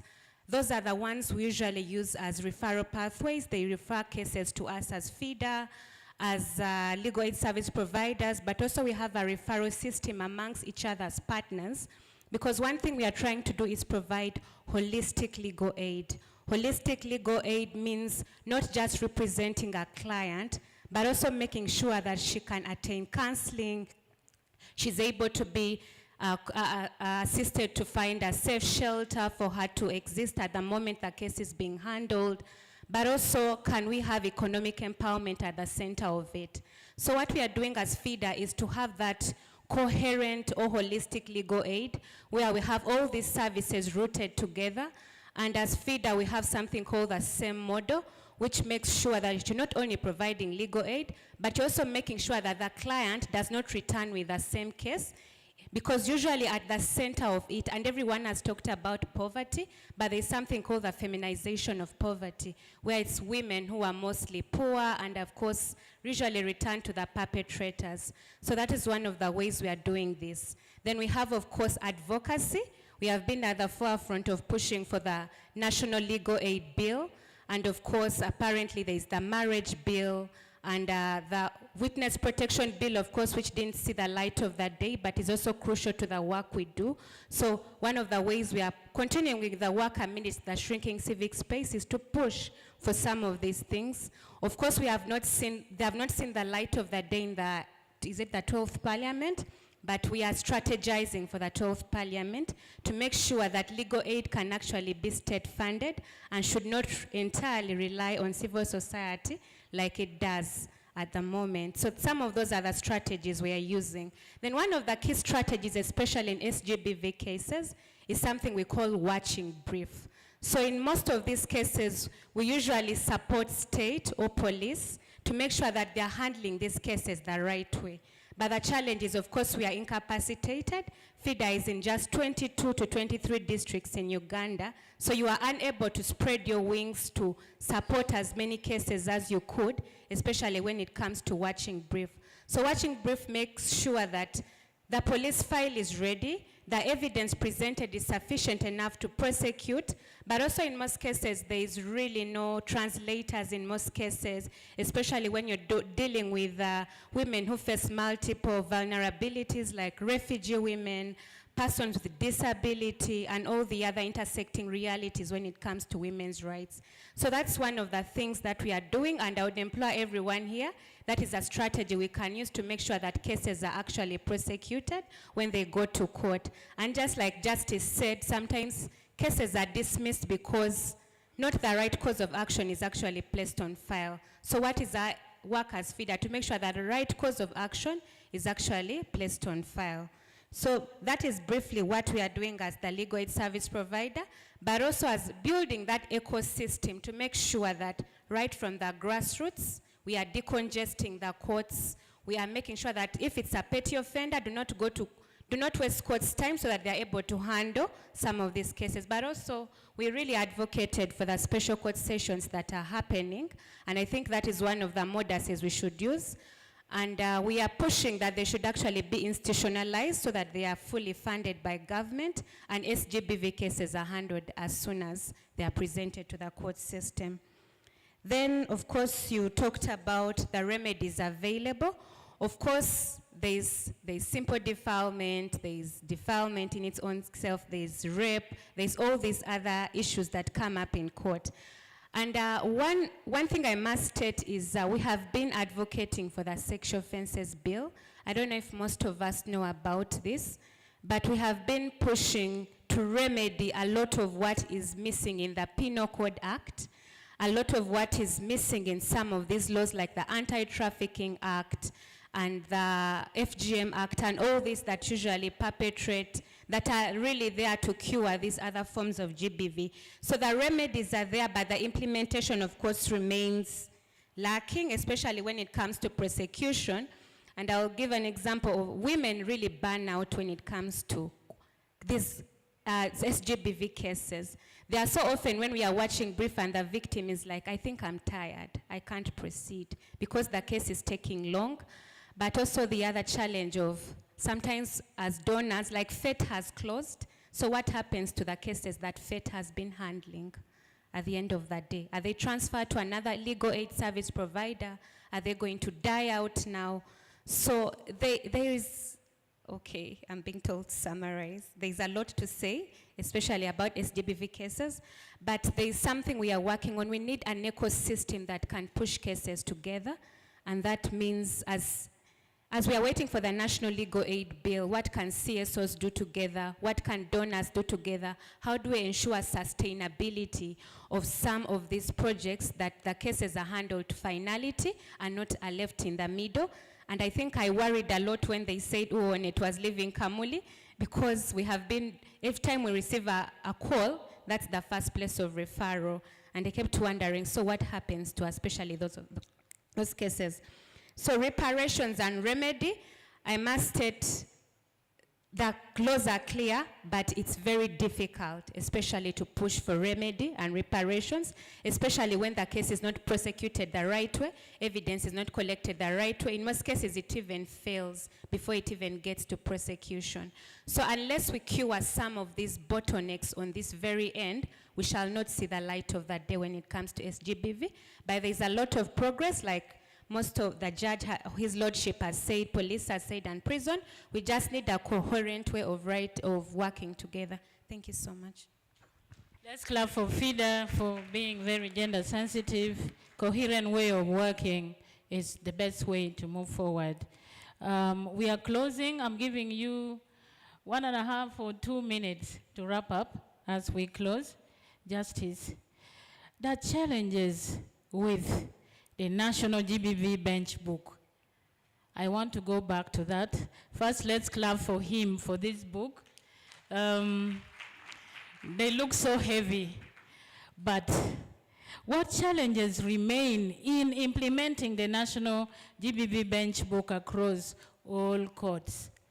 Now that we have it, what challenge do you see? But also to finally close it, maybe you can give the best way to move forward around that challenge. Thank you. In 1.5 minutes. 2 minutes. Let me say this. As a judicial officer, we are held in very high esteem in our society. Whatever we do, we are looked at as the final solution. But that is not common knowledge to all of us. With changing times, we begin to question our independence. How independent is the judiciary to take the final decision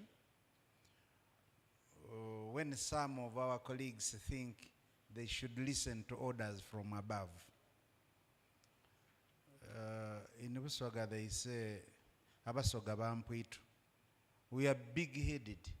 I think all judicial officers should be big-headed, that they take independent decisions without taking orders from above. But you can't take an independent decision if you are not informed, you yourself. I think when I grow up, I want to be like General Tafire. And tell off some people and say what you are doing is not correct.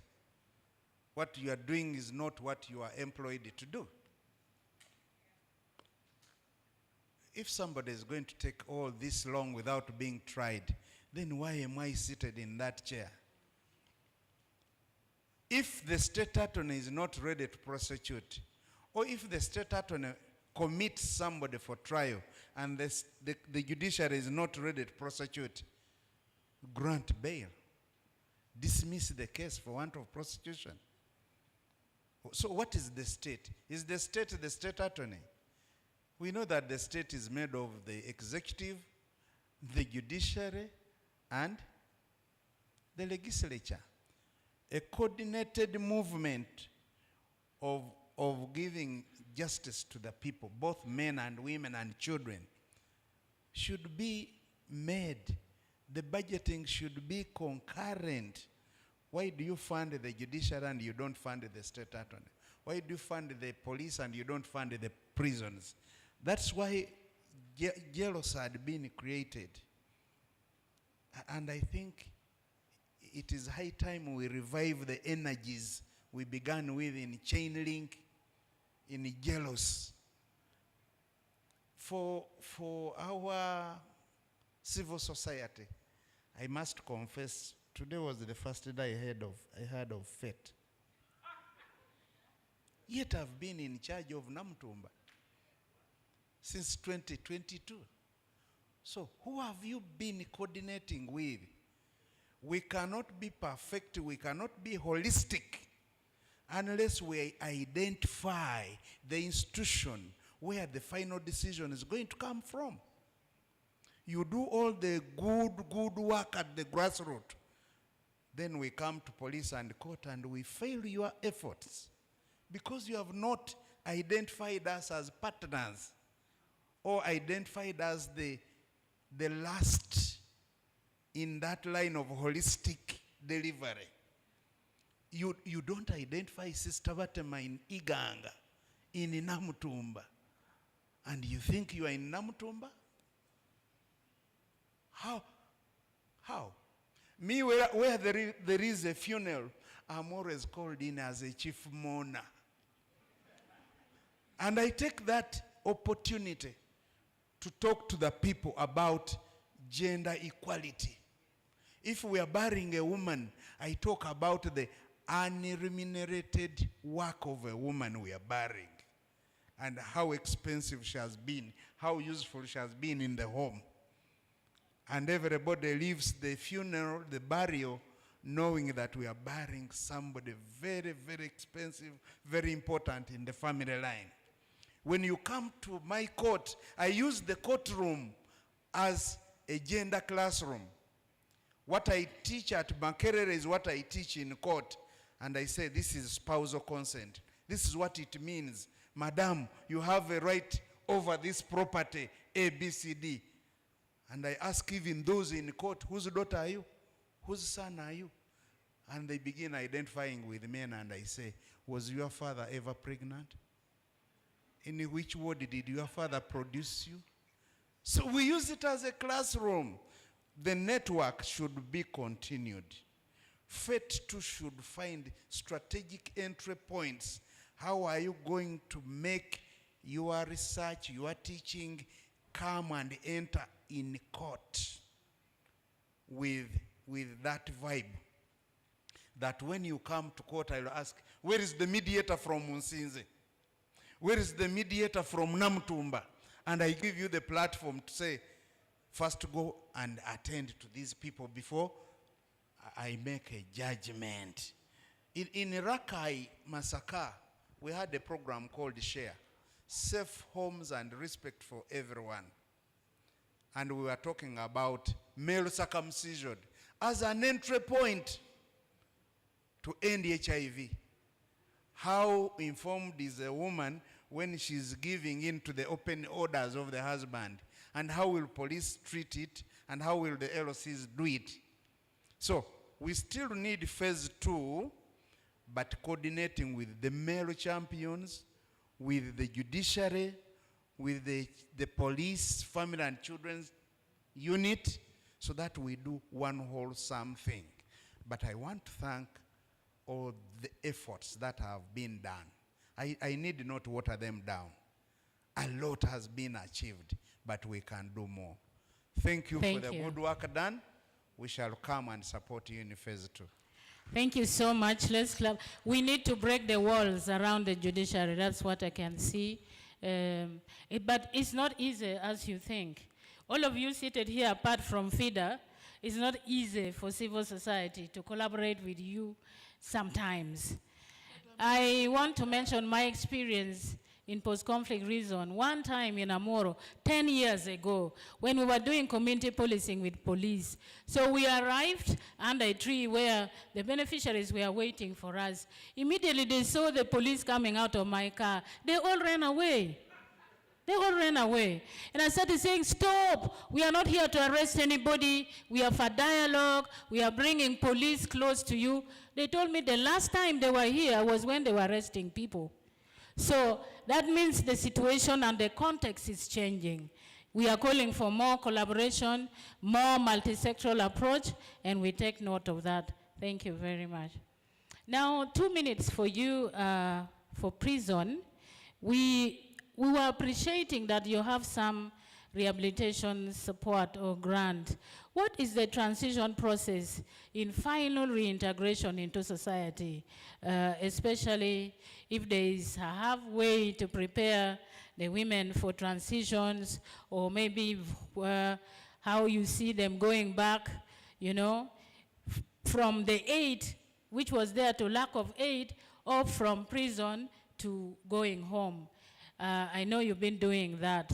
So if you could highlight on that and close with your final remarks. 2 minutes. Thank you. Thank you very much. When it comes to reintegration and aftercare programs, you heard a bit of what they do, inviting people to visit their prisoners. In this case, they are still prisoners. It helps to build rapport on how you're going to resettle in the community. So we start establishing these through our discharge boards as government, as prisons. What are the needs? What kind of assistance are you going to need? And this ends up in all sorts of referrals, apart from those that we are able to do, like the pre-release visits and reconciliation, and a bit of startup packages, especially for the highly trained or those who have been doing a lot of vocational training, peer support, mentorship, and, you know, implementation of the programs in prison. So in terms of sustainability, what else can we do? I'm looking at FET 2, because when it comes to women, I didn't mention the statistics at the beginning, we have 3,800, and for the men we have 75,000. So the women are 4.8%. So even when we are allocating the little we have, it goes more to the men, because they even serve longer sentences, and the level of disruption is assessed to be higher than that of women. So we appreciate these efforts that have been targeting the women more, and that's where we want it to continue going. In terms of community engagement, we request that all those in the room today can learn to embrace ex-prisoners. I'm not saying they are all highly changed, transformed, but give them a chance. Don't start by giving them the safe, where you're tempting them to take away the money, but give them work to do, because we teach them how to work. And when they return to the community, we do not have to stigmatize them by saying, oh, you may not come, maybe you come after 1 month. Give them a start where they can maybe have, we've heard of halfway homes. Right now we have only one in central Uganda, which is helping people. And it's being operated at a small level of a rental and all that. But we'd like some investment from civil society in halfway homes, where people can have maybe a month or even up to 6 months of preparing to go back home. And in that process, we are building their capacity to thrive, not just to return home and resettle. Thank you. Thank you so much. Let's clap for her. Finally, police, I want to really appreciate the fact that we have equipment in place, and I was looking at capacity in terms of knowledge and training using those equipment for evidence collection. I want to bring also evidence to this. The last time I checked, in the House we have partners to this project from the northern region. In the north, we had only 2 forensic investigators, only 2 forensic officers at the ground who should be collecting,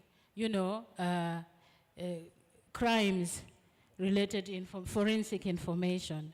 Is that sufficient, or you think that has increased, or the numbers increased and improved?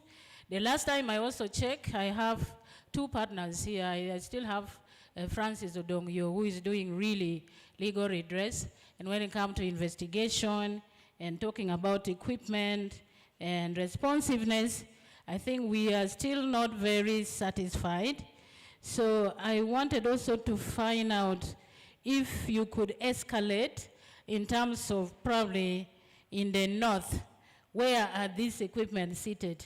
Which region is well, facilitated in terms of government support to that? We have so much transition for investigative police who are trained. For example, you can train people in Gulu, then you go to the different sub-counties, and you find a lot of them are being transferred. They are transferred more or less annually. The team in the House can agree with me. So if you could just wrap up your session with this feedback, we really appreciate. Thank you.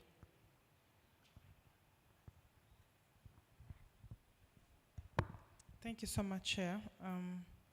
I'll start with equipment for forensic. As I earlier stated, we only have 2 centers where we do forensic analysis. That is the Directorate of Forensic Services in Nakuru, and also Government Analytical Laboratory. But we have people that we call SOCO, those that are called scene of crimes. It stands for scene of crime officers. At every region, at every police region, we have police regions. There's a SOCO, scene of crime officer, and at every division. Should there be a police division without a SOCO, then that is a deployment lag that we can easily cover, because we have enough of them who have been trained and ready to be deployed. Then where do you find the equipment? What we do is that we equip our scene of crime officers with kits which are necessary to collect, first of all, to collect the necessary evidences that we want, preserve them, and also have them transported to the necessary analytical centers. But this is a challenge, that these centers are not enough. We have a lot of backlog, given the number of cases of GBV that we receive. The 2 centers are not adequate. So we are looking at rolling out with availability of funds to the different regions. The other one was about the training of our officers. It's true. We have a lot of transfers. That is very common with us police. We're always ready to move. You never know, even as I get out of here, I could be transferred to any other place, and I would welcome that. That is why we are always doing trainings. We don't stop doing trainings, because we know our challenges with transfers, which we cannot stop, but we train and do more training with our partners, and that is our only solution.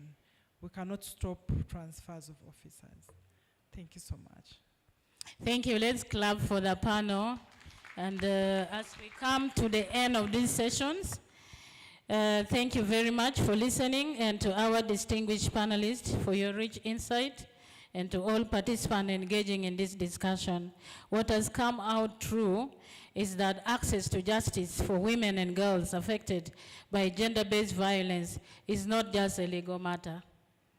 It is about dignity, it's about equity, and the protection of human rights. The issues paper has given us clear recommendation.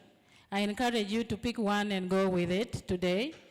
But the dialogue has helped us to see how these can be applied in practice across the justice chain. And from what has come out, please, during lunch hour, can you get contact for the colleague here? Because even if they are not in your region, they can be in support of the work that we do. As we close these sessions, to FAID sponsors and from the embassy, we want to thank you and think that there's a very clear roadmap to FAID 2. As we close as well, we remember that justice delayed is justice denied. So each of us from the judiciary, police, prison, civil society, carries a shared responsibility to ensure that survivors are supported, cases are handled with sensitivity and agency, and harmful practices are challenged. I encourage all of us to take forward the commitment discussed today into concrete actions that will make access to justice a lived reality for women and girls in Uganda. Thank you. Wow. Wow, that clap is not enough. I know we are hungry, sugar levels going down, but I think the panel with all your resilience and inner passion have given it to us. Thank you. Please clap for them again. And they prepared so hard. Thank you, my Lord. Sister Batema, thank you so much, Lydia. Thank you, Annette, really. Thank you, Joy. And of course, to our beautiful and able moderator, Pamela. Thank you very much. We'll take a picture. If you have the energy, Pamela, we can, yeah. Pamela, or we can take one seat. Good. Thank you, my Lord. Camera person. Okay, as Maria gets ready, Maria, this is tough, yeah, but it is okay. We will pull through. We will pull through. I say 2 o'clock, and 2 o'clock is relative, so let's keep it going. Yes, it is well. Soon we shall be done. Okay. Thank you. Thank you so much. Again to the panel, thank you. And thank you, Pamela. Maria, I would like to invite you to the podium. I would like to introduce Maria very quickly. We invited Maria to just give us insights on what access to justice looks like for women survivors of armed conflict in Uganda. Given our history of the LRA, given our history of the International Crimes Division, where her lordship deputizes. Maria, if you can listen to me a little bit, Miss Maria Kamara serves as the spokesperson, public information and outreach coordinator for the International Criminal Court in Uganda and Kenya, and she leads the court's public information and communication programs. Please join me with all the energy that is left in you to please welcome Maria. Let's see that energy. Maria, you're welcome. I know you have a few minutes, but I know you can do well in those 10 minutes. Thank you, Maria. Scott, I see you, and thank you so much for coming as well. Yes. Scott has come as my backup colleague. We actually joined the institution almost at the same time, so we are firefighting most of the time. Good afternoon, ladies and gentlemen. I stand on existing protocol, and it's a well-established protocol that going through it will definitely exhaust plenty of our time. When you are standing between lunch and people who have sat throughout the afternoon session, and then you have to deal with a topic of an institution that is very heavy in content at this time of the day, I need to implore the ancestors of West Africa in Sierra Leone to stand by me and walk me through this journey, because I wonder who really wants to hear me talk right now. It's a matter of get down and let's go. But let's do it together as much as our energies, our resilience can take us, and to congratulate all the panelists and this very important program that we have worked or learned about today. Thank you for the opportunity to speak today. As someone who has worked within the transitional justice and international accountability space for God knows how long, I'm honored to share insight on access to justice for women survivors of conflict and in Uganda, and also within a small context, that is the context of the ICC. The work that the ICC has been doing to protect women or women survivors broadly. As some of you know, the International Criminal Court was established by the Rome Statute to investigate and prosecute the most serious crimes of international concern. What crimes? Crimes against humanity, genocide, and lately, the crime of aggression. I took the opportunity of the display on the right to bring several copies of the Rome Statute, the rules of procedure and evidence and elements of crime, and I see it's a lot of legal gathering here. Please feel free to grab copies. They don't come handy like that all the time, because I'm going to be making reference to the statute from time to time. One of ICC's groundbreaking mandates is to hold perpetrators accountable for sexual and gender-based crimes. And very soon I'll walk you through some of these groundbreaking decisions, particularly in a case that is home, the case of Dominic Ongwen. Uganda's referral to of the conflict in northern Uganda to the ICC highlights the court's role in providing justice for women survivors. I will explore a little bit the role of the ICC in protecting women during armed conflict with a focus on Uganda, of course. You know, for more than 2 decades, 20 years, the ICC intervened and issued arrest warrant for 5 LRA commanders. 3 have been confirmed dead. 1 was tried and sentenced, serving imprisonment in Norway for 25 years.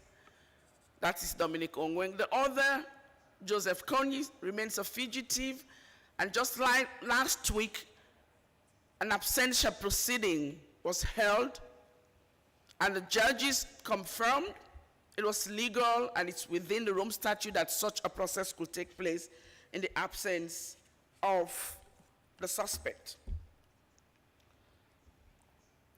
The landmark case demonstrating the ICC's role pertains to a former LRA commander, Dominic Ongwen. He was charged and convicted, and 61 counts of war crimes and crimes against humanity. Interestingly, or notably, 61 of these counts include rape, sexual slavery, forced marriage, forced pregnancy, and for the first time in the history of international criminal justice system, forced pregnancy was entered and was convicted in the case of Dominic Ongwen.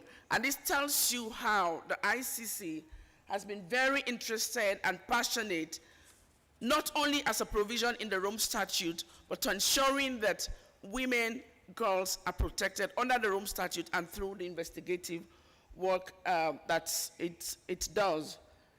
It is a first in its kind, and it is a significant type of it to convict for forced pregnancy. Next slide, please. I briefly already talked about the Ugandan situation, the situation of Joseph Kony, who faces 39 counts of war crimes and crimes against humanity.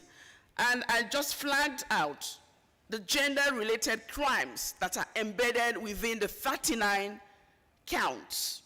Sexual slavery, enslavement of women and girls, forced marriage, forced pregnancy, torture, severe maltreatment, cruelty, cruelty and inhumane treatment against women and girls. I talked already about the confirmation of charges hearing, where a decision is pending whether to confirm or not confirm the charges. But as you can see already, the ICC, through its mandate, through the judicial system, is investigating and prosecuting this very important gender-related crimes. Next slide, please. The achievements in the justice system for women in the ICC, I just cataloged them in a way that reflects the work of the courts for many years in Uganda. There's a recognition of sexual and gender-based crime embedded within international crimes. It gives the possibility to amplify the voices of survivors. Many speakers have mentioned that here today. Victims want to be heard. Survivors want to be heard. They want their stories told. If you follow the confirmation hearing a couple of days ago, more than 5,000 victims were accepted to participate, and their lawyers were highlighting the stories of what they went through. And for them, I sat in Gulu listening to them, the sort of satisfaction that they got that I have been heard at that high level at the international court. So this is what the ICC is doing, amplifying the voices of victims. The judgment on the reparation of the case of Dominic Ongwen, it established a legal pattern, an acknowledgement that women and girls, and of course many other victims, who ordinarily, traditionally, the crime they suffer could be overlooked, but the ICC acknowledged it and in fact issued reparations, symbolic reparation and other forms for those victims, and women are included in that. There have been several gender-sensitive approaches to increasingly integrate the work of the court through its outreach program, through the victims' participation and the reparation efforts. Next slide, please. All of this is appearing like very beautiful to read and hear of. There are challenges, many of them, and one of such is the court's limitation. We've had so many stories here today about women who have suffered various forms of gender and sexual violence. Most of them experience this outside the scope of the court. Sometimes when you address people and they tell you, why is the ICC not doing A, B, C, D, it's a huge challenge because we have a limitation, very limited jurisdictional scope. What we can do and what we cannot do as an institution is very challenging. The previous panel, there was talk about culture. It's a huge challenge when you're discussing gender and sexual violence. And the ICC encounters it too when victims or survivors come to the courtroom to testify, to talk rape, or to say they slept with me. They use all sorts of euphemisms when they actually meant that the man would have had a sexual intercourse. Because it's a taboo subject. This is not the subject you want to talk about publicly. Stigma, it's been talked about already. It's a difficult challenge in that regard. The difficulty of accessing reparations. In the case of Dominic Ongwen, victims waited for more than 10 years before the suspect got to the court. Another 7 or so years for the trial. Reparations have been ordered. It's not for everyone in northern Uganda. Less than 60,000 people are deemed eligible or potentially eligible to receive reparations. And that leaves her out dozens, thousands of women who may have suffered harm but do not fit into the legal characterization of the gender sexual violence they suffered. We were in Gulu with Pamela and others, and we were explaining the eligibility criteria for rape, that to be a victim of rape, you should have been raped, that is one. The second element, you must have been distributed within the Sinai Brigade. So it means you can be raped, but if you were not redistributed within the Sinai Brigade, you fall out of the scope. You say, how insensitive can the law be? But these are some of the challenges, the legal barriers, and some of the lessons we're learning as we engage communities all the time. Difficulty in security and in assessing the victims themselves to come forward and discuss matters that pertain to gender violence. Sometimes there's a disconnect between these international mechanisms and the traditional methods. I have lost count every single meeting in Gulu where they will tell you, ICC, you are so foreign. We want our Motoput, we want our local traditional system. They're not saying the ICC is not good enough, but sometimes they think there is a disconnect between them, what they know, the practices they understand, and a court that they consider is a bit far away. So this cultural framework could also be an impediment for women to come along. We face it throughout our work that we do. Some of these are not new. They were resonated in previous panels, especially the last one, highlighting consistent theme of wanting to be heard.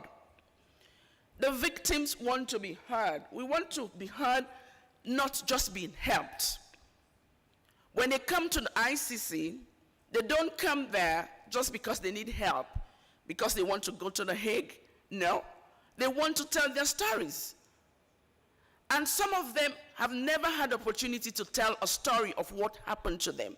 So the first time they saw investigators asking them questions about the possibility of their cases being heard at the ICC, they open up, they welcome in, because it's not just about hearing me, not just helping me, I want everything because I deserve it.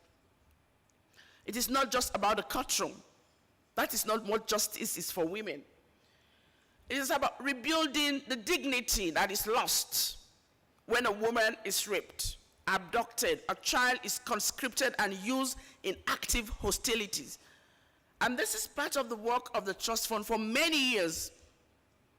They have been providing interim support to victims, including women whose needs cannot wait until there is a trial or until there is a guilty verdict. Over 85,000 direct and indirect victims have benefited from the assistance mandate long before Dominic Ongwen was surrendered to the ICC. Pamela was talking about stigma and very many other speakers. Stigma, they tell you, is worse than the crime because they are ostracized in the communities where they live. Sometimes they can't even go back to the communities. And the ICC puts in place robust mechanism to minimize the trauma through counseling, psychosocial counseling, ensuring that they are physically, mentally fit to stand in front of the courtroom and testify. Because standing in the court, it's not a pleasant experience, even for normal people. How about a victim who has undergone several forms of sexual or gender-based violence?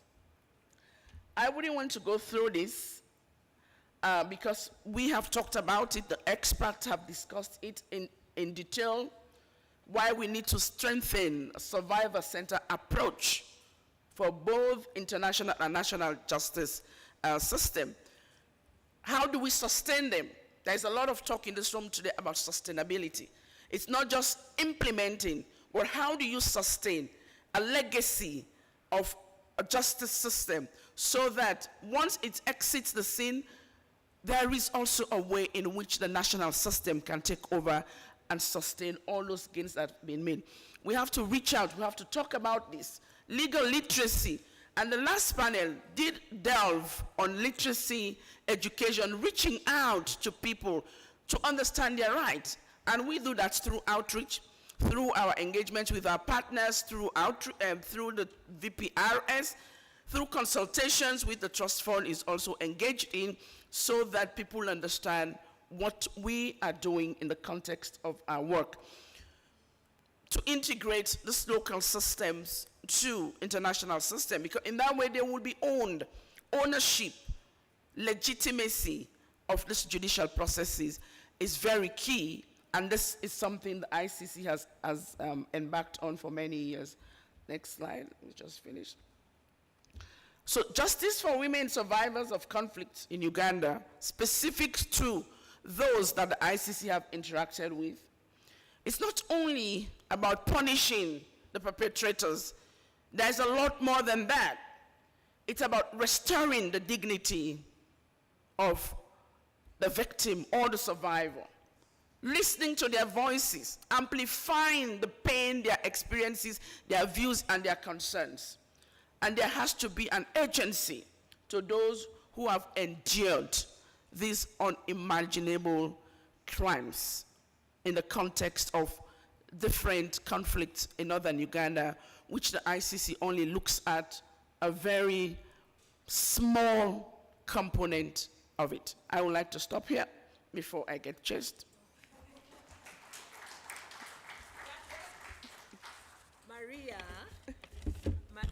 Maria has done, you're such a powerful speaker. So that we can eat lunch. So that we can eat lunch. Please clap for Maria. Maria, you've done well. Done well in even helping us understand where we are in terms of the Konyi case, the Dominic Okwen. Thank you so much. Thank you so much. Don't run away. And you're very smart also. That you've also been able to give us some recommendations for Fate 2, particularly the connection with the international and the national aspect. But most importantly, that it's not just about courtrooms, it's the dignity of the person. And I think Fate 1 and 2 will connect with that so well. So please, thank you, Maria. You've kept us awake. And also, Pamela, be comforted that somebody was listening very actively to the panel. She kept referring to the issues in the panel. So thank you again, Maria. Please clap for her. Okay. Yeah, she has 15 years of experience. Now I can really see that. Wow. We are slowly getting to the close. Thank you so much for stretching yourselves out.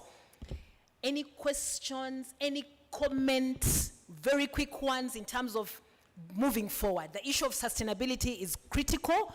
How do we sustain these results? How do we pick up and continue with a conversation around access to justice for women? Anything that's speaking out for you? As I invite Brenda here, I know the energy levels are really low.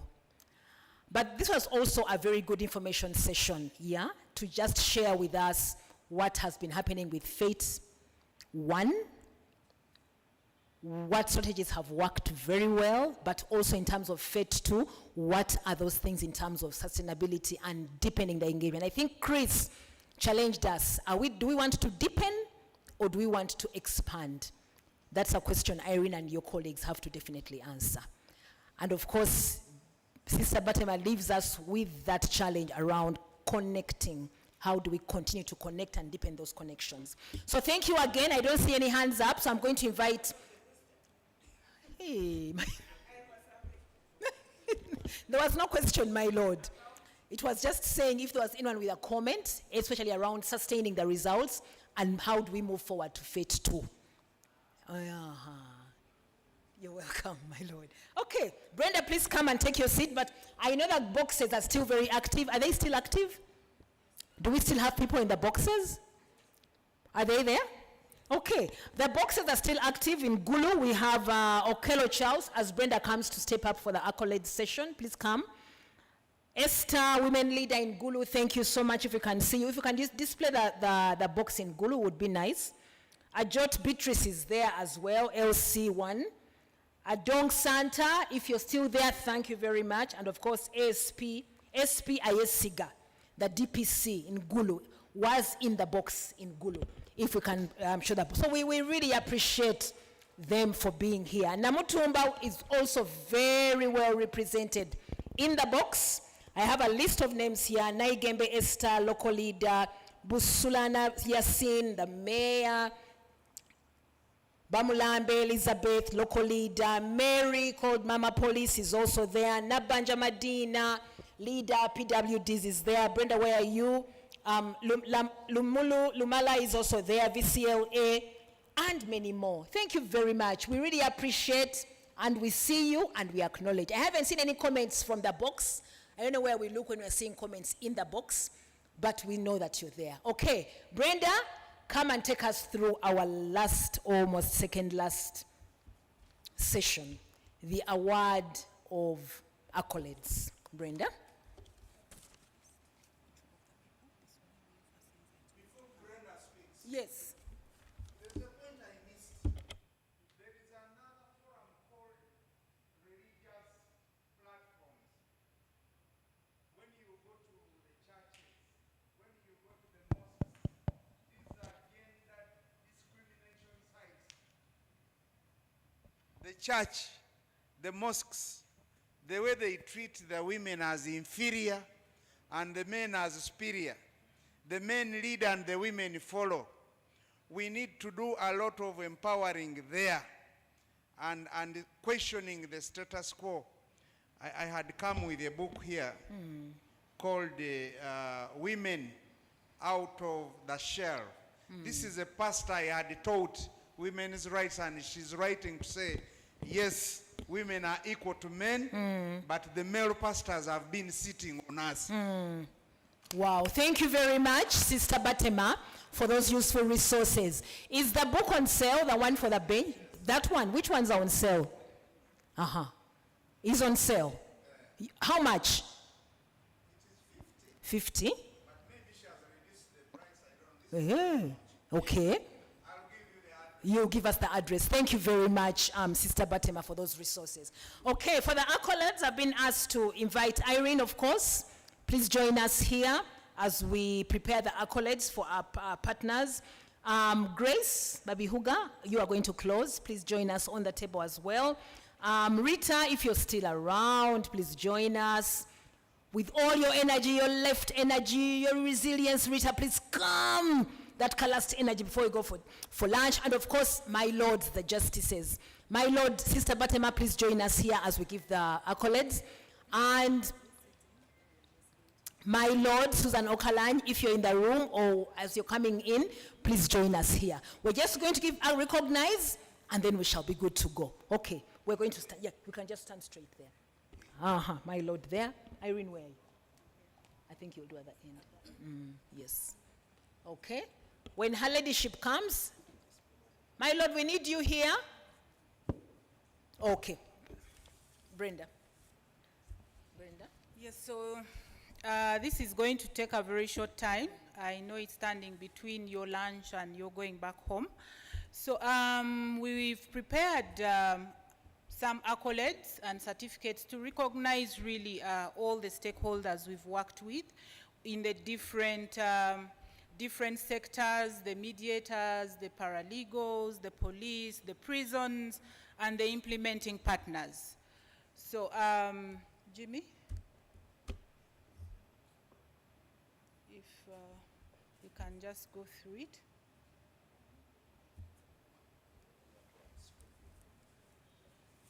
Yes. This is the accolade. PRI, I think you're going to receive this on behalf of the in-charge, Mbale Women's Prisons. So it is from Access to Equality. This award is presented to Deborah Nakalanzi, Principal Officer 1 in charge of Mbale Women's Prison, in recognition of her outstanding contribution to the FED project as the most supportive stakeholder prisons.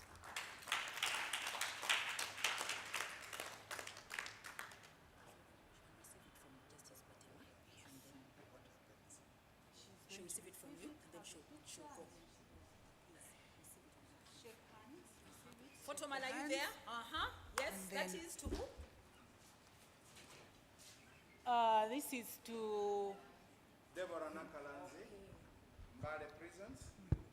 Thank you. Thank you. Standing for Deborah. Thank you. Faith, you can shake hands with Grace, shake hands with Irene, shake hands with my Lord, and shake hands with Rita. And then camera person, please take a picture very quickly. Faith, don't run. Nakalanzi, don't run. Okay, Nakalanzi, don't run. Quickly, quickly. Camera person, quickly. Yes, next.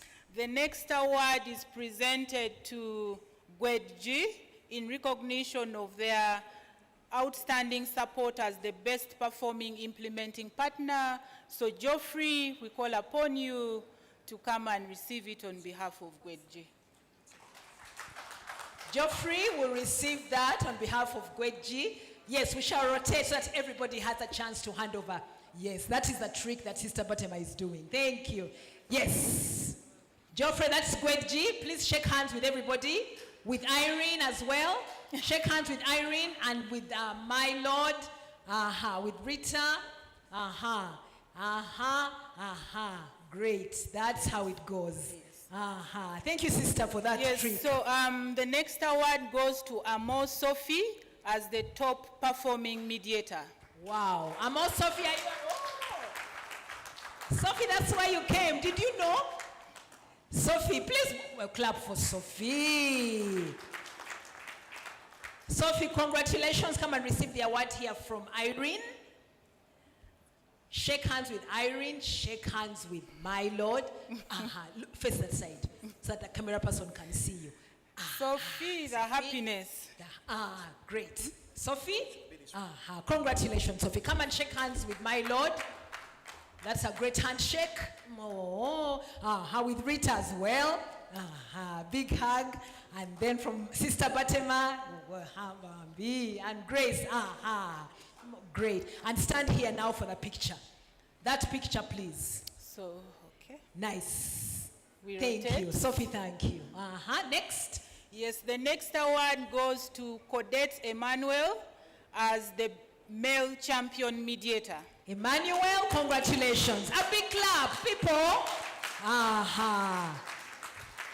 Pamela, there's no Ululu these days. Sister Emmanuel. She's not around. But her coach can receive it. Sister Emmanuel, that is your new title. Shaking hands with Rita, with my Lord. Yes, with Grace and Irene. Stand here, Emmanuel, sister. Take that picture. Nice, great. Yes, so the next award is for Mbabazi Donata. I know she's not here, but her mentor, her legal coach is here. So she's the highest number of successful mediation cases. So a bit about Donata. Donata is about 65. She's a nursery school teacher, very passionate about her community. And, you know, at that age, you wouldn't expect, you know, somebody to be doing the volunteer work, but she's gone out of her way, and this is the result of her efforts. Donata. So, Shifa, you can see. That's the coach? Yes, this is Thank the you very coach. much. A big clap to Shifa. Donata. The coach will pick that. Thank you. Yes, a handshake from Rita. Thank Clover you. still there? A handshake from Sister Is Clover Batema. still there? A handshake from Grace. Showing us the law box. The person who is getting this award is the law box. This is Athena Clover, the best legal mentor. So Clover, if you're in the law box in Paicho, here is your accolade. Yeah. That's Clover? Yes, that's Clover. So Clover your is- accolade is here. Okay. Okay, Clover, great. Yes, the next award is for the most supportive stakeholder police. This is SCP Dr. Kamia John. Wow. So, Dr. Kamia, wow. So Pierre, Dr. Kamia is you not can here? still come back and receive. Of course. Annette. Okay. Annette will receive. All right. Yes. So we Annette. ask Annette to Yes, come and Annette. receive on his behalf. Yes. Dr. Kamia, wherever you are, thank you very much. Annette, thank you for standing in there. Okay, shake hands with His Lordship, Annette, on behalf of Dr. Kamia, most supportive. Eh? Thank you. She wants to be like Dr. Kamia. Amen. Yes, Great. We'll take a picture with Annette, please. Other two which are not here. Thank you, Annette, for standing in there. And Dr. Kamia, thank you. Great. Thank you, Annette. Okay. Yes, the next award is to Miss Harriet Ageno Roth, the most supportive stakeholder, district community-based services. She's the Wow. CDO from Awach sub-county. Wow, yo, yo, yo. This is Harriet. Yes. Did we clap for Harriet? Harriet, pick it from the other side. From Sister Batema. That's an important handshake. Pick your award. Yes, very beautiful. Congratulations, Harriet. So shake the hands with Grace, with Irene. With the honorable judge, and of course with Rita. And then take a picture with the panel just there. Okay, smile, great, nice. Thank you. And for the certificates, we are going to be symbolic and just award a few. We have a lot still for the mediators and the paralegals that will be handed over at a later date, not now, because there are so many. So this one goes to Yellow Phoebius, Certificate of Appreciation from the FET Project for your active Phoebius. involvement. Phoebius, are we clapping for Phoebius? Phoebius, thank you for your support. Next. Yes, next is Asimwe Shifa Tumusime. Thank you, Phoebius. Shifa, are you here? Tumsime, are you here? Yes. Phoebius, congratulations and thank you for the support.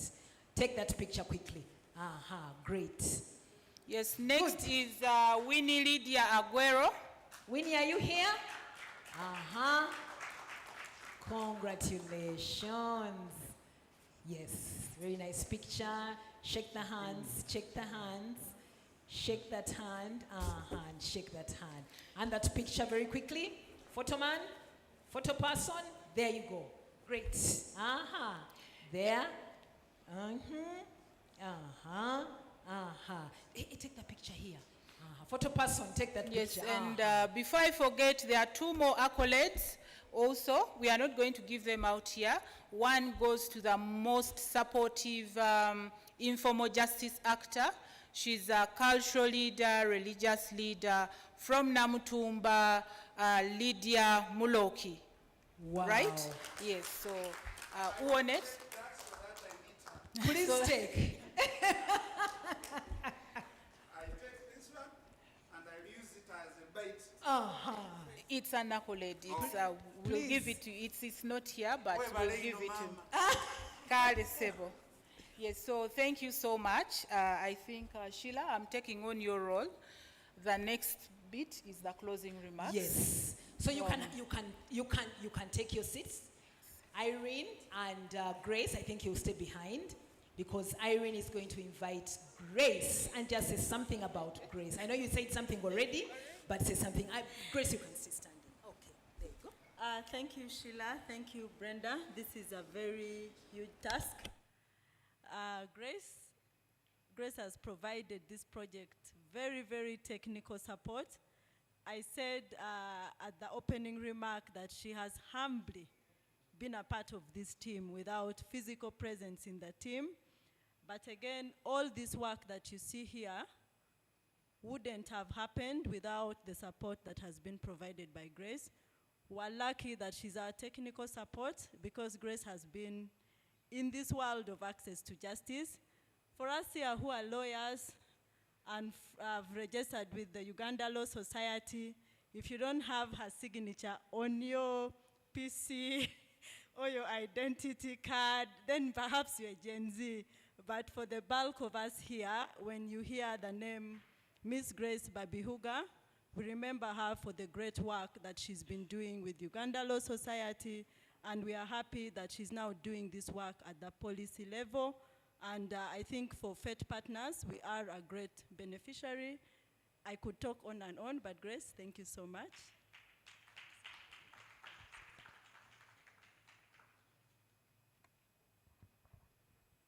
Wow, thank you, Irene, for that glowing tribute. It's important for us to appreciate each other before we cannot hear those accolades. So thank you so much.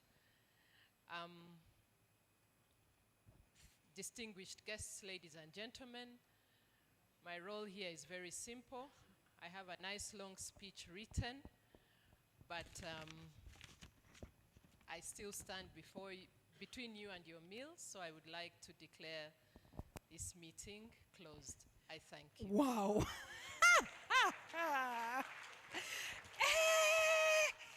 Oh, wow. Come, my lord, please, because I'm going to hug her. You. She wants to hug you. Please, come and fall in the chest of his lordship. Thank you very much. Let's clap for Grace from the Netherlands Embassy. Grace, you've done it. Let us stand up. Clap for Grace. Grace, you've done us well. Thank you so much. Thank you very much. Thank you for braving this. We appreciate you totally and completely. Maria, thank you. Cliff, we see you. Thank you so much. Lunch is ready. The coupons we shall pick from behind. Rashid, I'm thinking you have coupons. Rashid?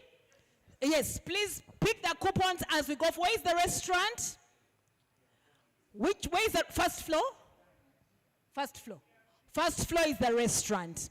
Enjoy your lunch. Let's keep access to justice going. The online, the inbox, the box people, thank you so much. Thank you very much and have a good lunch. Yes, we see you. Both in Namutumba and Gulu. Thank you.